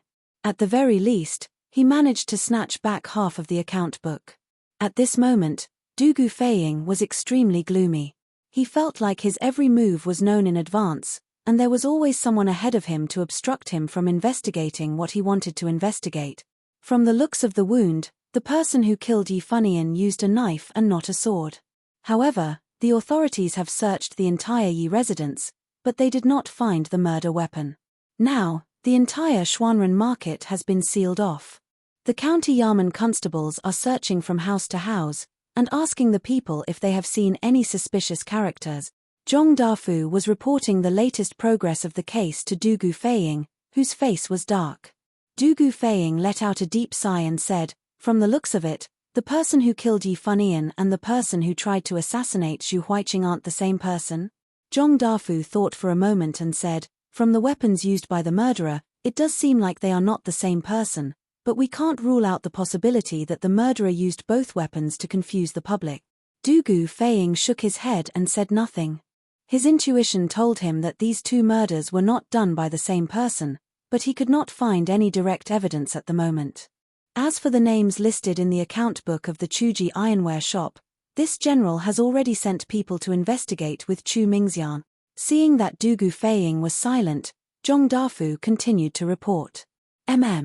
Continue to investigate. Remember, you must protect that half of the account book well. Du Gufeiying nodded and gave his orders. He had brought 30 Imperial Army elites to Taiyuan City a day in advance so that he could eliminate the hidden dangers in Taiyuan City before Li Tai and the others arrived. But now, not only had he failed to capture a single Turkic spy, key witnesses had been killed one after another. This made him feel very embarrassed, and this half of the account book was the only thing that could comfort him. This general obeys. Zhong Dafu bowed. It's getting late. His Highness's group should be arriving soon. Take a few people and follow me out of the city to welcome them. The rest of you, stay here and watch over Chu Mingxian's group. Du Gufeiying looked out the window and said, his hands behind his back. Yes. Soon, they came out of a house near the Tongfu Inn and went straight to the southern city gate. At this moment, in a private room on the third floor of a restaurant near the southern city gate, a middle-aged man wearing a scholarly robe and holding a feather fan stood by the window. He looked at the faint appearance of a group of people outside the city. He waved his feather fan and chuckled softly. "Ha ha. The real big fish has finally taken the bait. King Wei. Ha ha, since you've entered the game, no one can save you. Just relax and be a fish that has taken the bait." A gust of wind blew through the middle-aged man's hair. The way he stood against the wind and gently waved his feather fan was somewhat similar to the legendary Zhuge Kongming, who had a feather fan and a silk scarf. Everything was under his control. Cough cough, but when he looked at that person's appearance again, it was an ordinary face that couldn't be any more ordinary. It was completely incompatible with his ethereal temperament. Chapter 1836. Big Brother. You've finally arrived. On the road to Li to the south of Taiyuan City, Du Gufeiying had arrived with 3 Imperial Army soldiers and was about to welcome Du Guxin's group. Du Gufeiying hurriedly stepped forward. Upon seeing his big brother, Du Gufeiying inexplicably felt a sense of relief. This was the trust he had built up in Du Guxin as a child. Although Source Peak City was in a perilous situation, he was confident that with Du Guxin here, those demons and monsters hiding in the shadows would be exposed. Du Guxin nodded and went straight to the point. What is the situation in Source Peak City? Du Gufeiying's face instantly turned grim, and after a few moments of silence, he said, "Big brother, the situation in the city is not optimistic. Yesterday, after we entered the city, we began to secretly investigate the new guests of the inn. In the end, we discovered a Turkic merchant disguised as a Han. His name was Zhu Hongsheng, and his movements were extremely suspicious, so I sent people to keep an eye on him. Today, that Turkic merchant went to an ironware shop in the city, but not long after, that merchant and the shop's owner and workers all disappeared into thin air under the eyes of our brothers. Later, through investigation, we discovered that there was a secret passage in the ironware shop that led directly to another house to the west of the ironware shop. The Turkic merchant and the ironware shop's workers had escaped through that secret passage, but by the time our men reached the house on the other side of the secret passage, there was not a single person inside. At the time, I felt that there was something wrong with that Turkic merchant and the shopkeeper of the smithy, that they were probably spies the Turks had planted in Source Peak City. Thus, I had Jong Dafu and the others pursue the two of them, but my manpower was limited, and finding the two of them in Taiyuan City in a short amount of time was far too difficult. It just so happened that at noon, the head of the Wang clan, Governor Wang Yu of Suiju, returned to Taiyuan. Thus, I went to the Wang clan to request assistance from Wang Yu, hoping that the Wang clan's guards could join us in pursuing that Turkic merchant and the shopkeeper of the ironware shop. What? You went to the Wang clan to ask for reinforcements? Does this mean that Governor Wang already knows that Your Highness has come to Source Peak? Hearing this, Dugu Xin's face was filled with shock. He interrupted Dugu Feiying and questioned. Hearing Dugu Xin's unfriendly tone, Dugu Feiying couldn't help but shrink his neck in fear. Hey, big brother, Provincial Governor Wang is a member of the imperial family, and his son, Wang Runbiao, is on good terms with the Marquis of Yong'an. Be it for public or private reasons, he should stand on our side on this matter. Moreover, the situation at the time was truly urgent. If I hadn't been able to quickly track down that Turkic merchant and the owner of the ironware shop, they might have escaped the city, making it even harder to capture them. At this point, Dugu Feiying didn't dare to continue because he noticed that Dugu Xin's face was ashen. Nonsense. Hearing this, Dugu Xin couldn't help but reprimand in a low voice. The objective of His Highness's expedition to the north is a top secret among top secrets. How could you tell others so easily? If Your Highness falls into danger because of this, not to mention me, even father won't be able to protect you. Ah! Big brother, what should we do now? Dugu Feiying hesitated for a few moments before asking. Dugu Xin helplessly said, now that things have come to this, there's no point in saying anything more. For now, we can only take things one step at a time. Continue speaking.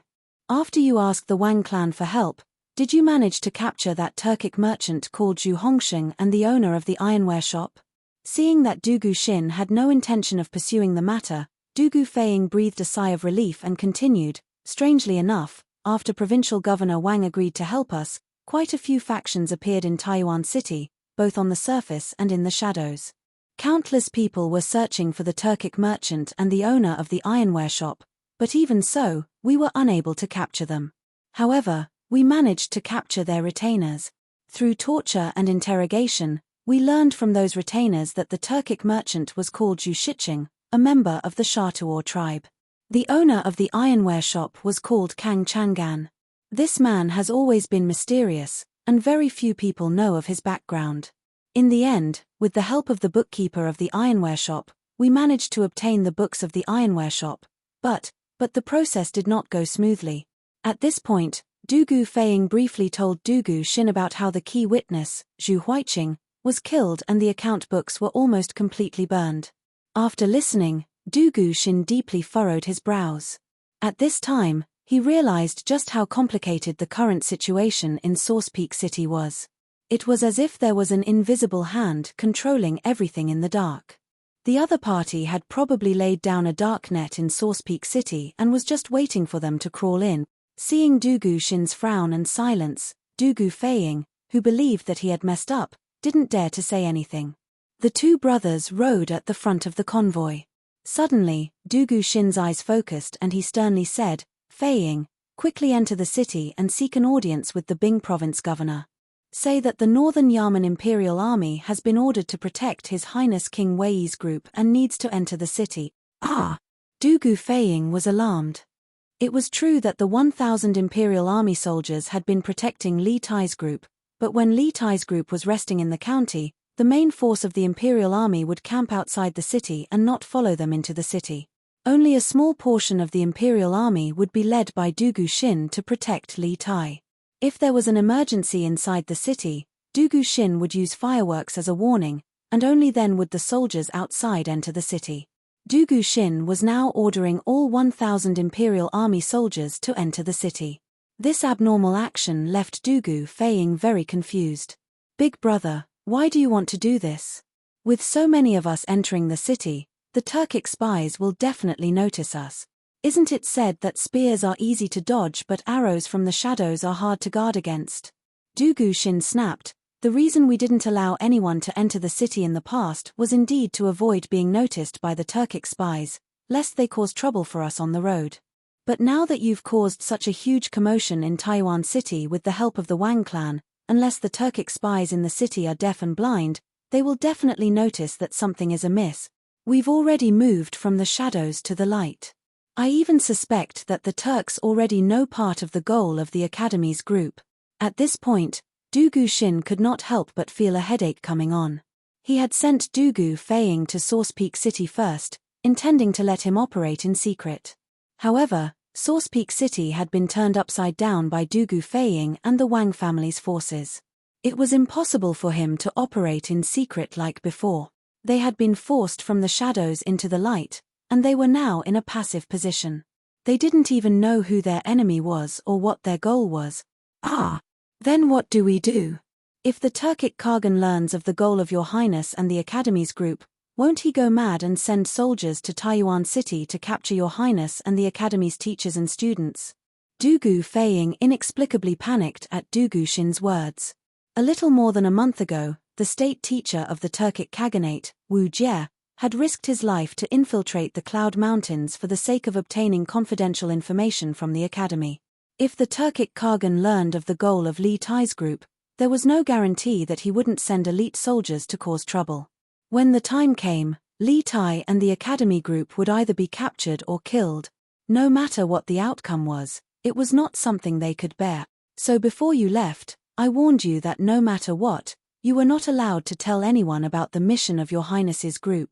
Dugu Xin glared at Dugu Feiying and angrily said, at this point, the spies the Turks have planted in Taiyuan City must know something, but Taiyuan City is several hundred li away from the Turkic Khaganate, so they won't have time to send back the news. Since this is the case, there is no need for us to continue hiding. We might as well bring out all our strength. This is Taiyuan City, not the border of the empire. Even if the Turks have some spies in Taiyuan City, as long as we protect Your Highness and the Academy, they won't be able to find us. Immediately enter the city and head to the provincial governor's residence to inform the Bingju governor. Since the danger in Tongfu Inn has yet to be eliminated, once we enter the city, we won't stay in the inn. We'll stay in one of the relay stations in the city. It will be easier for our brothers to set up defenses there. Dugu Feiying felt that his brother's words were reasonable and hurriedly cupped his fists. Yes, big brother. I'll go to the provincial governor's residence. Seeing that Dugu Xin had nothing else to say, he urged his horse to leave the group and gallop toward the city gate. Actually, with Dugu Feiying's personality, he preferred to fight in the open. Hiding in the dark was not his forte. Now that Dugu Xin had decided to reveal his identity and lead the army into the city, this was exactly what he wanted. After Dugu Feiying left, Dugu Xin rode his horse to Li Tai's carriage. After briefly introducing the complex situation in Taiyuan City to Li Tai, Dugu Xin proposed to lead his army into the city and move to a relay station instead of an inn. The mood in the carriage suddenly turned solemn. Iron Egg, Qin Huayu, and Meng Wenhao all turned to Li Tai, waiting for his decision. After a few moments of silence, Li Tai sternly said, "Since that's the case, we'll follow General Dugu's arrangements. We have to be extremely careful in these unusual times." Seeing that Li Tai was willing to cooperate, Dugu Xin let out a sigh of relief. If this was the Li Tai of 2 years ago, he would definitely not be so understanding.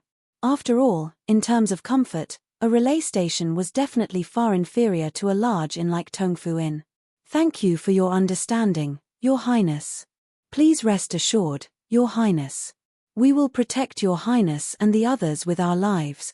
Dugu Xin cupped his fists. "General Dugu is too polite." Li Tai smiled and said softly. A trace of worry appeared between his brows. Li Tai of the past was indeed a person who only cared about his own enjoyment, but it was different now. As the commander-in-chief of this northern operation, he had the responsibility and obligation to ensure the safety of these people from the academy. Chapter 1837. This subordinate is the Bing province governor, Wang Liaoyuan. Greetings to your highness, Duke of Wei. The sun was setting in the west and the sky was about to turn dark. The southern gate of Taiyuan city opened. King Liaoyuan and his subordinates hurried out of the city. As for the county officials, he didn't even bother to inform them. At this moment, he saw a young man around 10 years old standing in front of the carriages. He had a calm expression and a noble aura. The soldiers beside him protected him tightly. In addition, Wang Liaoyuan had seen Li Tai a few times when he entered the court a few years ago. Thus, he directly walked up to Li Tai and bowed. Your Highness, King Wei. The aides and subordinates of the provincial governor behind Wang Liaoyuan also bowed. With Wang Liaoyuan leading the way, they didn't have to search for Li Tai in the crowd. Everyone, there's no need to be so courteous. Li Tai raised his hands and smiled warmly at Wang Liaoyuan and the others. This king has come to Taiyuan City to carry out an important mission under the orders of my imperial father.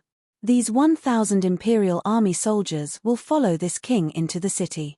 I hope that Provincial Governor Wang can make things convenient and cooperate with this king to complete the mission given by my imperial father. Hearing this, Wang Liaoyuan frowned.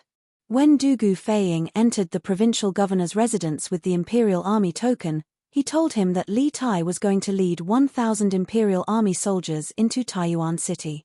However, Dugu Feiying didn't have a real imperial edict. They were only following Li Er's verbal order. Letting an unfamiliar army into the city was a serious matter. As the provincial governor of Bing province, Wang Liaoyuan had to personally go out and investigate. Otherwise, what if this army had other motives? At that time, he would really be dead. After seeing that the leader of this army was indeed Li Tai, Wang Liaoyuan's vigilance was lowered. This was because Li Tai couldn't possibly rebel. Even if he wanted to rebel, he couldn't have brought the imperial army with him. This was because the imperial army was under Li Er's direct command. Since that was the case, then Li Tai really did lead the army into the city under the emperor's orders. Your Highness is too polite. We will do our best to assist your Highness in completing His Majesty's mission. After pondering for a moment, Wang Liaoyuan cupped his hands and said. At this moment, he thought of how the Wang clan's elites had entered and exited the city in the afternoon, searching for two people. He wondered if this matter had anything to do with Li Tai's arrival. Ha. Wang Yu greets your Highness, Duke of Wei. Speak of the devil. Just as Wang Liaoyuan was thinking this, a burst of hearty laughter came from behind the officials of the provincial governor's office. Soon after, Wang Yu walked out with Princess Tong'an and clasped his hands at Li Tai. Of course, he was the only one who bowed. Princess Tong'an stood in front of Li Tai and looked at the little fatty with a smile. After Wang Yu bowed, she smiled faintly and said, Chinkyu, why didn't you tell me you were coming to Taiyuan? I could have sent someone to fetch you. Upon seeing Wang Yu and Princess Tong'an, Li Tai's dignified expression instantly vanished, replaced by the docility of a junior in front of his elders. He first bowed to Wang Yu and said, Uncle-in-law, there's no need to be so courteous. Then he replied to Princess Tong'an. Grandaunt, please forgive me. Tai only left Chang'an on the spur of the moment. Besides, Tai didn't know that Grandaunt and uncle-in-law were in Taiyuan right now. Otherwise, I would have definitely sent someone to inform you. Princess Tong'an and Li Er had an extremely good relationship. Even though Princess Tong'an was already married, Li Er would still send someone to Suiju to deliver gifts to her and Wang Yu during festivals. As a result, Li Tai naturally did not dare to slight this grandaunt of his. In terms of seniority, Princess Tong'an was truly his grandaunt. Ha. We're all family, so why are you taking offense? When Runbiao got married a few days ago, your uncle-in-law and I just came to Taiyuan from Chizhou. You've been spoiled since you were young and have never traveled far. You must have suffered quite a bit along the way, right? Princess Tong'an smiled and stroked Li Tai's head out of habit. Speaking of which, when Li Tai was still young, Princess Tong'an had often stroked his head like this. Li Tai felt a wave of helplessness. He wanted to hide, But he was afraid that he would hurt this grandaunt's heart. He could only stand there and let Princess Tongan torment him. Seeing the two of them chatting about domestic trivialities, the others, especially Wang Liaoyuan and some of the people from the provincial governor's estate, instantly felt that their presence was unnecessary. Wang Liaoyuan couldn't help but muster up his courage and remind, "Has your highness arranged a place to stay in the city? If not, this official will immediately have someone tidy up a courtyard in the provincial governor's estate." Unexpectedly, before Li Tai could say anything, Princess Tongan couldn't help but say to Wang Liaoyuan, "Since Qingqiu has come to Source Peak City, she naturally has to stay in the Wang clan. Could it be that the Wang clan was lacking a few residences? Or is it that the Wang clan's residence can't compare to your provincial governor's estate?" As soon as he said this, Wang Yu, who was standing to the side, couldn't help but have a strange expression. Just a few minutes ago, Princess Tongan had clearly stated that she did not agree to Li Tai's group staying in the Wang clan. It had only been a short while, so why had she suddenly changed her mind? Although he thought this, Wang Yu did not step forward to undermine Princess Tongan. Meanwhile, Wang Liaoyuan, who was standing in front of Li Tai, had an awkward expression at Princess Tongan's words. He hastily said, "I wouldn't dare. I wouldn't dare." Even as the provincial governor of a province, he did not dare to provoke this woman in front of him. Li Tai and Du Guxin secretly exchanged glances, then stepped forward to smooth things over. "Many thanks for Grandaunt's good intentions, and many thanks for Provincial Governor Wang's good intentions. However, this lowly prince is planning to stay in the relay station in Source Peak City. This will make things more convenient, so I hope that Grandaunt and Provincial Governor Wang will not take offense." Wang Yu, who had been silent all this time, couldn't help but inwardly sigh in relief. Wang Liaoyuan said, "Since your highness has made up your mind, this official will immediately have someone bring you to the relay station in the city." Princess Tongan frowned, her expression faintly displeased. However, after a moment of hesitation, she finally nodded. Forget it. Qingqiu, you must be tired from the journey. Quickly enter the city and rest at the relay station. Once you've rested up tomorrow, I'll hold a banquet to welcome you." Li Tai inwardly sighed in relief and cupped his hands. "Many thanks, Grandaunt." Thus, the group of people moved and walked into the city. As for the 1,000 Imperial Army soldiers led by Du Guxin, they naturally followed along. "Halt! Who are you people?" As time passed, the setting sun gradually disappeared from the horizon, and the entire grassland was about to be plunged into darkness. A caravan was still resolutely heading north on the grassland. At this moment, they could faintly see the scattered white tents not far ahead. But at this moment, a group of people suddenly galloped in their direction and surrounded the caravan. The leader urged his horse forward and shouted. This person naturally spoke in Turkic, and this caravan was the Turkic caravan that Tang Jian and the others had disguised themselves as. "We are traveling merchants of the grassland. May I ask which tribe this brave warrior belongs to?" Tang Jian had already dismounted from his horse. He gave the man a grassland salute and asked instead of answering the question. People on the prairie liked to be called warriors because only the bravest and fiercest people were worthy of the prettiest girls. Seeing Tang Jian's good attitude, the man proudly puffed out his chest and snorted, "Humph! I am Abdang of the Blackwater tribe of Bai'an. I am guarding this place on the orders of the chieftain. Are you spies sent by the Great Khan?" "Bai'an, Blackwater tribe." Tang Jian's heart skipped a beat. The Bai'an tribe could be said to be the direct line of the Tuli Khan's army, and the Bai'an tribe could be said to be one of the strongest tribes in the grassland. At the beginning, the Bai'an tribe had dozens of tribes and gradually developed into 7 tribes. They were mainly distributed in the Sumo River, present-day Songhua River, and Black River, present-day Heilongjiang River, regions. The Sumo River and Blackwater tribe were the strongest. Chapter 1838. You're the one who wants to see Little Khan? On the prairie, 1,000 feet away from Tuli Yating, Abdang was walking towards Tang Jian and the others with a big bearded man. The big man was nearly 7 feet tall, with a stocky back and a bare waist. He was born tall and powerful. Coupled with his rough face, he was the typical tough man of the prairie.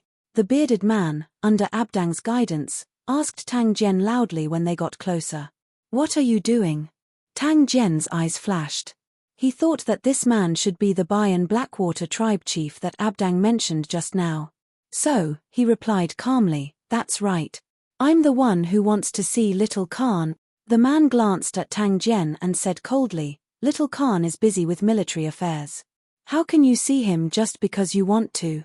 Just because of these few carriages of Central Plains goods behind you? Besides, who knows if you're a spy sent by Great Khan?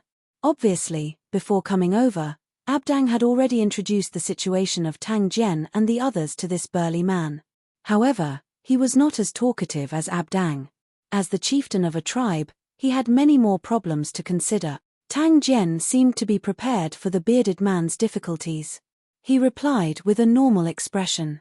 A few years ago, when I was doing business in the prairie, I was taken care of by Little Khan many times. Later, I settled down in Central Plains for a period of time.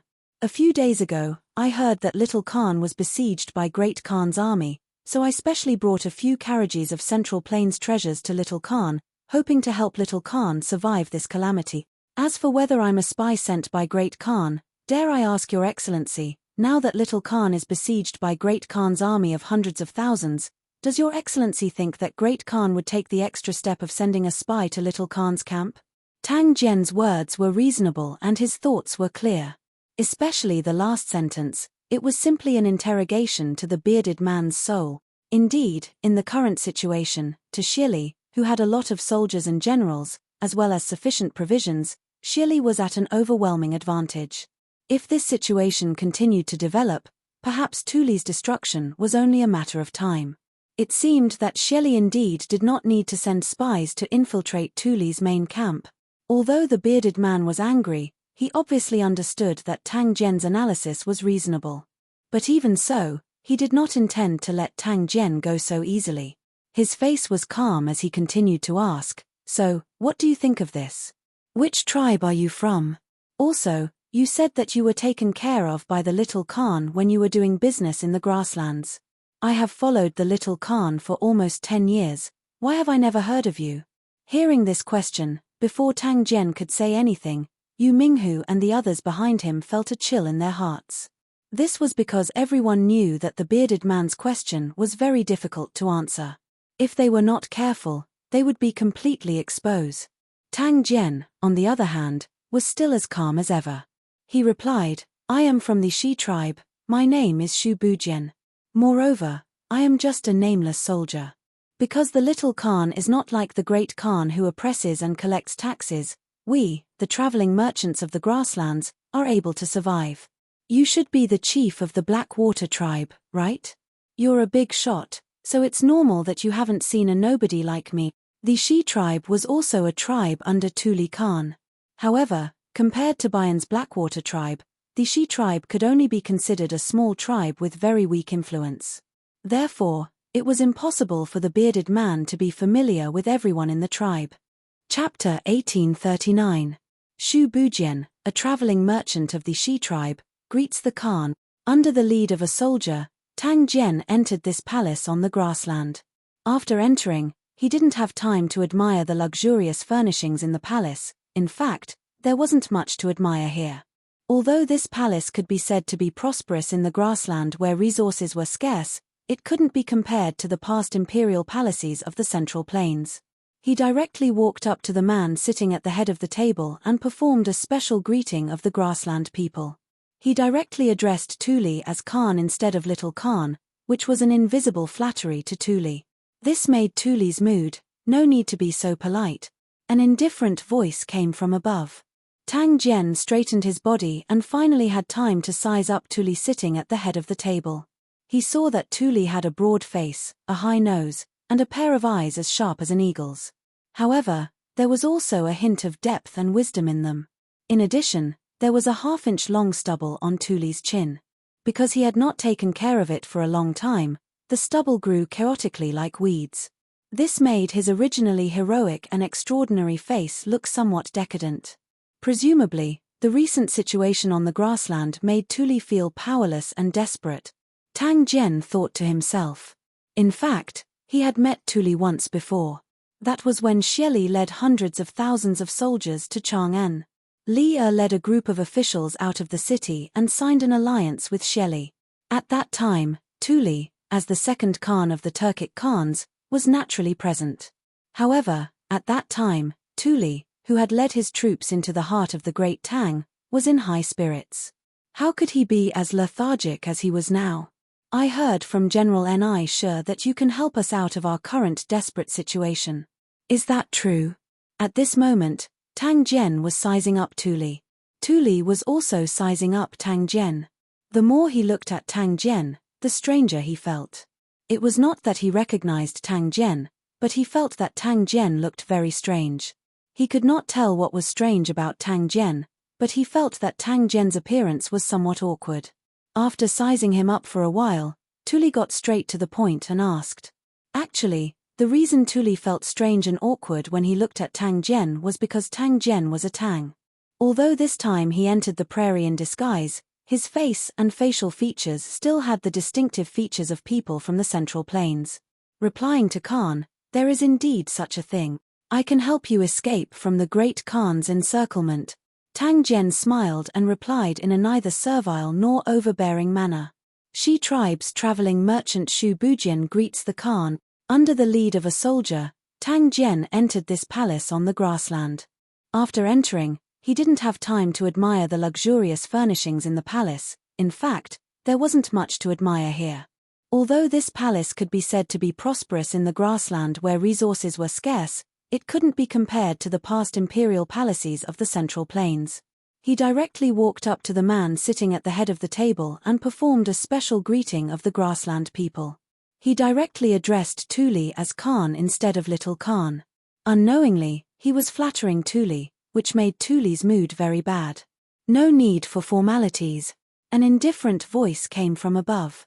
Tang Jian stood up straight. Only now did he have time to size up Tuli, who was sitting at the head of the table. He saw that Tuli had a broad face, a high nose, and a pair of eyes as sharp as an eagle's, but they also revealed a bit of profundity and wisdom. In addition, there was a half-inch long stubble on Tuli's chin. Chapter 1840. Your Majesty, Minister Xiao has returned to the city with the money from the fundraising event. Chang'an City, Taiji Palace, Sweet Dew Hall. The sky was getting dark. Li, who had just finished reading the memorials, was about to head to the back of the palace for dinner when Zhao Song walked in. Oh!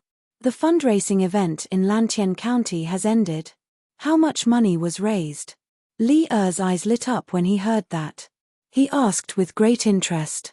He hadn't forgotten about his bet with Xiao Yu. Zhao Song smiled and replied, Your Majesty, the fundraising event ended at 4:45. As for how much money was raised, I don't know. But from the rumors, it should be quite a lot. Li nodded and chuckled, haha, then we'll talk about it when Minister Xiao enters the palace. He then stood up from the dragon couch and walked towards the door. Since Xiao Yu hadn't arrived yet, he had to go and eat dinner. Li wasn't too worried about the bet. Firstly, he believed in Li Zishuan's ability to create miracles. Even if he couldn't raise 250,000 strings of cash, Li Zishuan would definitely have other tricks up his sleeves. Secondly, even if Li Zishuan couldn't do it, Li had other ways to raise 250,000 strings of cash. The Bureau of Commerce in the Guangdong region would send the tax revenue to the imperial court every 3 months. He could have Li Xiaogong hand over the tax revenue to the national treasury a month in advance. This wasn't a small sum of money and could completely make up for the deficit from the fundraising event. Actually, Li had another trick up his sleeve, which was to have the Yanghuang Bank print money like crazy. Tang Yuan had become popular in all 300 states of the Great Tang and had gradually replaced copper coins. In times of war, Li could have the Yanghuang Bank print more Tang Yuan to expand and equip the army. However, when Li Zishuan established the Yanghuang Bank, he had solemnly said that the amount of money that the Yanghuang Bank printed every year had to be determined by the Great Tang's annual gross domestic product.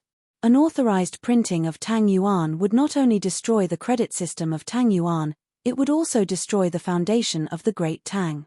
Once this move was implemented, the Great Tang dynasty would not be far from destruction. As intelligent as Li was, It was impossible for him not to know that Li Zishuan's words made sense.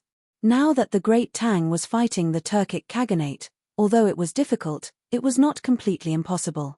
Therefore, Li felt that it was not yet time to use the money printing machine that was the Yanghuang Bank.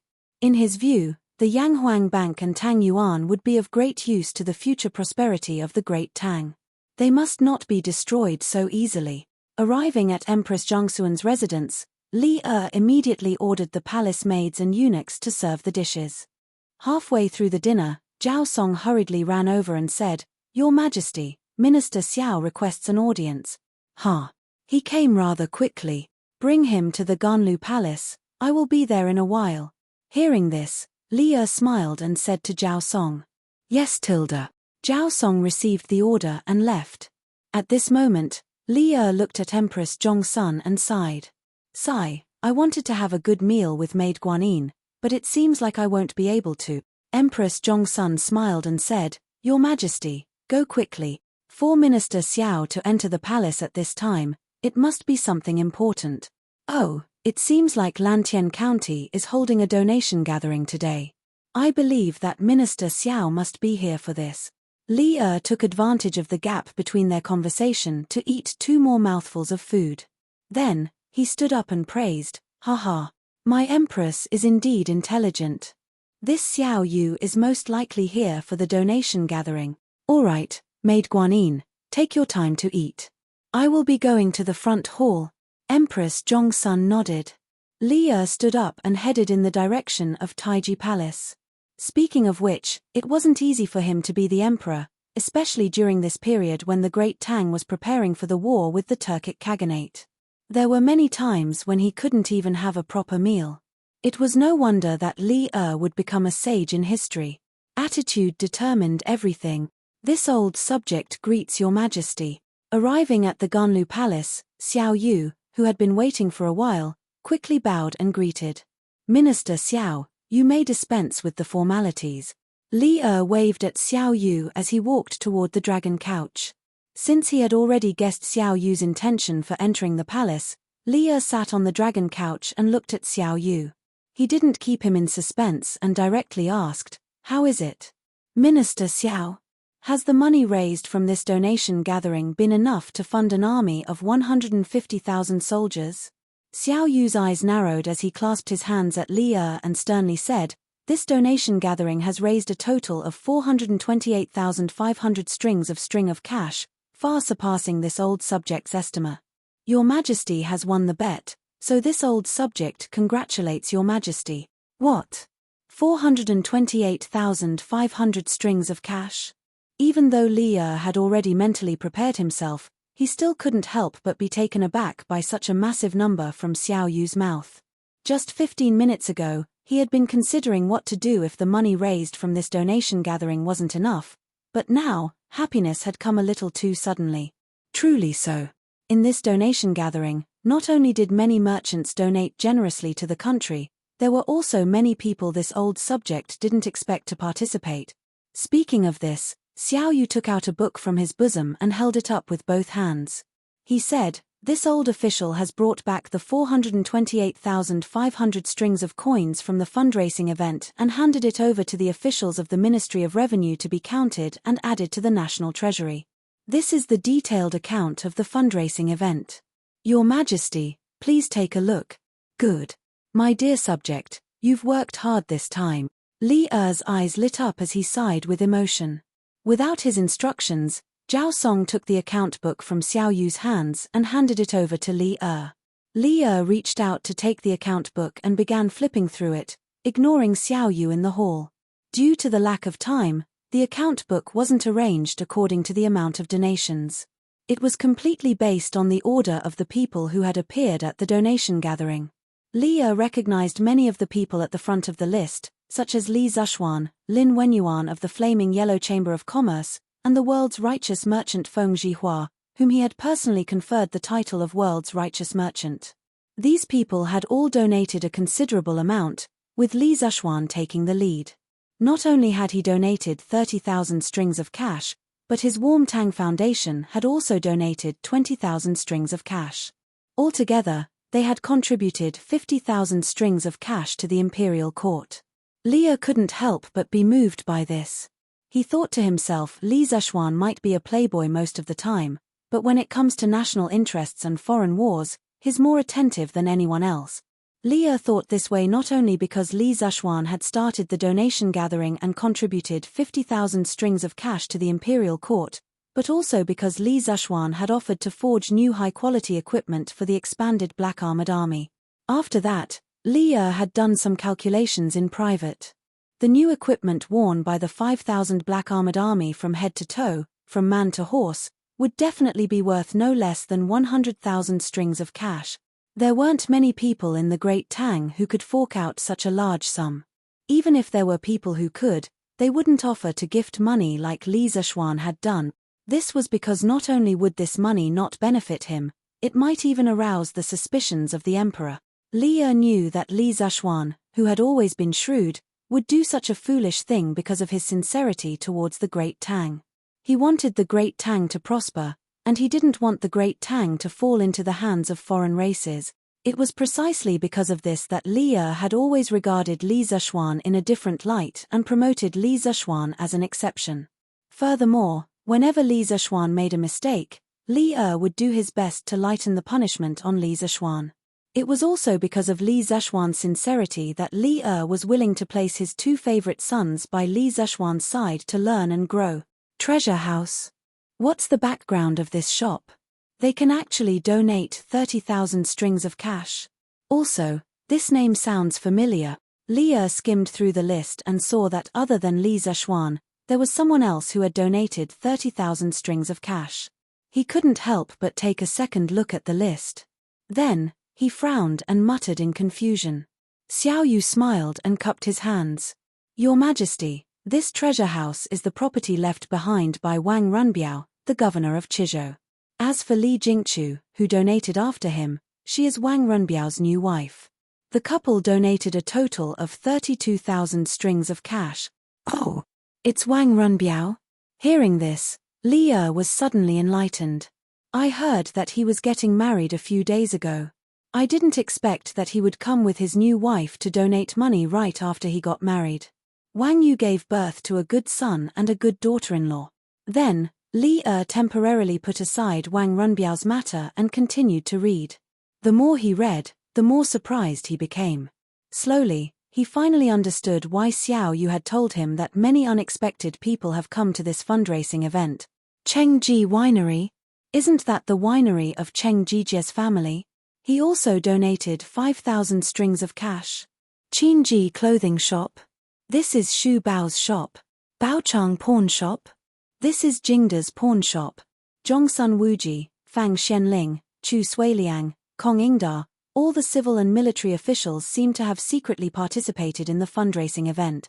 Unlike other emperors, Li had subdued a large group of civil and military officials in the process of conquering the world. These people had worked with Li for so many years and had a very good relationship with him.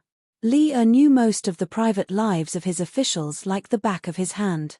Therefore, although Cheng Yarojin, Qin Qiong, and the others had participated in the fundraising event in the name of their own shops, most of them were still recognized by Li at a glance. Seeing that his officials were so supportive of him, Li couldn't help but feel touched. However, when he saw the next name, he couldn't help but twitch the corner of his mouth. Wei's Winery, isn't this Wei Zheng's winery? No, didn't this winery close 2 years ago? Donation of 10 strings of cash. When he saw the words Wei's Winery, Li was a little surprised. However, when he saw the donation of 10 strings of cash, he almost vomited blood. This was because the people before him had donated tens of thousands of strings of cash. When it was Wei Zheng's turn, he only donated 10 strings of cash. This contrast was too big. Cough cough. Xuancheng's family's resources are limited. Your Majesty, please forgive us. Seeing this, Xiao Yu coughed dryly and pleaded for Wei Zheng in a low voice. Li secretly rolled his eyes and couldn't be bothered to say anything. Lantian County's government donated 10,000 strings of cash. What's going on? Li read 10 lines at a glance and quickly flipped to the last page of the account book. Suddenly, His eyes focused on a line in the middle of the last page of the account book and he exclaimed in surprise. Chapter 1841. Lantian County was only a middle-sized county. Among the 1,500-plus counties in the Great Tang, Lantian County was definitely not one of the wealthiest counties. Of course, this was the Lantian County of the past. The current Lantian County was filled with shops and pavilions. The crisscrossing bluestone streets had all been changed to smooth cement roads. According to rumors, the Lantian County Yamen had the intention to expand Lantian County. The entire Lantian County had undergone huge changes in less than a year. Li was naturally aware of these changes, but he did not know that the Lantian County Yamen had the ability to donate 10,000 strings of cash to the imperial court. 10,000 strings of cash. What kind of concept was this to a county yamen? In the entire Great Tang, the number of counties that had an annual tax income of more than 10,000 strings of cash could be counted on one hand. For example, Chang'an County and Wanyan County. These two counties had the advantage of being the capital of Chang'an, and the taxes collected every year were the highest in the entire Great Tang, exceeding 20,000 strings of cash. But how could a middle-sized county like Lantian County casually donate 10,000 strings of cash? Where did they get so much money? More importantly, the entire Lantian County was Li Zishuan's fief. Under such circumstances, shouldn't the taxes collected by the Lantian County Yamen all go to Li Zishuan's pocket? Why did the Lantian County magistrate dare to donate 10,000 strings of cash to the imperial court on his own initiative? Could it be that this was instructed by Li Zishuan? The moment he saw the donation information on the Lantian County Yamen in the account book, many questions surfaced in Li's mind. In this hall, the only person who could answer his questions was Xiao Yu, who had been to the donation event. In fact, when Xiao Yu heard that county magistrate he had donated 10,000 strings of cash on behalf of the Lantian County Yamen in the afternoon, he was also in a daze. On the way back to Chang'an from Lantian County, Xiao Yu had also been thinking about some questions regarding Lantian County. After cupping his hands, he said, "Your Majesty, ever since Lantian County became the fief of Marquis Yong'en, the officials of the Lantian County Yamen have begun to develop businesses in the city according to Marquis Yong'en's wishes. For this reason, at the beginning of this year, the Lantian County Yamen established a Department of Commerce to ensure that merchants receive fair treatment in Lantian County and to ensure that they can do business normally. However, the Department of Commerce increased the tax rate of Lantian County by 5 times. But even so, there are still merchants from all over coming to Lantian County to do business. This is because in Lantian County, merchants are the same as commoners and craftsmen. They are all commoners and there is no distinction between them. Cases regarding merchants will be handled by the Department of Commerce. Furthermore, the children of merchants can enter official schools in Lantian County and can also be admitted to Yanghuang College in the future. As a result, shops and restaurants in Lantian County sprang up like bamboo shoots after a spring rain.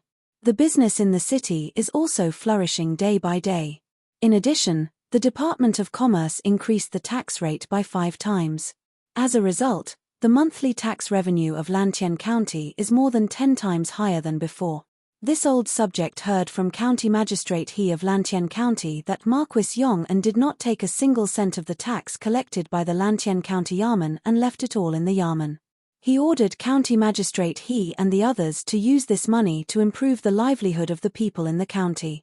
This is called taking from the people and using for the people. Chapter 1842. In truth, before the Song dynasty, the nomads of China basically did not have any iron smelting skills. The Xiongnu, Xianbei, Rouran, and the Turks of the Sui and Tang dynasties were all like this. They usually obtained their iron from 2 sources. One was through plundering the settled tribes, such as the people of the Central Plains. The second source was through secret transactions with special merchants, somewhat similar to modern weapons smuggling. By the Song dynasty, the northern nomads were unprecedentedly powerful. The Khitans, Jin, and Shishya could no longer be considered nomads. They had their own iron smelting skills, and Shishya had even developed the more advanced cold forging technology of the time. Cold forged armor was once the strongest armor of the time. At that time, The Chinese Empire's control over iron was also much more lax, which was why cooking was so popular. As for the Mongols after the Song dynasty, as the peak of nomads, they obtained iron through trade. At that time, there were many countries that could trade with the Mongols, so the Chinese Empire's unilateral control over the export of iron was meaningless. However, the Mongols were not good at smelting iron, but this did not stop them from plundering all sorts of people who knew how to smelt iron. Thus, the Mongols were able to grow stronger and control the central plains. Dugu Xin deduced that the assassin was not from the Turks, but from the central plains based on the needle-shaped weapon in his hand. This deduction was completely reasonable. In ancient times, when technology was not mature, it was not as easy to make a needle as it was in the modern era. Moreover, the needle in Dugu Xin's hand was not ordinary iron, but special steel. It was undoubtedly more difficult to make than the embroidery needles that the common people used. Based on this, one could basically conclude that the person who made this weapon was from the Central Plains. The situation in Taiyuan City is not as simple as you think it is. Dugu Xin stood with his hands clasped behind his back. He glanced at his younger brother and sighed. Zhu Xiecheng and Kang Chang'an are just two outsiders, while the Wang family has been operating in Taiyuan City for many years. Whether it is on the surface or in the dark, they are abnormally powerful. However, these two were actually able to escape the Wang family's pursuit in Taiyuan City. This is enough to show that the two of them are not alone in Taiyuan City. There must be other forces helping them. Big brother, who is this faction you speak of? Who dares to oppose the Wang family and His Majesty? Dugu Feiying asked in confusion. Dugu Xin rolled his eyes. If he knew who the hidden force was, he would have led his troops to capture them long ago.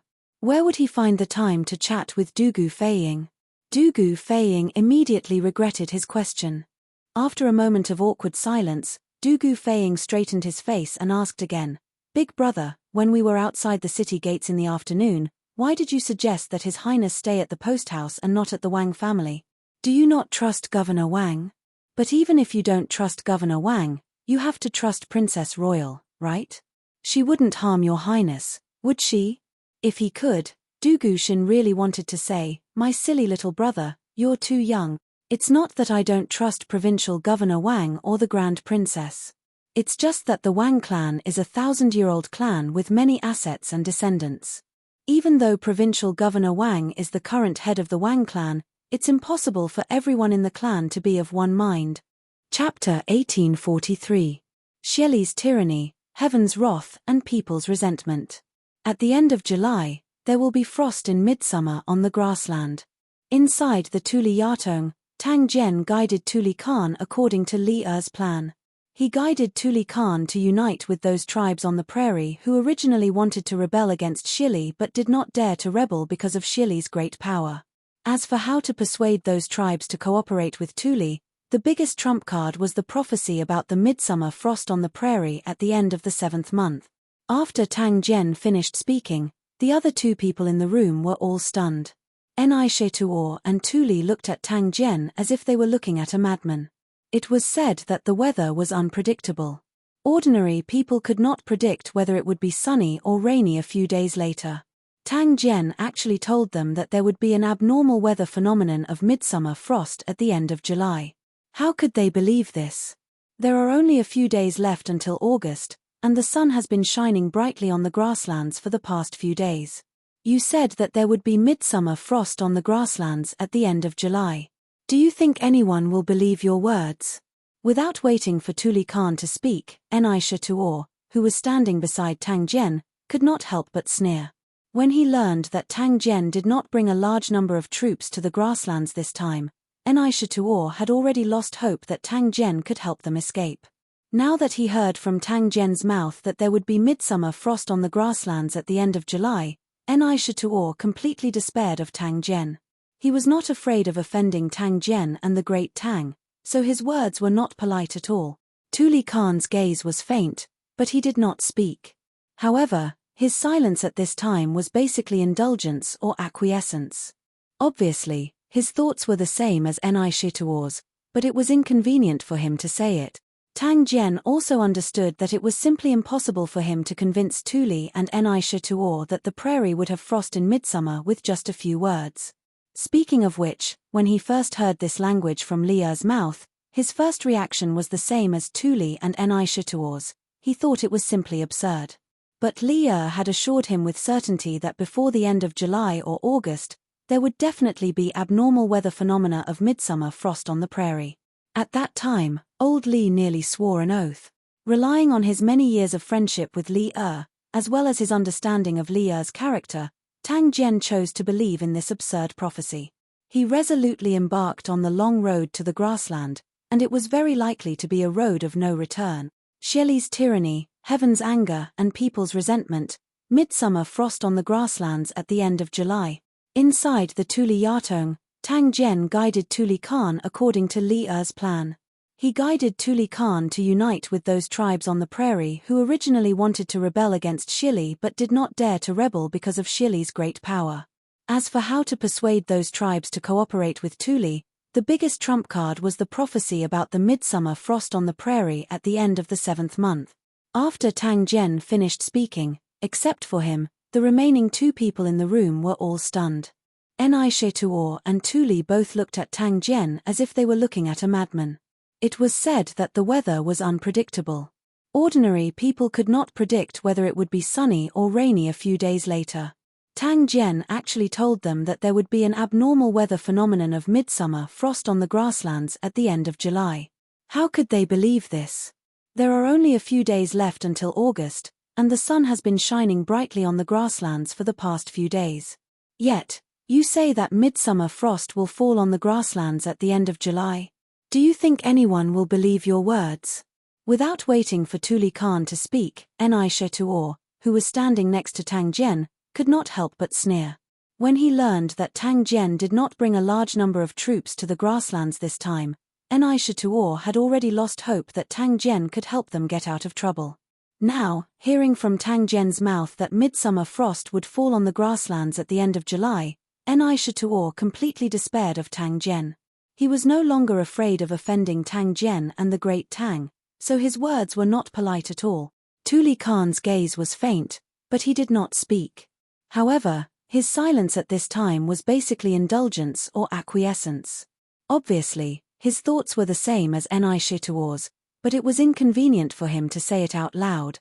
Tang Jian also understood that it was impossible for him to make Tuli and Enchanting believe that midsummer frost would fall on the grasslands with just a few words.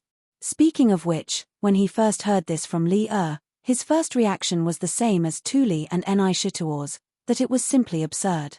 However, Li Er had assured him that before the end of July and August, there would definitely be an abnormal phenomenon of midsummer frost on the grasslands. At that time, old Li had almost directly sworn a poisonous oath. Relying on his many years of friendship with Li Er, as well as his understanding of Li Er's character, Tang Jian chose to believe in this absurd prophecy. He resolutely embarked on the long road to the grassland, and it was very likely to be a road of no return. Xieli's tyranny, the wrath of heaven and the resentment of men. At the end of July, midsummer frost will fall on the grassland.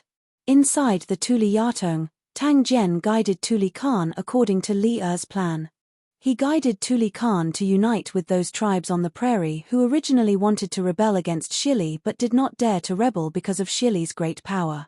As for how to persuade those tribes to cooperate with Tuli, the biggest trump card was the prophecy about the midsummer frost on the prairie at the end of the 7th month. After Tang Jian finished speaking, except for him, the remaining 2 people in the room were all stunned. Enchanting and Tuli both looked at Tang Jian as if they were looking at a madman. It was said that the weather was unpredictable. Ordinary people would not be able to predict whether it would be sunny or rainy a few days later. Tang Jian actually told them that there would be an abnormal phenomenon of midsummer frost at the end of July. How could they believe this?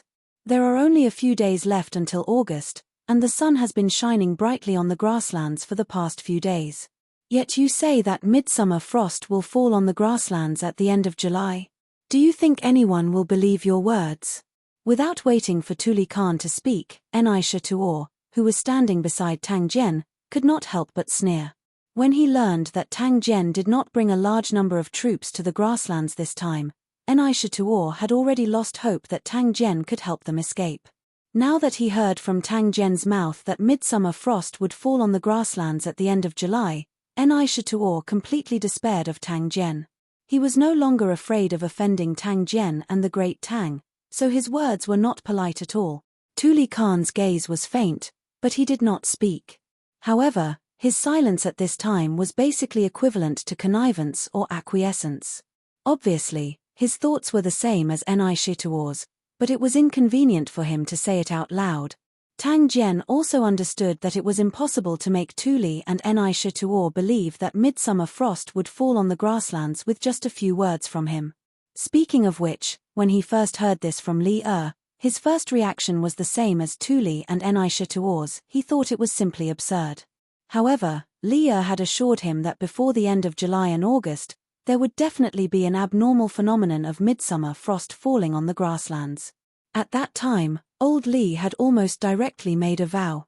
Relying on his many years of friendship with Li Er and his understanding of Li Er's character, Tang Jian chose to believe in this absurd prophecy and resolutely embarked on the long road to the grasslands. Moreover, it was very likely to be a road of no return. Shelley's tyranny, the wrath of heaven and the resentment of men. At the end of July, midsummer frost will fall on the grassland.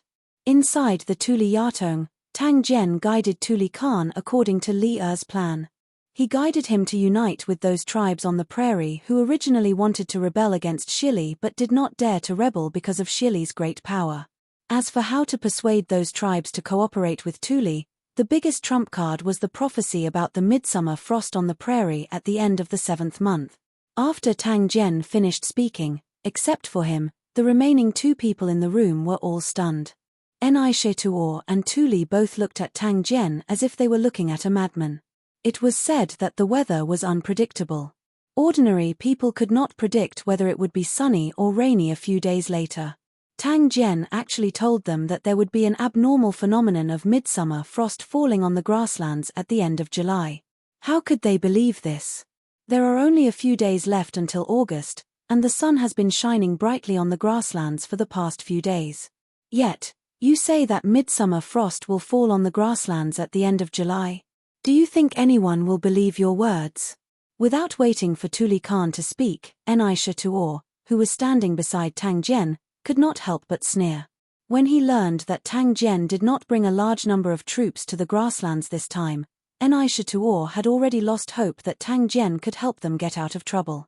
Now that he heard from Tang Jian's mouth that midsummer frost would fall on the grasslands at the end of July, Enchanting completely despaired of Tang Jian. He was no longer afraid of offending Tang Jian and the great Tang, so his words were not polite at all. Tuli Khan's gaze was faint, but he did not speak. But at this time, silence was basically indulgence or acquiescence.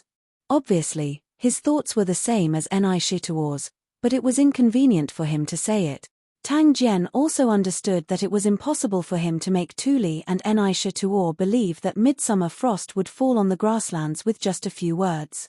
Speaking of which, when he first heard this from Li Er, his first reaction was the same as Tuli and Enchanting's, that it was simply absurd. But Li Er had assured him that before the end of July and August, there would definitely be an abnormal phenomenon of midsummer frost on the grasslands. At that time, old Li had almost directly sworn a poisonous oath. Relying on his many years of friendship with Li Er and his understanding of Li Er's character, Tang Jian chose to believe this absurd prophecy and resolutely embarked on the long road to the grasslands, and it was very likely to be a road of no return. Shelley's tyranny, heaven's wrath and people's resentment. At the end of July, midsummer frost will fall on the grassland. Inside the Tuli Yatong, Tang Jian guided Tuli Khan according to Li Er's plan. He guided Tuli Khan to unite with those tribes on the prairie who originally wanted to rebel against Shili but did not dare to rebel because of Shili's great power. As for how to persuade those tribes to cooperate with Tuli, the biggest trump card was the prophecy about the midsummer frost on the prairie at the end of the 7th month. After Tang Jian finished speaking, except for him, the remaining two people in the room were all stunned. Enchanting and Tuli both looked at Tang Jian as if they were looking at a madman. It was said that the weather was unpredictable. Ordinary people would not be able to predict whether it would be sunny or rainy a few days later. Tang Jian actually told them that there would be an abnormal phenomenon of midsummer frost at the end of July. How could they believe this? There are only a few days left until August, and the sun has been shining brightly on the grasslands for the past few days. Yet you say that midsummer frost will fall on the grasslands at the end of July? Do you think anyone will believe your words? Without waiting for Tuli Khan to speak, Enchanting, who was standing beside Tang Jian, could not help but sneer. When he learned that Tang Jian did not bring a large number of troops to the grasslands this time, Enchanting had already lost hope that Tang Jian could help them escape. Now that he heard from Tang Jian's mouth that midsummer frost would fall on the grasslands at the end of July, Enchanting completely despaired of Tang Jian. He was no longer afraid of offending Tang Jian and the great Tang, so his words were not polite at all. Tuli Khan's gaze was faint, but he did not speak. However, his silence at this time was equivalent to connivance or acquiescence. Obviously, his thoughts were the same as Enchanting's, but it was inconvenient for him to say it. Tang Jian also understood that it was impossible for him to make Tuli and Enchanting believe that midsummer frost would fall on the grasslands with just a few words. Speaking of which, when he first heard this from Li Er, his first reaction was the same as Tuli and Enchanting's, that it was simply absurd. However, Li Er had assured him that before the end of July and August, there would definitely be an abnormal phenomenon of midsummer frost on the grasslands. At that time, old Li had almost directly sworn a poisonous oath.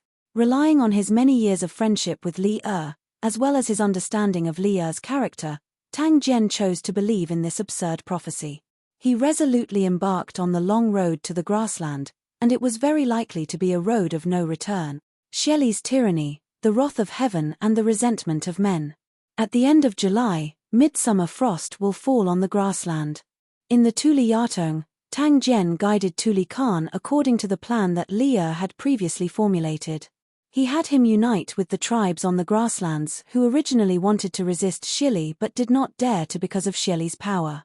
As for how to persuade those tribes to cooperate with Tuli, the biggest trump card was the prophecy of midsummer frost on the grasslands at the end of July. After Tang Jian finished speaking, except for him, the remaining two people in the room were all stunned. Enchanting and Tuli both looked at Tang Jian as if they were looking at a madman. It was said that the weather was unpredictable. Ordinary people would not be able to predict whether it would be sunny or rainy a few days later. Tang Jian actually told them that there would be an abnormal phenomenon of midsummer frost at the end of July. How could they believe this? There are only a few days left until August, and the sun has been shining brightly on the grasslands for the past few days. Yet you say that midsummer frost will fall on the grasslands at the end of July? Do you think anyone will believe your words? Without waiting for Tuli Khan to speak, Enchanting, who was standing beside Tang Jian, could not help but sneer. When he learned that Tang Jian did not bring a large number of troops to the grasslands this time, Enchanting had already lost hope that Tang Jian could help them escape. Now that he heard from Tang Jian's mouth that midsummer frost would fall on the grasslands at the end of July, Enchanting completely despaired of Tang Jian. He was no longer afraid of offending Tang Jian and the great Tang, so his words were not polite at all. Tuli Khan's gaze was faint, but he did not speak.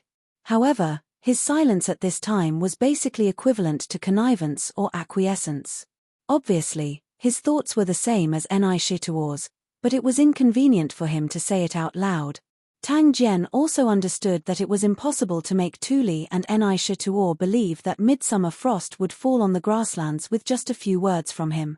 Speaking of which, when he first heard this from Li Er, his first reaction was the same as Tuli and Enchanting's, that it was simply absurd. However, Li Er had assured him that there would definitely be an abnormal phenomenon of midsummer frost on the grasslands before the end of July and August. At that time, old Li had almost directly made a vow.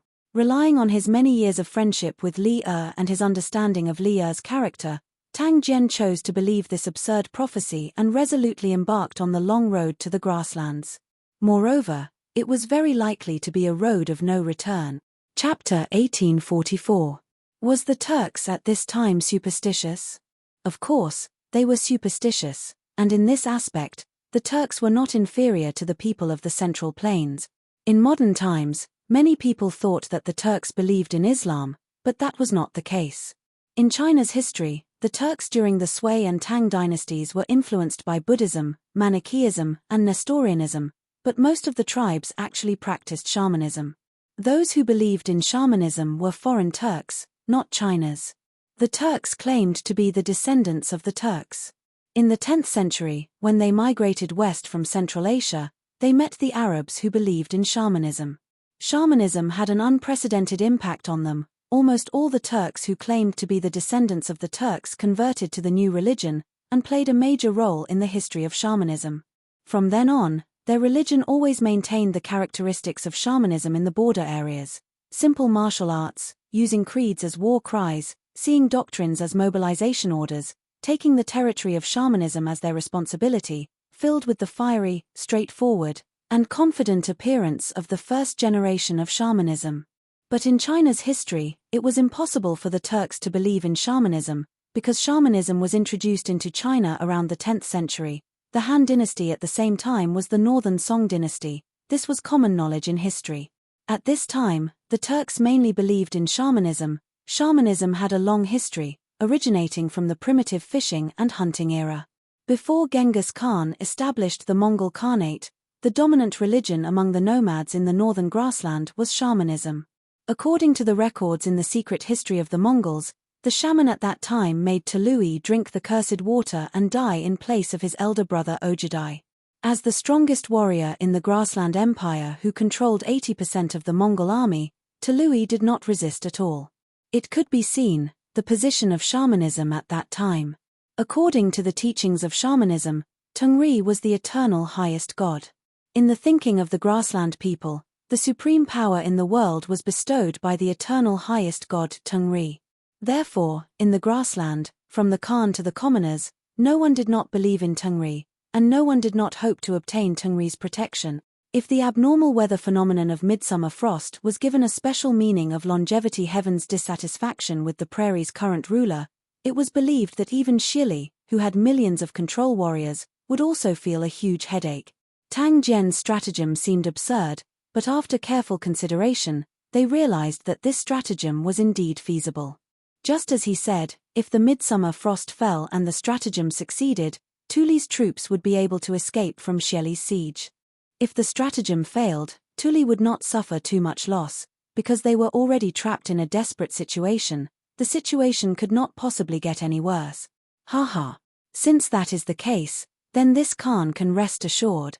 Inside Tusk, Tuli Khan chuckled.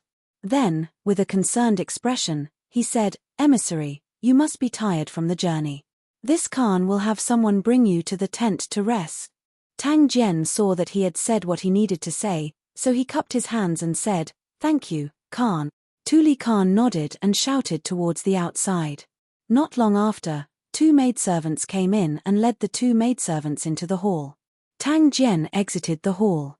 "Khan, are we really going to do as Tang Jian said?" After Tang Jian left, Ni Shutuo could not help but ask. Tuli Khan frowned and did not speak. After a moment of silence, he said, "Now we are like caged beasts. If we don't try, how can we escape? From tomorrow onwards, you will arrange for people to spread the news among the tribes about Shelley's misconduct. Longevity heaven is furious, and frost will fall at the end of July. Remember to arrange for some clever people. Don't let the cat out of the bag." Seeing that Tuli had made up his mind, Ni Shutuo could not persuade him anymore. He could only nod and say, "Ni Shutuo obeys." After hesitating for a moment, he could not help but say, "Khan, the Tangs are cunning. I think we can't fully believe Tang Jian's words." Tuli nodded thoughtfully. After a moment, he ordered, "Send someone to watch Tang Jian and his followers. Without this Khan's permission, they can't leave Tusk. No matter what, this person is still a duke of the Tang Empire. With him in our hands, he may be of some use in the future." Ni Shutuo's eyes lit up. He immediately understood and said, "Don't worry, Khan. I will definitely send someone to keep a close eye on Tang Jian." "Your Majesty, why are you so happy? Did you encounter some good news?" In the backyard of the palace, Empress Zhongsun was reading a book in boredom in her bedroom. She saw Li humming a tune and walking in from outside in high spirits. She could not help but put down the book in her hand and asked Li with a smile. In this boudoir, she and Li had always treated each other as husband and wife. Naturally, they did not need to greet each other like outside. Haha. Good news. Great news. Li laughed and walked quickly to Empress Zhongsun. He sat on the couch and reached out to hug the beauty beside him. Chapter 1845. What? The Lu family of Fanyang and the Li family of Zhao County are also participating in the donation gathering? In the bedchamber, Empress Zhongsuan's exclamation instantly attracted Li's attention. He couldn't help but exclaim. Earlier, when he and Xiao Yu were in the Sweet Dew Hall, Li saw that the Lantian County government had donated 10,000 strings of cash. He took the opportunity to discuss with Xiao Yu the way to get rich of Lantian County. Then, he went directly to the harem. As for the last few lines of the account book, he didn't look carefully, so he didn't know that Lu Chengqing and Li Jingxian were participating in the donation gathering. Hearing Li's question, Empress Zhongsun pointed at the last 2 lines of the account book and said, "Yes. This account book says that the Lu family and the Li family of Zhao County each donated 30,000 strings of cash. It's really strange. Didn't these aristocratic families all have their noses in the air before? Why are they so kind now, donating so much money to the court?" At the end, Empress Zhongsun couldn't help but sigh. Li followed the voice and saw that the last 2 lines of the account book said, "The Lu family of Fanyang donated 30,000 strings of cash. The Li family of Zhao County donated 30,000 strings of cash. These people are just fence-sitters. They will naturally stand on whichever side is stronger." Li frowned and snorted coldly. "A mere 30,000 strings of cash. They want us to forget all the things they've done and let down our guard against them? What wishful thinking." Empress Zhongsun was puzzled. "Your Majesty thinks that the Lu and Li families are donating money at this donation gathering to make peace with the court?" "Make peace?" Li shook his head. "Rather than making peace, it's better to say that they want to temporarily lower our guard against these 2 aristocratic families. In the Battle of Guan City, the strongest Qinghekui, Balinkui, and Xingyangzheng families were all defeated and executed. The Lu family and the Li family of Zhao County should have felt the danger, right? However, this situation is only temporary. We believe that once the imperial court is weakened, these 2 families will immediately turn hostile and return to their original arrogant 1,000-year-old families."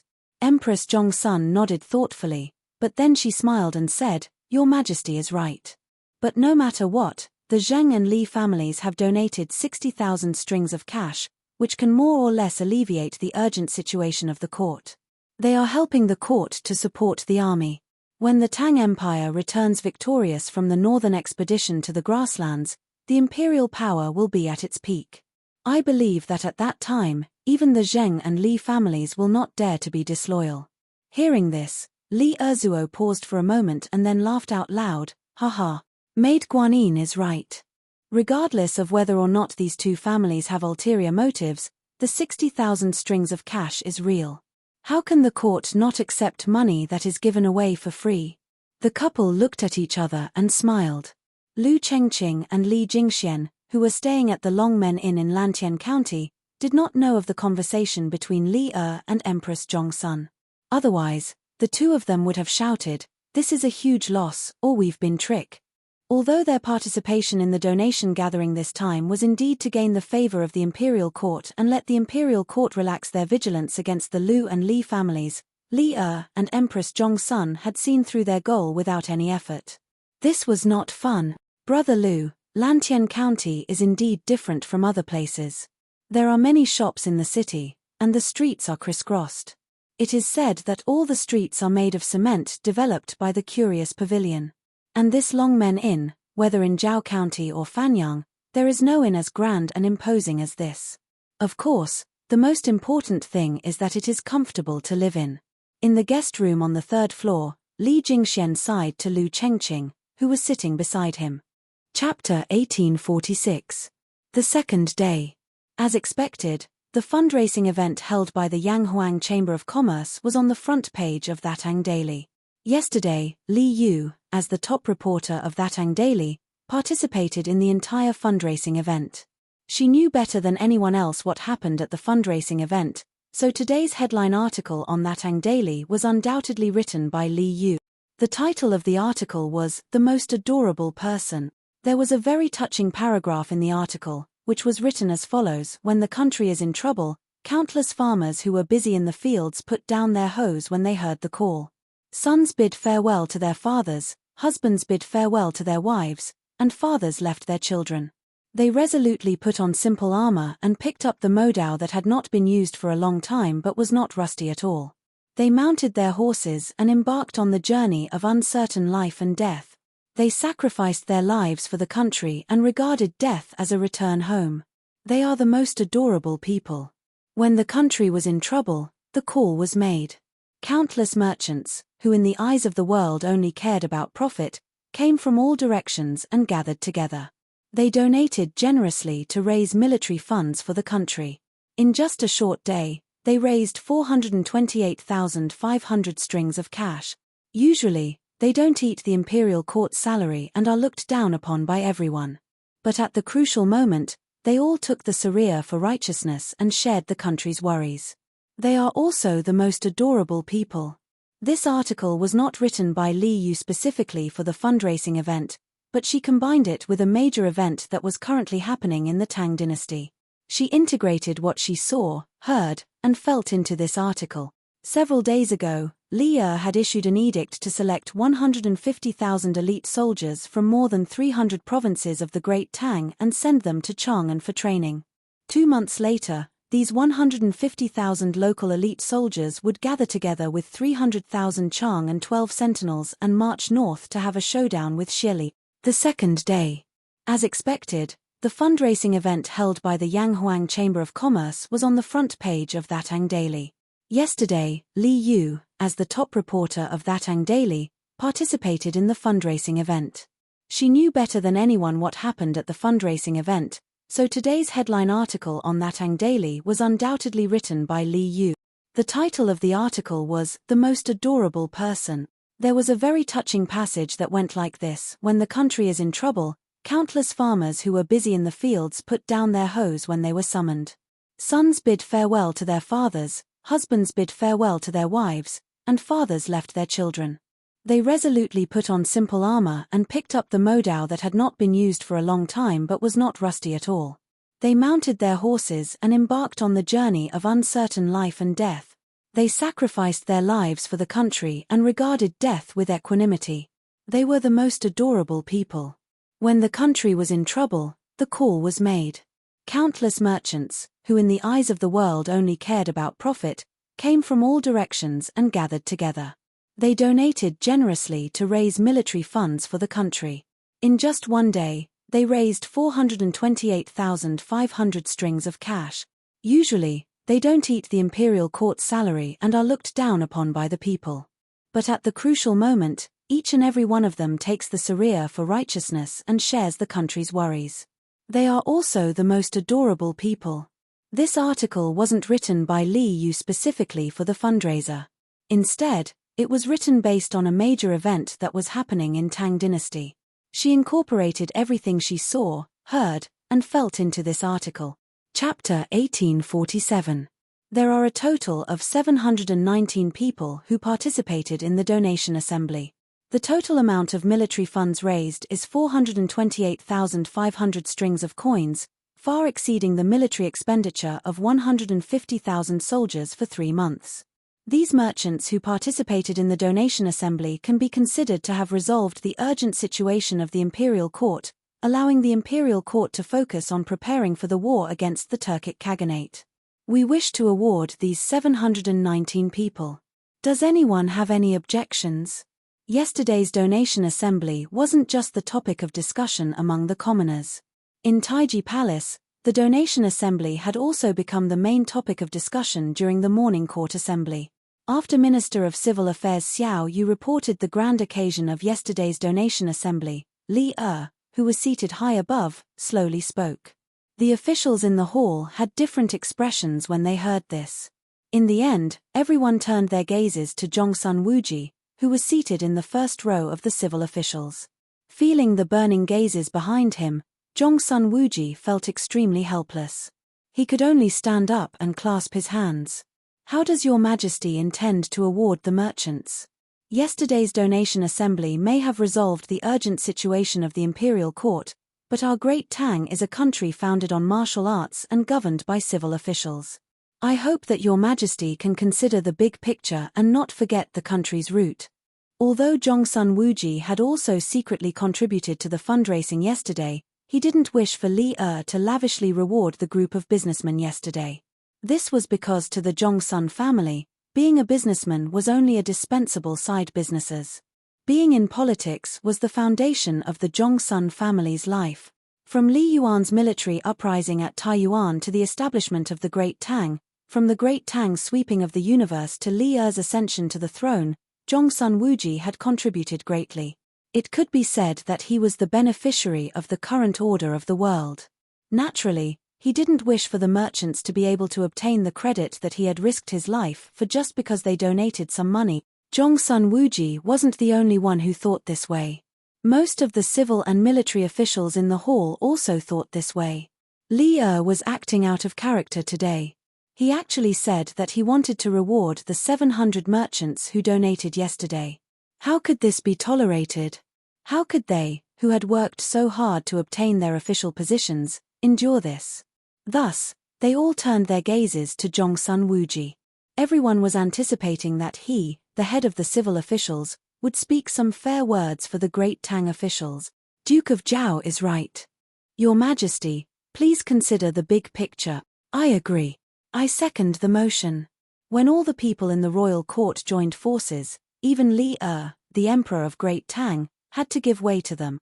Li frowned slightly. To be honest, Li did not like to see the officials in the court huddle together. But now, Li did not have a better solution. He also understood that this was a stage that had to be experienced when the political power had developed to a certain extent. We plan to award the 712 merchants who participated in yesterday's fundraising event collectively. As for how the award will be given, other than praising them, we will also order Thatang Daily to write an article praising them and publish it to the world. In addition, I have also decided that the merchants who donated yesterday will receive the same amount of tax exemption this year. That is to say, the amount of money they donated yesterday will be the same amount that can be used to offset this year's business tax. Duke Zhao, what do you think? As he finished speaking, Li turned his gaze towards Jongsun Wooji, and his tone was cold while his face was expressionless. Chapter 1848. Li's rewards for the 700-plus merchants were not out of line. The only thing that might cause people to hesitate was the last reward. The merchants who donated money could enjoy the same amount of tax exemption this year. Yesterday, these 700-plus merchants donated a total of 420,000 strings of coins. Didn't this mean that the Great Tang Imperial Court would have to pay less than 400,000 strings of coins in tax this year? How could this be? But the reality was not like this. This time, the Yanghuang Chamber of Commerce held a large proportion of the participants were merchants from Lantian County. Firstly, it was because of the geographical advantage of being the host. After all, Thatang Daily's promotion of the charity fundraiser had only started 3 days ago.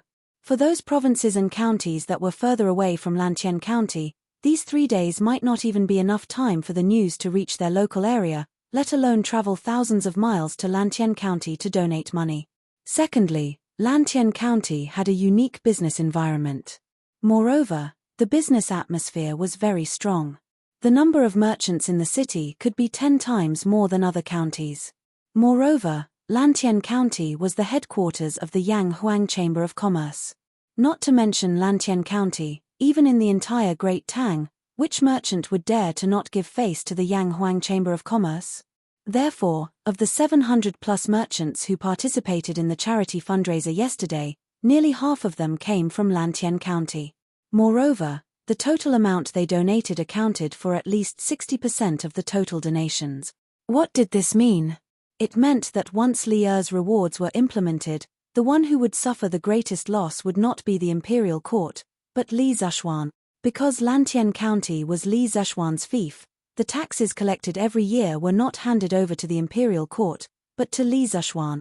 Of course, as the landlord, Li Zishuan could very well refuse to implement Li Er's rewards. According to convention, the policies of the fief could be different. However, if he did so, it was inevitable that many people would secretly say that Li Zishuan was stingy. This was something that Li Zishuan could not tolerate. Therefore, although the last reward of Li Er's rewards seemed excessive, no one objected. This was because everyone was clear in their hearts. Li Er's rewards for the 700+ merchants were not excessive. The only thing that might cause people to hesitate was the last reward. The merchants who donated money could enjoy the same amount of tax exemption this year. Yesterday, these 700+ merchants donated a total of 420,000 strings of coins. Didn't this mean that the Great Tang Imperial Court would pay less tax this year by 400,000 strings of coins? How could this be? But the reality was not so. This time, the Yanghuang Chamber of Commerce's fundraising event was organized by the merchants of Lantian County. Firstly, it was because of the geographical advantage of being the host. After all, the Thatang Daily's promotion of the fundraising event had only started 3 days ago. For those provinces and counties that were further away from Lantian County, these 3 days might not even be enough time for the news to spread, let alone travel thousands of miles to Lantian County to donate money. Secondly, Lantian County had a unique business environment. Moreover, the business atmosphere was very strong. The number of merchants in the city might be 10 times more than other counties. Moreover, Lantian County was the headquarters of the Yanghuang Chamber of Commerce. Let alone Lantian County, even the entire Great Tang had 10 times more merchants than other counties. Moreover, Lantian County was the headquarters of the Yanghuang Chamber of Commerce. Let alone Lantian County, even the entire Great Tang was like this. Chapter 1849. Wow! The houses here are so tall and magnificent. How can the buildings here be so tall? How can the ground be so flat? Wow! Why are the windows shining? Is there glass hanging on the windows? This is Yanghuang College. How did senior brother do it? How can he build an immortal palace on this mountain? Mo Huai led Xianqing and the others into Yanghuang College. The group of celestial master Taoists behind Xianqing widened their eyes when they stepped through the gate. Everyone was so shocked by the magnificent scene in front of them that they could not close their mouths. Some of the younger ones could not help but exclaim softly, "Junior uncle, why is senior brother's Yanghuang College so much more magnificent than our Zhengyi temple?" The youngest Daoist, who seemed to be around 10 years old, saw that the distance between Xianqing and Mo Huai had widened. He hurriedly walked behind Xianqing, grabbed the latter's wide sleeve, and asked in a low voice. Hearing this, Xianqing did not know whether to laugh or cry. The Zhengyi temple that the little Taoist mentioned was the cultivation place of the celestial master Taoists in this era on Mount Longhu. The celestial master Taoists originated from the 2nd year of Yongyuan in the Eastern Han Dynasty, 90 AD. Zhong Daoling had been practicing alchemy and teaching in the Mount Longhu area for more than 30 years. He had left many relics and legends of his cultivation and alchemy in the Mount Longhu area. These included the alchemy stove in front of the alchemy rock, the Zhuoding pool, the sword testing stone, the Western immortal source, the Bilu cave, the celestial master cottage, and so on. Mount Longhu also became the birthplace of Taoism. After that, through the Jin dynasty, Tang dynasty, Song dynasty, Yuan dynasty, and Ming dynasty, the celestial master Taoists had always been the center or dominant position of China's Taoism. The celestial master Taoists had been passed down for 3 generations in Sichuan. Ling passed down to Ziheng, Heng passed down to Zilu. The 4th generation, Zhong Shengqian, still lived in Mount Longhu in Jiangxi. After Zhong Shengnan went down to Mount Longhu, he built an ancestral temple at the place where Zhong Ling refined elixirs, which later became the Zhengyi Temple. He also built a seal teaching altar nearby and honored Zhong Ling as the leader of the Zhengyi Celestial Master. He also used the Zhengyi Celestial Master as the main scripture, and used the Zhengyi Celestial Master as the main scripture to pass the seal on the altar on the third day of the Yuanxia Celestial Master to impart knowledge to scholars from all over the world. From then on, he gradually established the Longhu sect of the Zhengyi Celestial Master, which had a great influence in China's history. In history, after the Celestial Master sect moved to Mount Longhu, they had been in a state of seclusion for a long time. There were few records of them in the history books. In the Tang dynasty, Taoism was revered and was almost established as the national religion. The Celestial Master Taoism gradually emerged in the world because of the support and use of the imperial court. However, the famous Taoist master mansion on Mount Longhu was not built before the Tang dynasty. It was built in the first year of Emperor Hongwu of the Ming dynasty. After that, it was rebuilt more than 10 times. It was rumored that the Taoist master mansion was the place where the descendants of Zhongsheng lived and worshipped the gods. It was known as the office of the Zhengyi sects Zhu Ting and the Yuan and Ming dynasties that managed the affairs of Taoism. Heng don't talk nonsense. Xian Qing could not bear to see the little Taoist make a fool of himself outside the sect. He could not help but scold him in a low voice. Cultivation is about following the heart and not being disturbed by the secular world. How can you be disturbed by external things? The little Taoist frowned and thought seriously for a while. He retorted, "But why did senior brother build such a beautiful and imposing academy here? Could this also be considered cultivation?" Xian Qing was silent for a moment and said, "Your senior brother is now cultivating the path of the mortal world. You are still young and don't understand." After that, he no longer cared about the little Taoist. He lifted his feet and quickly chased after the black scholar in front of him, leaving the little Taoist alone behind to ponder. The current head of the Celestial Master Taoist sect on Longhu Mountain was called Fenglingzi. His real name was Zhong Zhixiang, and he was the 10th Celestial Master in the history of the Celestial Master Taoist sect. The little Taoist was Zhong Zhixiang's grandson. His name was Zhong Heng. He had been quite intelligent since he was a child and followed Zhong Zhixiang to learn Taoist skills. When Li Zishuan joined Longhu Mountain with spiritual master Ling Shu, Zhong Heng was only 3 or 4 years old. But at that time, he began to read the Taoist scriptures. Therefore, in terms of Taoist skills, this child's talent could be said to be far superior to Li Zishuan and anyone on Longhu Mountain today. "Let's go. Junior brother. If we don't go now, we'll lose them. Yanghuang College is not small. Don't get lost later." A young Taoist priest walked over and patted Zhong Heng's shoulder. He was amused by Zhong Heng's words. Although Zhong Heng was the grandson of the current head of the Celestial Master Taoist sect, he did not receive any special treatment in the sect. The disciples in the sect had always treated this clever junior brother as their own younger brother. This time, Fenglingzi selected a group of elite disciples to follow Xian Qing down the mountain to experience the world. Because of Zhong Heng's outstanding talent, and because this little guy had always wanted to go down the mountain to see the world, Fenglingzi let him go down the mountain with her. "Oh." Zhong Heng nodded his head and quickly followed her. In the conference room on the first floor of Guanghua Building, Yang Sailu, Mo Huai, Wang Ji, and the other higher-ups of the academy sat down with the disciples of the Celestial Master Taoist sect brought by Xian Qing. After exchanging greetings, the door of the conference room was pushed open from the outside. Li Gang walked in with the help of Hu Jingjing. The person standing behind them was actually Sun Simiao. Li Gang's body was not as healthy as before. He usually lived in the courtyard of Yunshan. Although he often came to the academy when he was free, the number of times he came was getting less and less. Xian Qing and the others suddenly visited Yunshan today. Li Gang hurried over after hearing the news. Sun Simiao and Hu Jingjing happened to be doing a routine physical examination for Li Gang at that time, so they came together. "Taoist Master Xian Qing, long time no see. How have you been?" Walking into the conference room, Li Gang looked at Xian Qing, who was about to get up. He left Hu Jingjing's help and bowed to Xian Qing. When Wu Jie attacked Yunshan, Li Gang was accidentally injured. When his life was hanging by a thread, Li Zishuan and Xian Qing rushed back from the Longmen Pass more than 600 miles away and pulled him back from the gates of hell. If it were not for Xian Qing, he might not be alive now. In front of his savior, it was not too much to salute, even if Qing was much younger than Li Gang. This humble Taoist is fine. Has teacher Wenji been well recently? In front of Li Gang, Qing, who had always been cold and aloof, did not dare to be arrogant.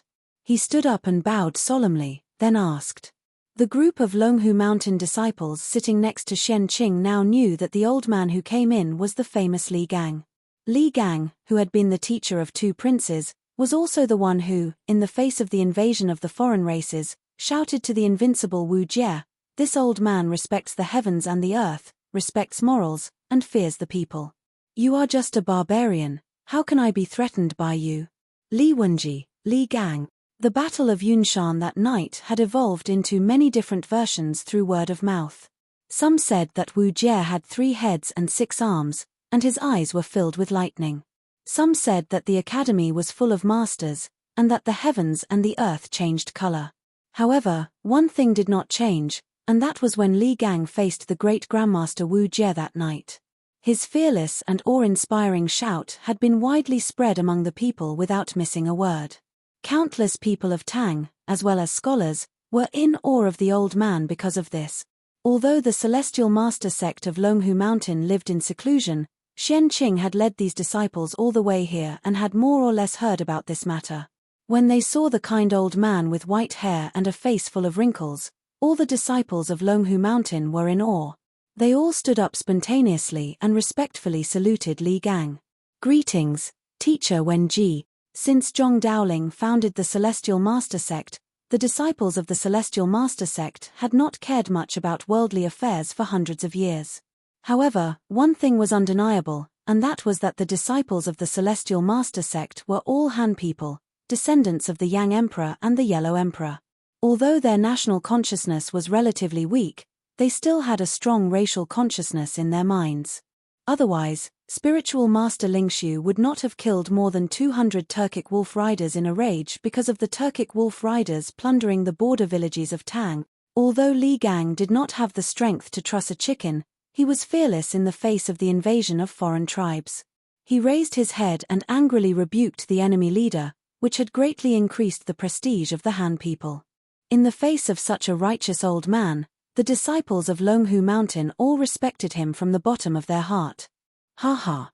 These must be the outstanding disciples of the Celestial Master sect, right? Ha ha. Sit down. Quickly sit down. Li Gang looked at the disciples of Longhu Mountain beside Qing and said with a kind smile. After a round of pleasantries, everyone sat down again. This time, I am under the orders of the sect leader to bring 22 disciples of the Celestial Master sect down the mountain to gain experience.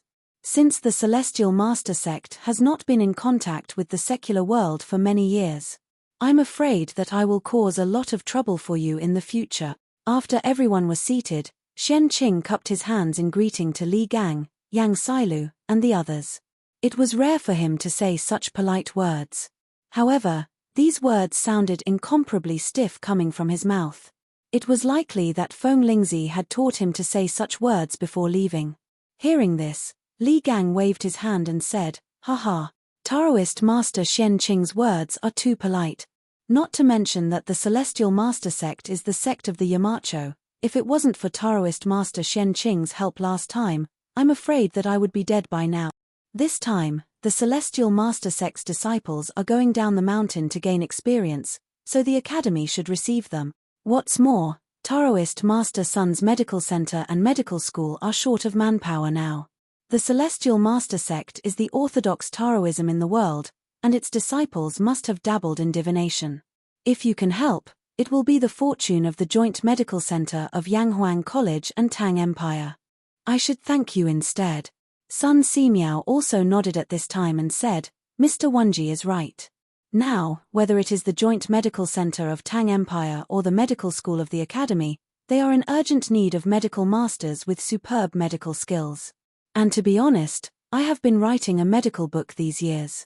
It is a medical book that integrates some of the diseases and treatment prescriptions that I have encountered in my travels over the years. It is a medical book that will be passed down to the future generations. But recently, I have been entangled with the affairs of the medical center and the academy. It is really difficult for me to concentrate all my energy on writing a medical book. Although the Celestial Master sect of Longhu Mountain is good at Taoism and martial arts, its medical skills are still the best in the world. If I can get your help, I will definitely be relieved a lot. And I can finish writing this medical book a few years earlier. The medical book that Sun Simiao was talking about was the half-finished prescriptions for 1,000 gold that Li Zexuan had seen in the courtyard where he lived. Since he was tricked into Yanghuang College by Li Zexuan, although Sun Simiao felt that he was getting closer and closer to his ideal, the progress of writing this medical book was getting slower and slower, because the burden on him was getting heavier and heavier.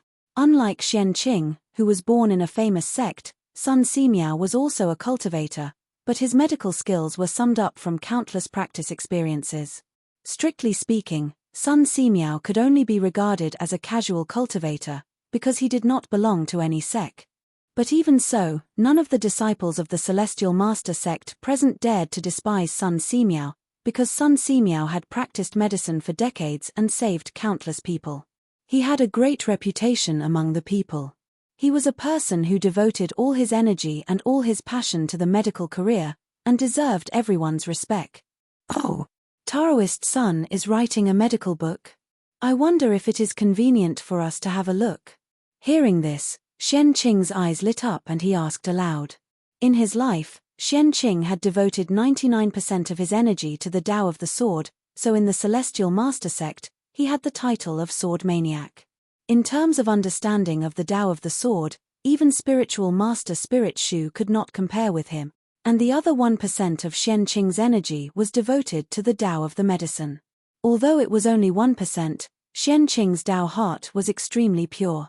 For such a dedicated and pure person, even if he only devoted 1% of his energy, it was still stronger than ordinary people who devoted 100% of their energy. His attainments in the Tao of the medicine were currently second only to Sun Simiao, but far inferior to Spiritual Master Spirit Shu. Therefore, when he heard that Sun Simiao was writing a medical book recently, Xian Qing was immediately interested. Because in terms of medical experience, 10 of him could not compare with Sun Simiao, who had saved countless people. And this medical book that gathered Sun Simiao's years of medical experience would definitely be of great help to improve his medical skills. Haha. Since Taoist Xian Qing is interested, why not? After Mr. Konggui has settled you down, Taoist Xian Qing can directly come to my courtyard to have a look. Seeing that Xian Qing was interested in his medical book, Sun Simiao was not unhappy, nor did he want to hide it. He smiled calmly and said, he had been practicing medicine for half his life, and his ambition was to cure the suffering people of the world who were suffering from the pain of illness. However, he also understood that it was impossible to achieve this goal by himself. Therefore, he had agreed to join the Imperial Medical Bureau with Li Er, and this year, he had been bewitched by Li Zexuan to join the Yanghuang Academy and the Tang Alliance Medical Center. His goal was to impart his medical skills to more people who had the same ambition as him. Xian Qing's eyes flashed, and he cupped his hands and said, Senior, Xian Qing admires you for your noble character and unquestionable integrity. Sun Simiao smiled and did not take it seriously. At this time, Yang Sailu said, Taoist Xian Qing led 22 disciples of the Celestial Master sect down the mountain this time. It happens that there are a few vacant courtyards on Yunshan Mountain. Yamacho is not in the academy at this time, so I will make a decision on behalf of the Yamacho to let your disciples temporarily live in the 12th, 13th, 14th, 15th and 16th courtyards on Yunshan Mountain. In this way, Taoist Xian Qing and your disciples can go to the medical center and the Tang United Medical Center easily. What do you think, Taoist Xian Qing? Xian Qing did not have any special requirements for the residence of his disciples. Hearing this, he nodded and said, I will follow Mr. Konggui's arrangement. Chapter 1850. This courtyard is so unique. The porcelain white tiles are as smooth as mirrors, the walls are as hard as rocks, the clear and empty windows, and the soft and comfortable couch. Even the toilet is as white as jade, and there is no stench at all. Also, I heard that this thing is an electric lamp, which is driven by electricity and can make the night as bright as day. Everything in Yunshan is so magical. Youngest uncle said that senior brother cultivates the mortal Taoism, But what kind of mortal Taoism can make senior brother create such a magical yunshan?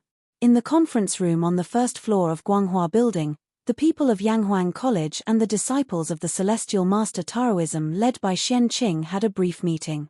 After that, Yang Sailu ordered people to bring Xian Qing and the others to the courtyard. After all, they came to Yunshan from Longhu Mountain this time with luggage. Only after settling down could they have time to do other things. After visiting the courtyard inside and out, Heng couldn't help but sigh with emotion in a low voice. Yang Sailu assigned a total of 5 courtyards to the disciples of the Celestial Master sect. Of course, the interior of the courtyards were all renovated, and they could move in directly. Heng and Xian Qing were assigned to one courtyard, and the other 21 disciples of the Celestial Master sect were assigned to the other 4 courtyards. Each courtyard had about 5 people living in it, and one courtyard had 6 people living in it. This arrangement was not because Heng was a disciple of the head, but because Xian Qing, as a teacher, was usually cold and strict. Ordinary disciples did not dare to live with him, of course, except for Heng. The disciples of the Celestial Master Taoism were generally afraid of Xian Qing, but Heng was not afraid of him since he was young.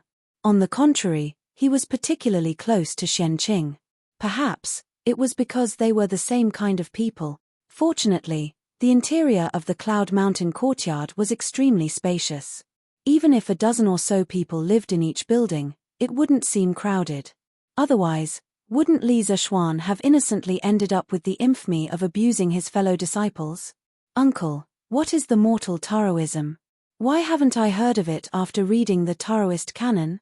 Heng really couldn't hold back his curiosity, or maybe Heng didn't want to suppress his thoughts at all. He went upstairs and opened the door of Xian Qing's bedroom, asking Xian Qing, who was sitting cross-legged on the bed. Read the Taoist canon thoroughly. If these words were said by other children of the same age, Xian Qing would only think that this person was really arrogant. This was because there were more than 1,000 scrolls in the Taoist collection. How could a young boy read through all of them? But the person who said this was Zhong Heng, so Xian Qing naturally didn't find it strange at all. It was just that he didn't know how to answer Zhong Heng's question. It was hard for Xian Qing to tell what Li Zishuan was cultivating now. After a long silence, Xian Qing closed his eyes and said faintly, "I'm not sure what Li Zishuan was cultivating now. I'm not sure about the secular world path either. You should go back and ask the sect leader." Heng was disappointed that he didn't get the answer he wanted from Xian Qing. He frowned and replied, "Oh, but grandfather is far away in Mount Longhu. If you want to ask, you can only wait until you return to the sect. However, if this matter is not discussed clearly, it will affect my Dao heart and hinder my cultivation. I hope that martial uncle can enlighten me." Obviously, Heng felt that it was not that Xian Qing didn't know, but that he was hiding something from him.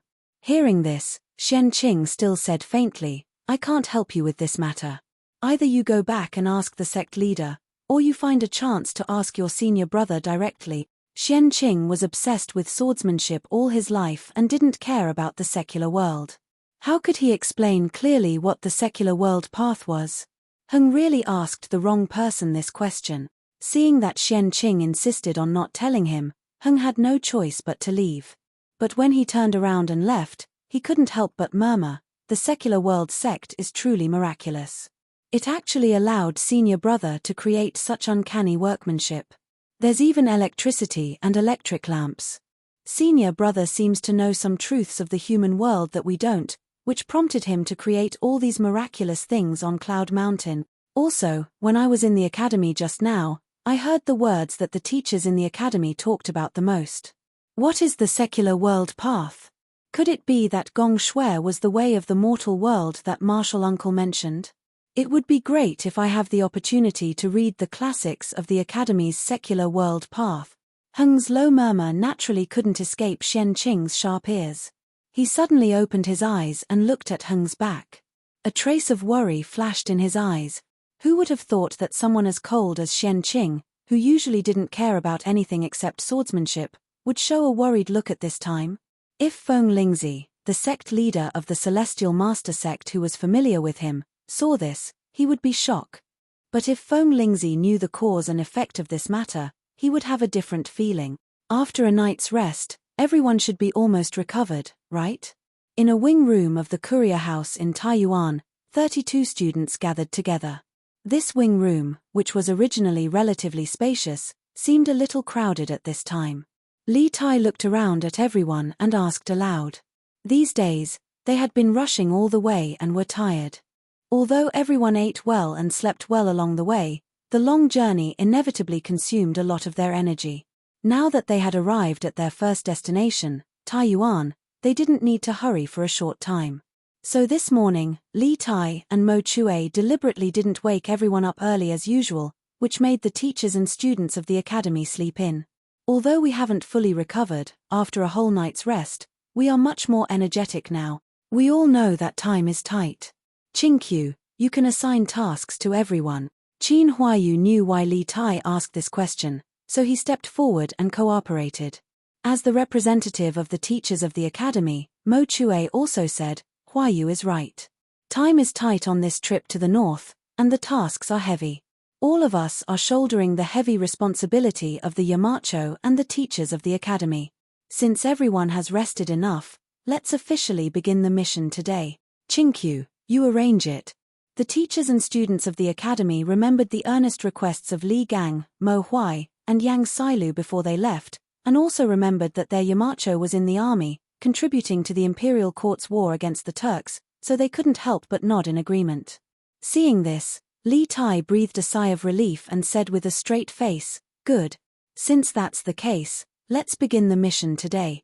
In the morning, the members of the first group will follow me to the provincial governor's mansion to participate in the selection of the telegraph relay station.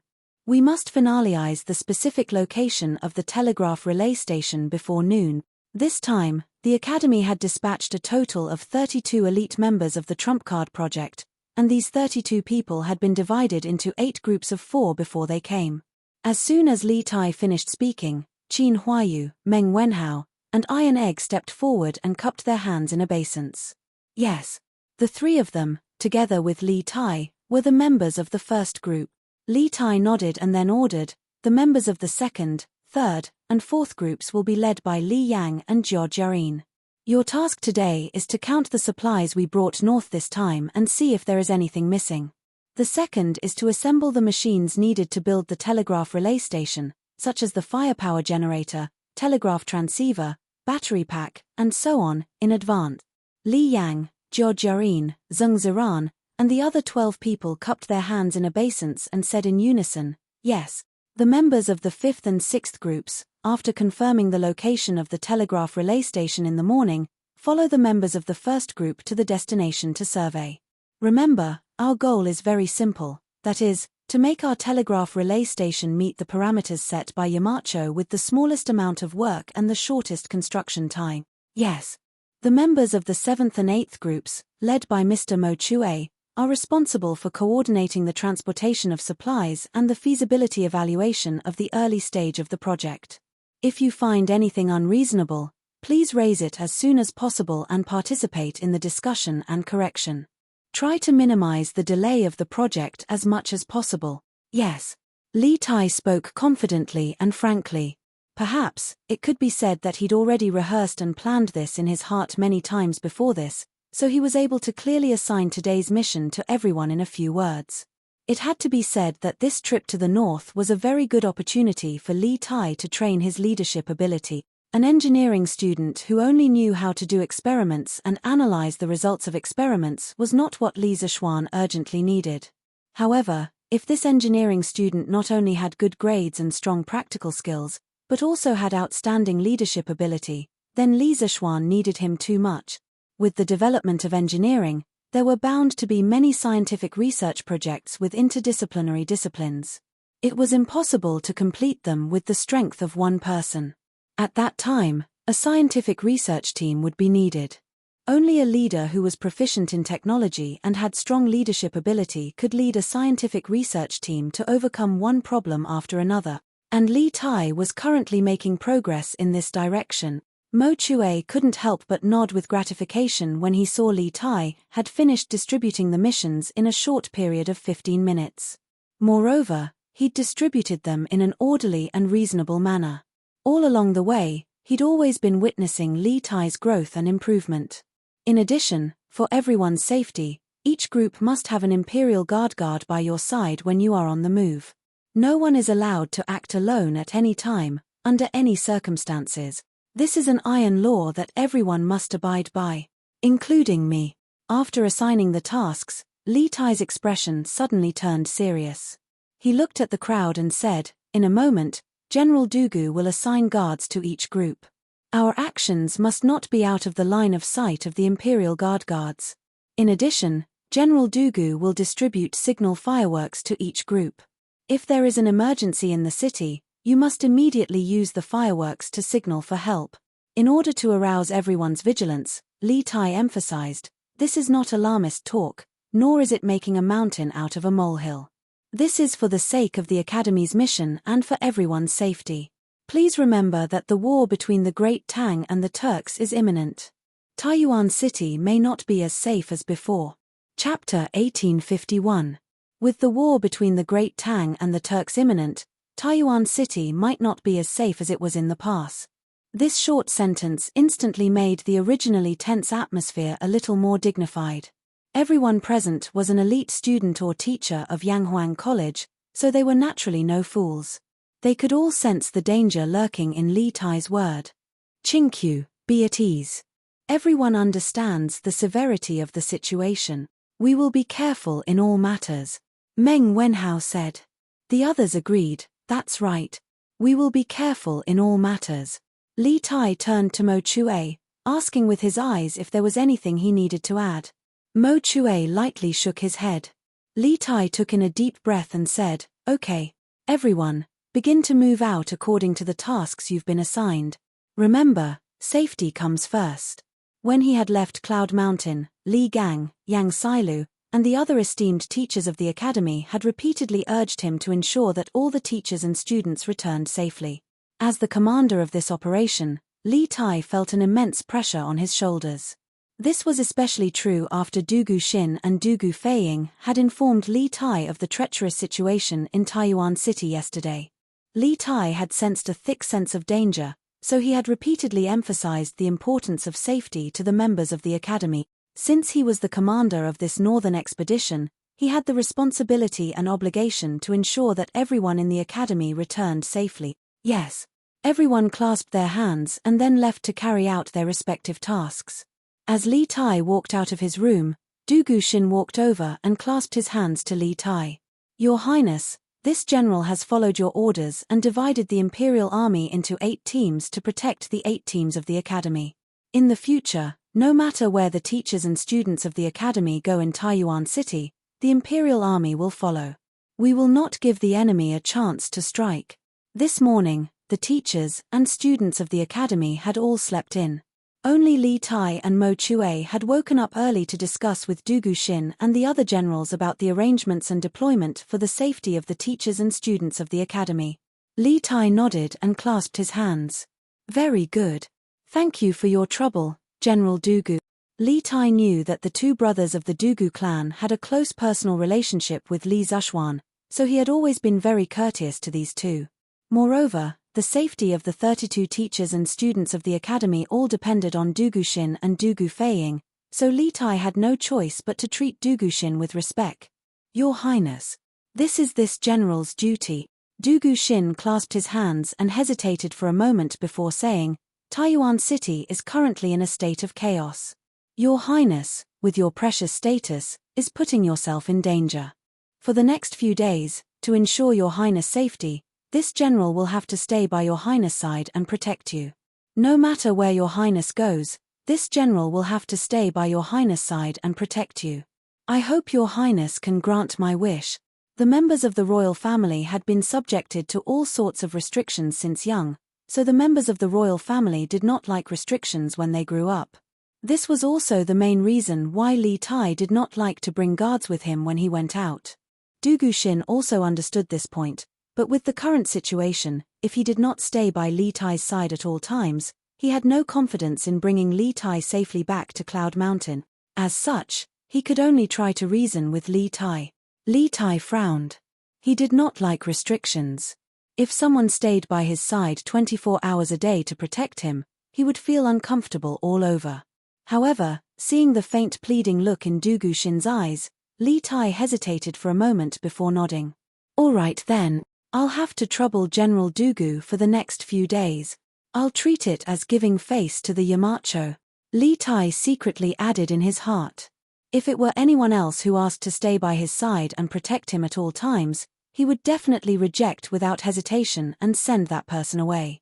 It was not that he did not care about his life or was not afraid of death, but that no one would like to have someone by their side at all times unless it was a matter of life and death. However, this person was Du Guxin, Li Zexuan's good friend, so it was a different story. Chapter 1852. In the history of China, there were many famous temples in Taiyuan, such as Yongzhou Temple, Chongshan, White Horse Temple, Longquan Temple, Kaihua Temple, Jingyin Temple, Biyue Temple, Mingxiu Temple, Qianfu Temple, Fuguang Temple, Puguang Temple, Tongzi Temple, and so on. However, most of these temples were built after the Tang dynasty, or to be precise, after the Zhongguan Temple. What Wang Liaoyuan said was completely true. In this era, only the Puguang Temple and the Tongzi Temple remained intact in Taiyuan City. You said that the Tongzi Temple is located at the top of Longshan, which is very high and has been abandoned. Does that mean that there are no monks living in the Tongzi Temple now? And there are no incense offerings? Li Tai frowned when he heard Wang Liaoyuan's explanation. However, after hearing Wang Liaoyuan's introduction of the Tongzi Temple, Li Tai's eyes suddenly lit up. Li Tai knew that there were no tall pagodas in the Puguang Temple, which did not meet the requirements of building a telegraph relay station. Even if there were, the abbot of the temple would definitely not allow Li Tai to bring people in to build a telegraph relay station. This was because the process of building a telegraph relay station, as well as the guards and logistics, would greatly affect the lives of the monks in the temple and the pilgrims who came to the temple to pray. After all, after the telegraph relay station was built, it would not be left alone. First, the technical staff would be responsible for the daily maintenance, and second, the army would be stationed there to protect the telegraph relay station from being destroyed by people with bad intentions. Although Li Tai was a prince and bore the emperor's orders, this action was related to the iron rice bowl of many monks in the temple. The other party would definitely not give in. Even if Li was here, he would not dare to do anything to those monks who disobeyed the emperor's orders. Otherwise, it would cause a huge public uproar. Therefore, compared to the Puguang Temple, the Tongzi Temple was undoubtedly a more perfect location. It could meet the requirements of building a telegraph relay station, and it would not involve the complicated demolition problem. Yes, as far as I know, the Tongzi Temple was abandoned in the late Sui dynasty. The monks in the temple were nowhere to be found, but the buildings in the temple were not damaged much in the war. It was just that no one took care of it for a long time, so there was a lot of dust. Wang Liaoyuan nodded and replied. Hearing this, Li Tai could no longer hide his excitement. He stood up and said, "That's great. Governor Wang, please send someone to bring this prince to the boy temple to take a look." Although Wang Liaoyuan didn't know why Li Tai was in such a hurry to go to an abandoned temple, he knew that it had something to do with the important mission that Li had given Li Tai. Thus, he didn't ask any further and stood up to reply. "This lowly official will order the accompanying guards to bring your highness to the boy temple. However, Dragon Mountain is located in the southwest corner of Taiyuan City. It's a remote location. The mountains are high and the forests are dense. There are very few people there. If your highness insists on going there, please allow this humble official to send a group of elite troops to escort you. Otherwise, if an accident happens, this humble official will die 10,000 death." Liao Wang Liao, Wang Wang, Wang, Wang, Liao Yuan, and Wang Wang Wang, and Wang Liao, Wang Wood, and Wang, Wang Wood, and Wang, of course, of he. Wang Wood. Wang Wang. Wang Wang was. And Wang Wang Wood. To was Wang Temple, Li Wang was. Chapter 1853.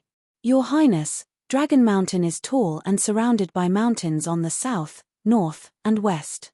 It's shaped like a dustpan. The trees on the mountain are lush and the environment is quiet. If you stand at the top of the main peak and look east along the sulfur ditch, you'll be able to see all of Taiyuan City. It's truly a place of beauty and beauty. It's said that when Zen Master Hong Li traveled here, he saw a 5-colored cloud of light shining from the ground.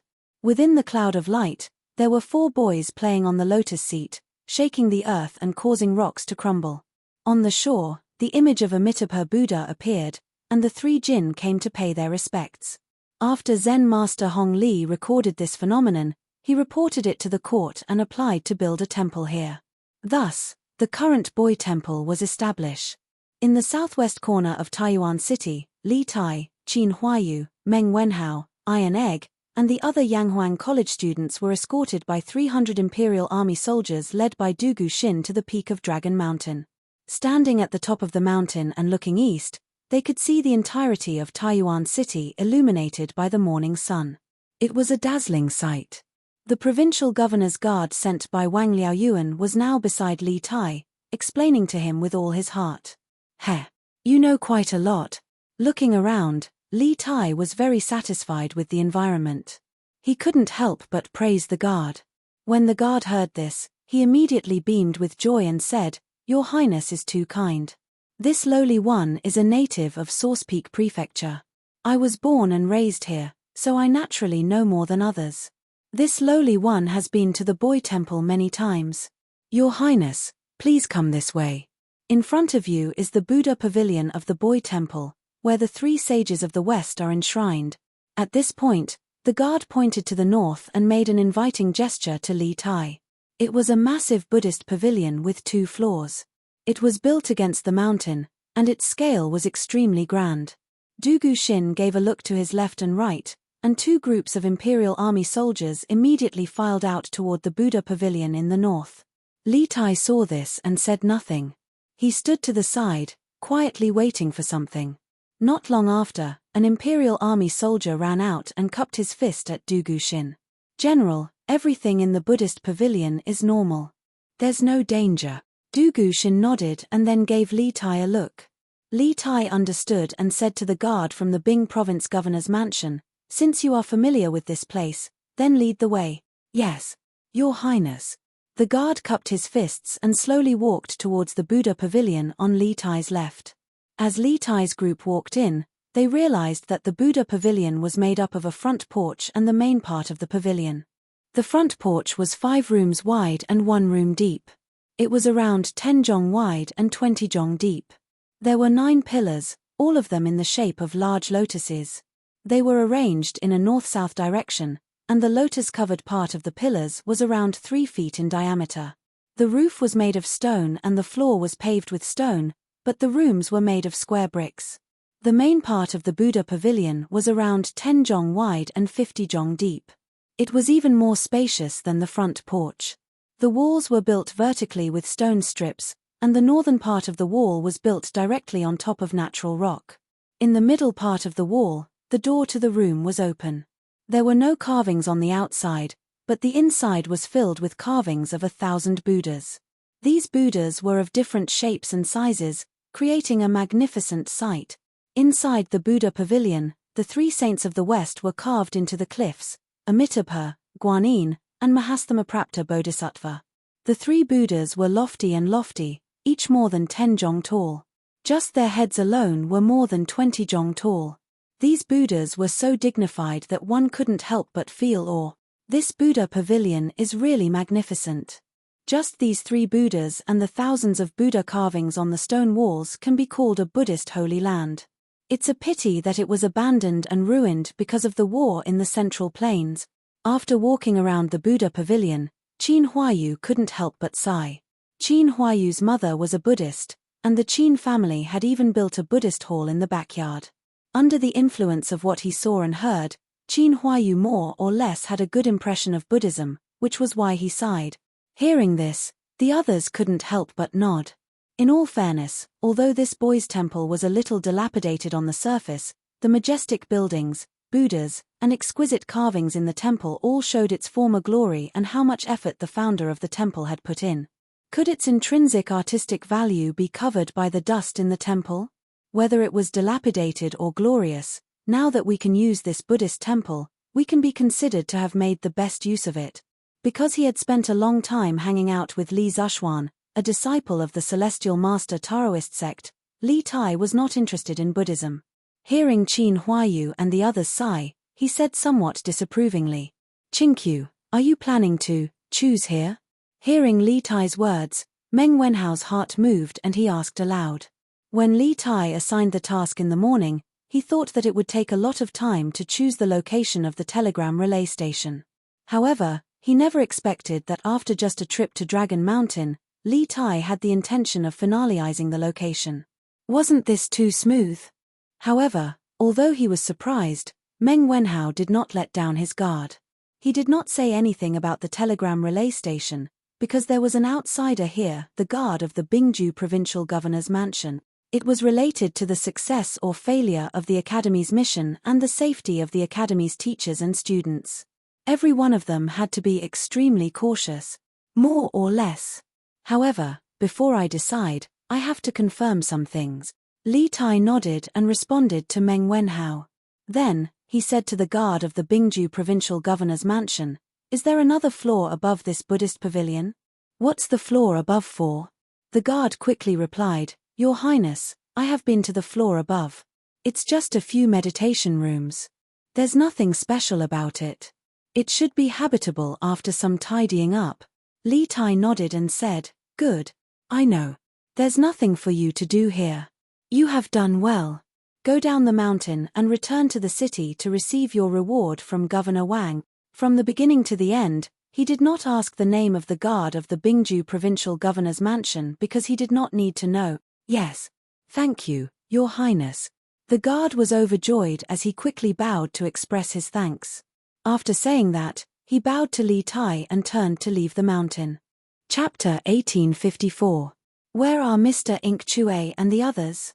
Back at the post house, Li Tai saw Dugu Feiying looking around in front of the post house. He was anxious to inform Ink Chue and the others about the location of the relay station, so he didn't take Dugu Feiying's abnormality to heart and asked anxiously, "Your Highness, Big Brother, you're back?" "Mr. Ink Chue. Mr. Ink Chue and the others are packing up in the backyard." When Dugu Feiying saw Li Tai and the others, especially when he saw that Dugu Xin had returned, he immediately perked up and answered.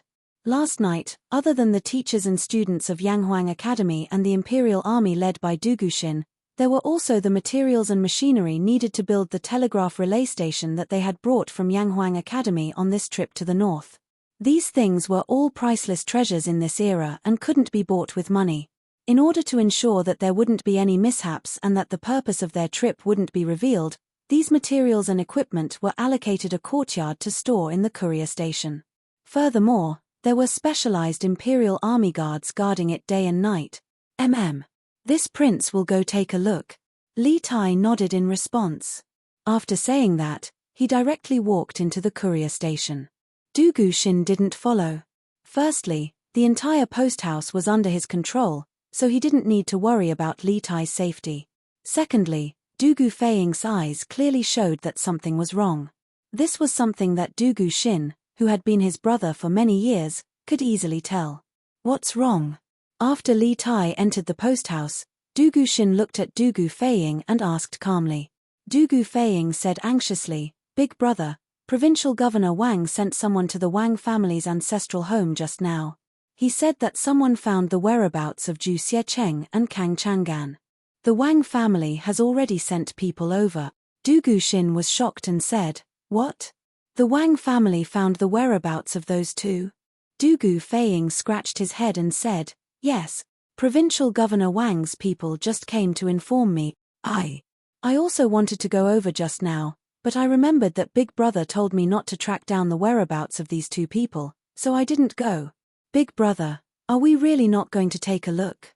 Yesterday, after Dugu Xin had led his army into the city, after learning about the current situation in the city, he had formulated a strategy of biding his time and not making any moves. He had completely given up on finding the whereabouts of Zhu Xiecheng and Kang Chang'an and focused all his energy on protecting the safety of Li Tai and the others. Therefore, the task of tracking down the whereabouts of Zhu Xiecheng and Kang Chang'an was left to the Wang family. However, Du Gufeiying was somewhat unwilling to give up because there were still many mysteries about Zhu Xiecheng and Kang Chang'an waiting for him to solve. If he didn't catch these two people, he always felt that something was missing in his heart. The reason why I didn't let you continue to investigate the whereabouts of Zhu Xiecheng and Kang Chang'an was that I didn't want to divide our forces. But now that the Wang family has found the whereabouts of these two people, we should naturally go and take a look. Perhaps we can really find some clues from these two people. Du Guxin pondered for a moment and said unhappily to Du Gufeiying. Although in Du Guxin's heart, Zhu Xiecheng and Kang Chang'an were most likely two small shrimps and not the real leader of the spies, now that the Wang family had helped them find these two people, there was no need for him to waste any more troops. Moreover, if these two people really did know something, then this trip would definitely not be a loss. Perhaps with the clues provided by these two people, they could follow the vine to the melon and catch the real mastermind behind the scenes. Good, good, good. The people sent by the Wang family told me that Zhu Xiecheng and Kang Chang'an are hiding in the basement of the fifth house on the east side of Shuoran Square in the south of the city. I'll bring people there now. Seeing that Du Guxin had agreed to go and check on the two criminals, Du Gufeiying immediately said excitedly. Du Guxin frowned because he suddenly realized that something seemed to be wrong, so he interrupted Du Gufeiying and said, "You and the rest of the brothers stay here to protect His Highness. I'll go and take a look alone." Du Gufeiying was unwilling and wanted to refute, but Du Guxin glared at him sternly, so he could only reply in a muffled voice, "Yes, big brother." Du Guxin nodded and asked an imperial guard to bring him a mount. He rode alone and sped toward the south of the city. "Commander, these two people are Zhu Xiecheng and Kang Chang'an, whom the master is looking for. They were hiding in the cellar in the backyard. However, when I brought people here, the master of the house had already disappeared. In the backyard of the fifth house on the east side of Shuoran Square in the south of Taiyuan City. A thin young man dressed in black cupped his fists and bowed to another tall man dressed in black with a round collar. Grand Commander. This tall man in black with a round collar was Wang Chengwu, the Grand Commander of the Wang clan's shadow guards.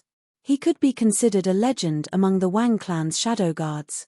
At the age of 30, he had already reached the Grandmaster realm.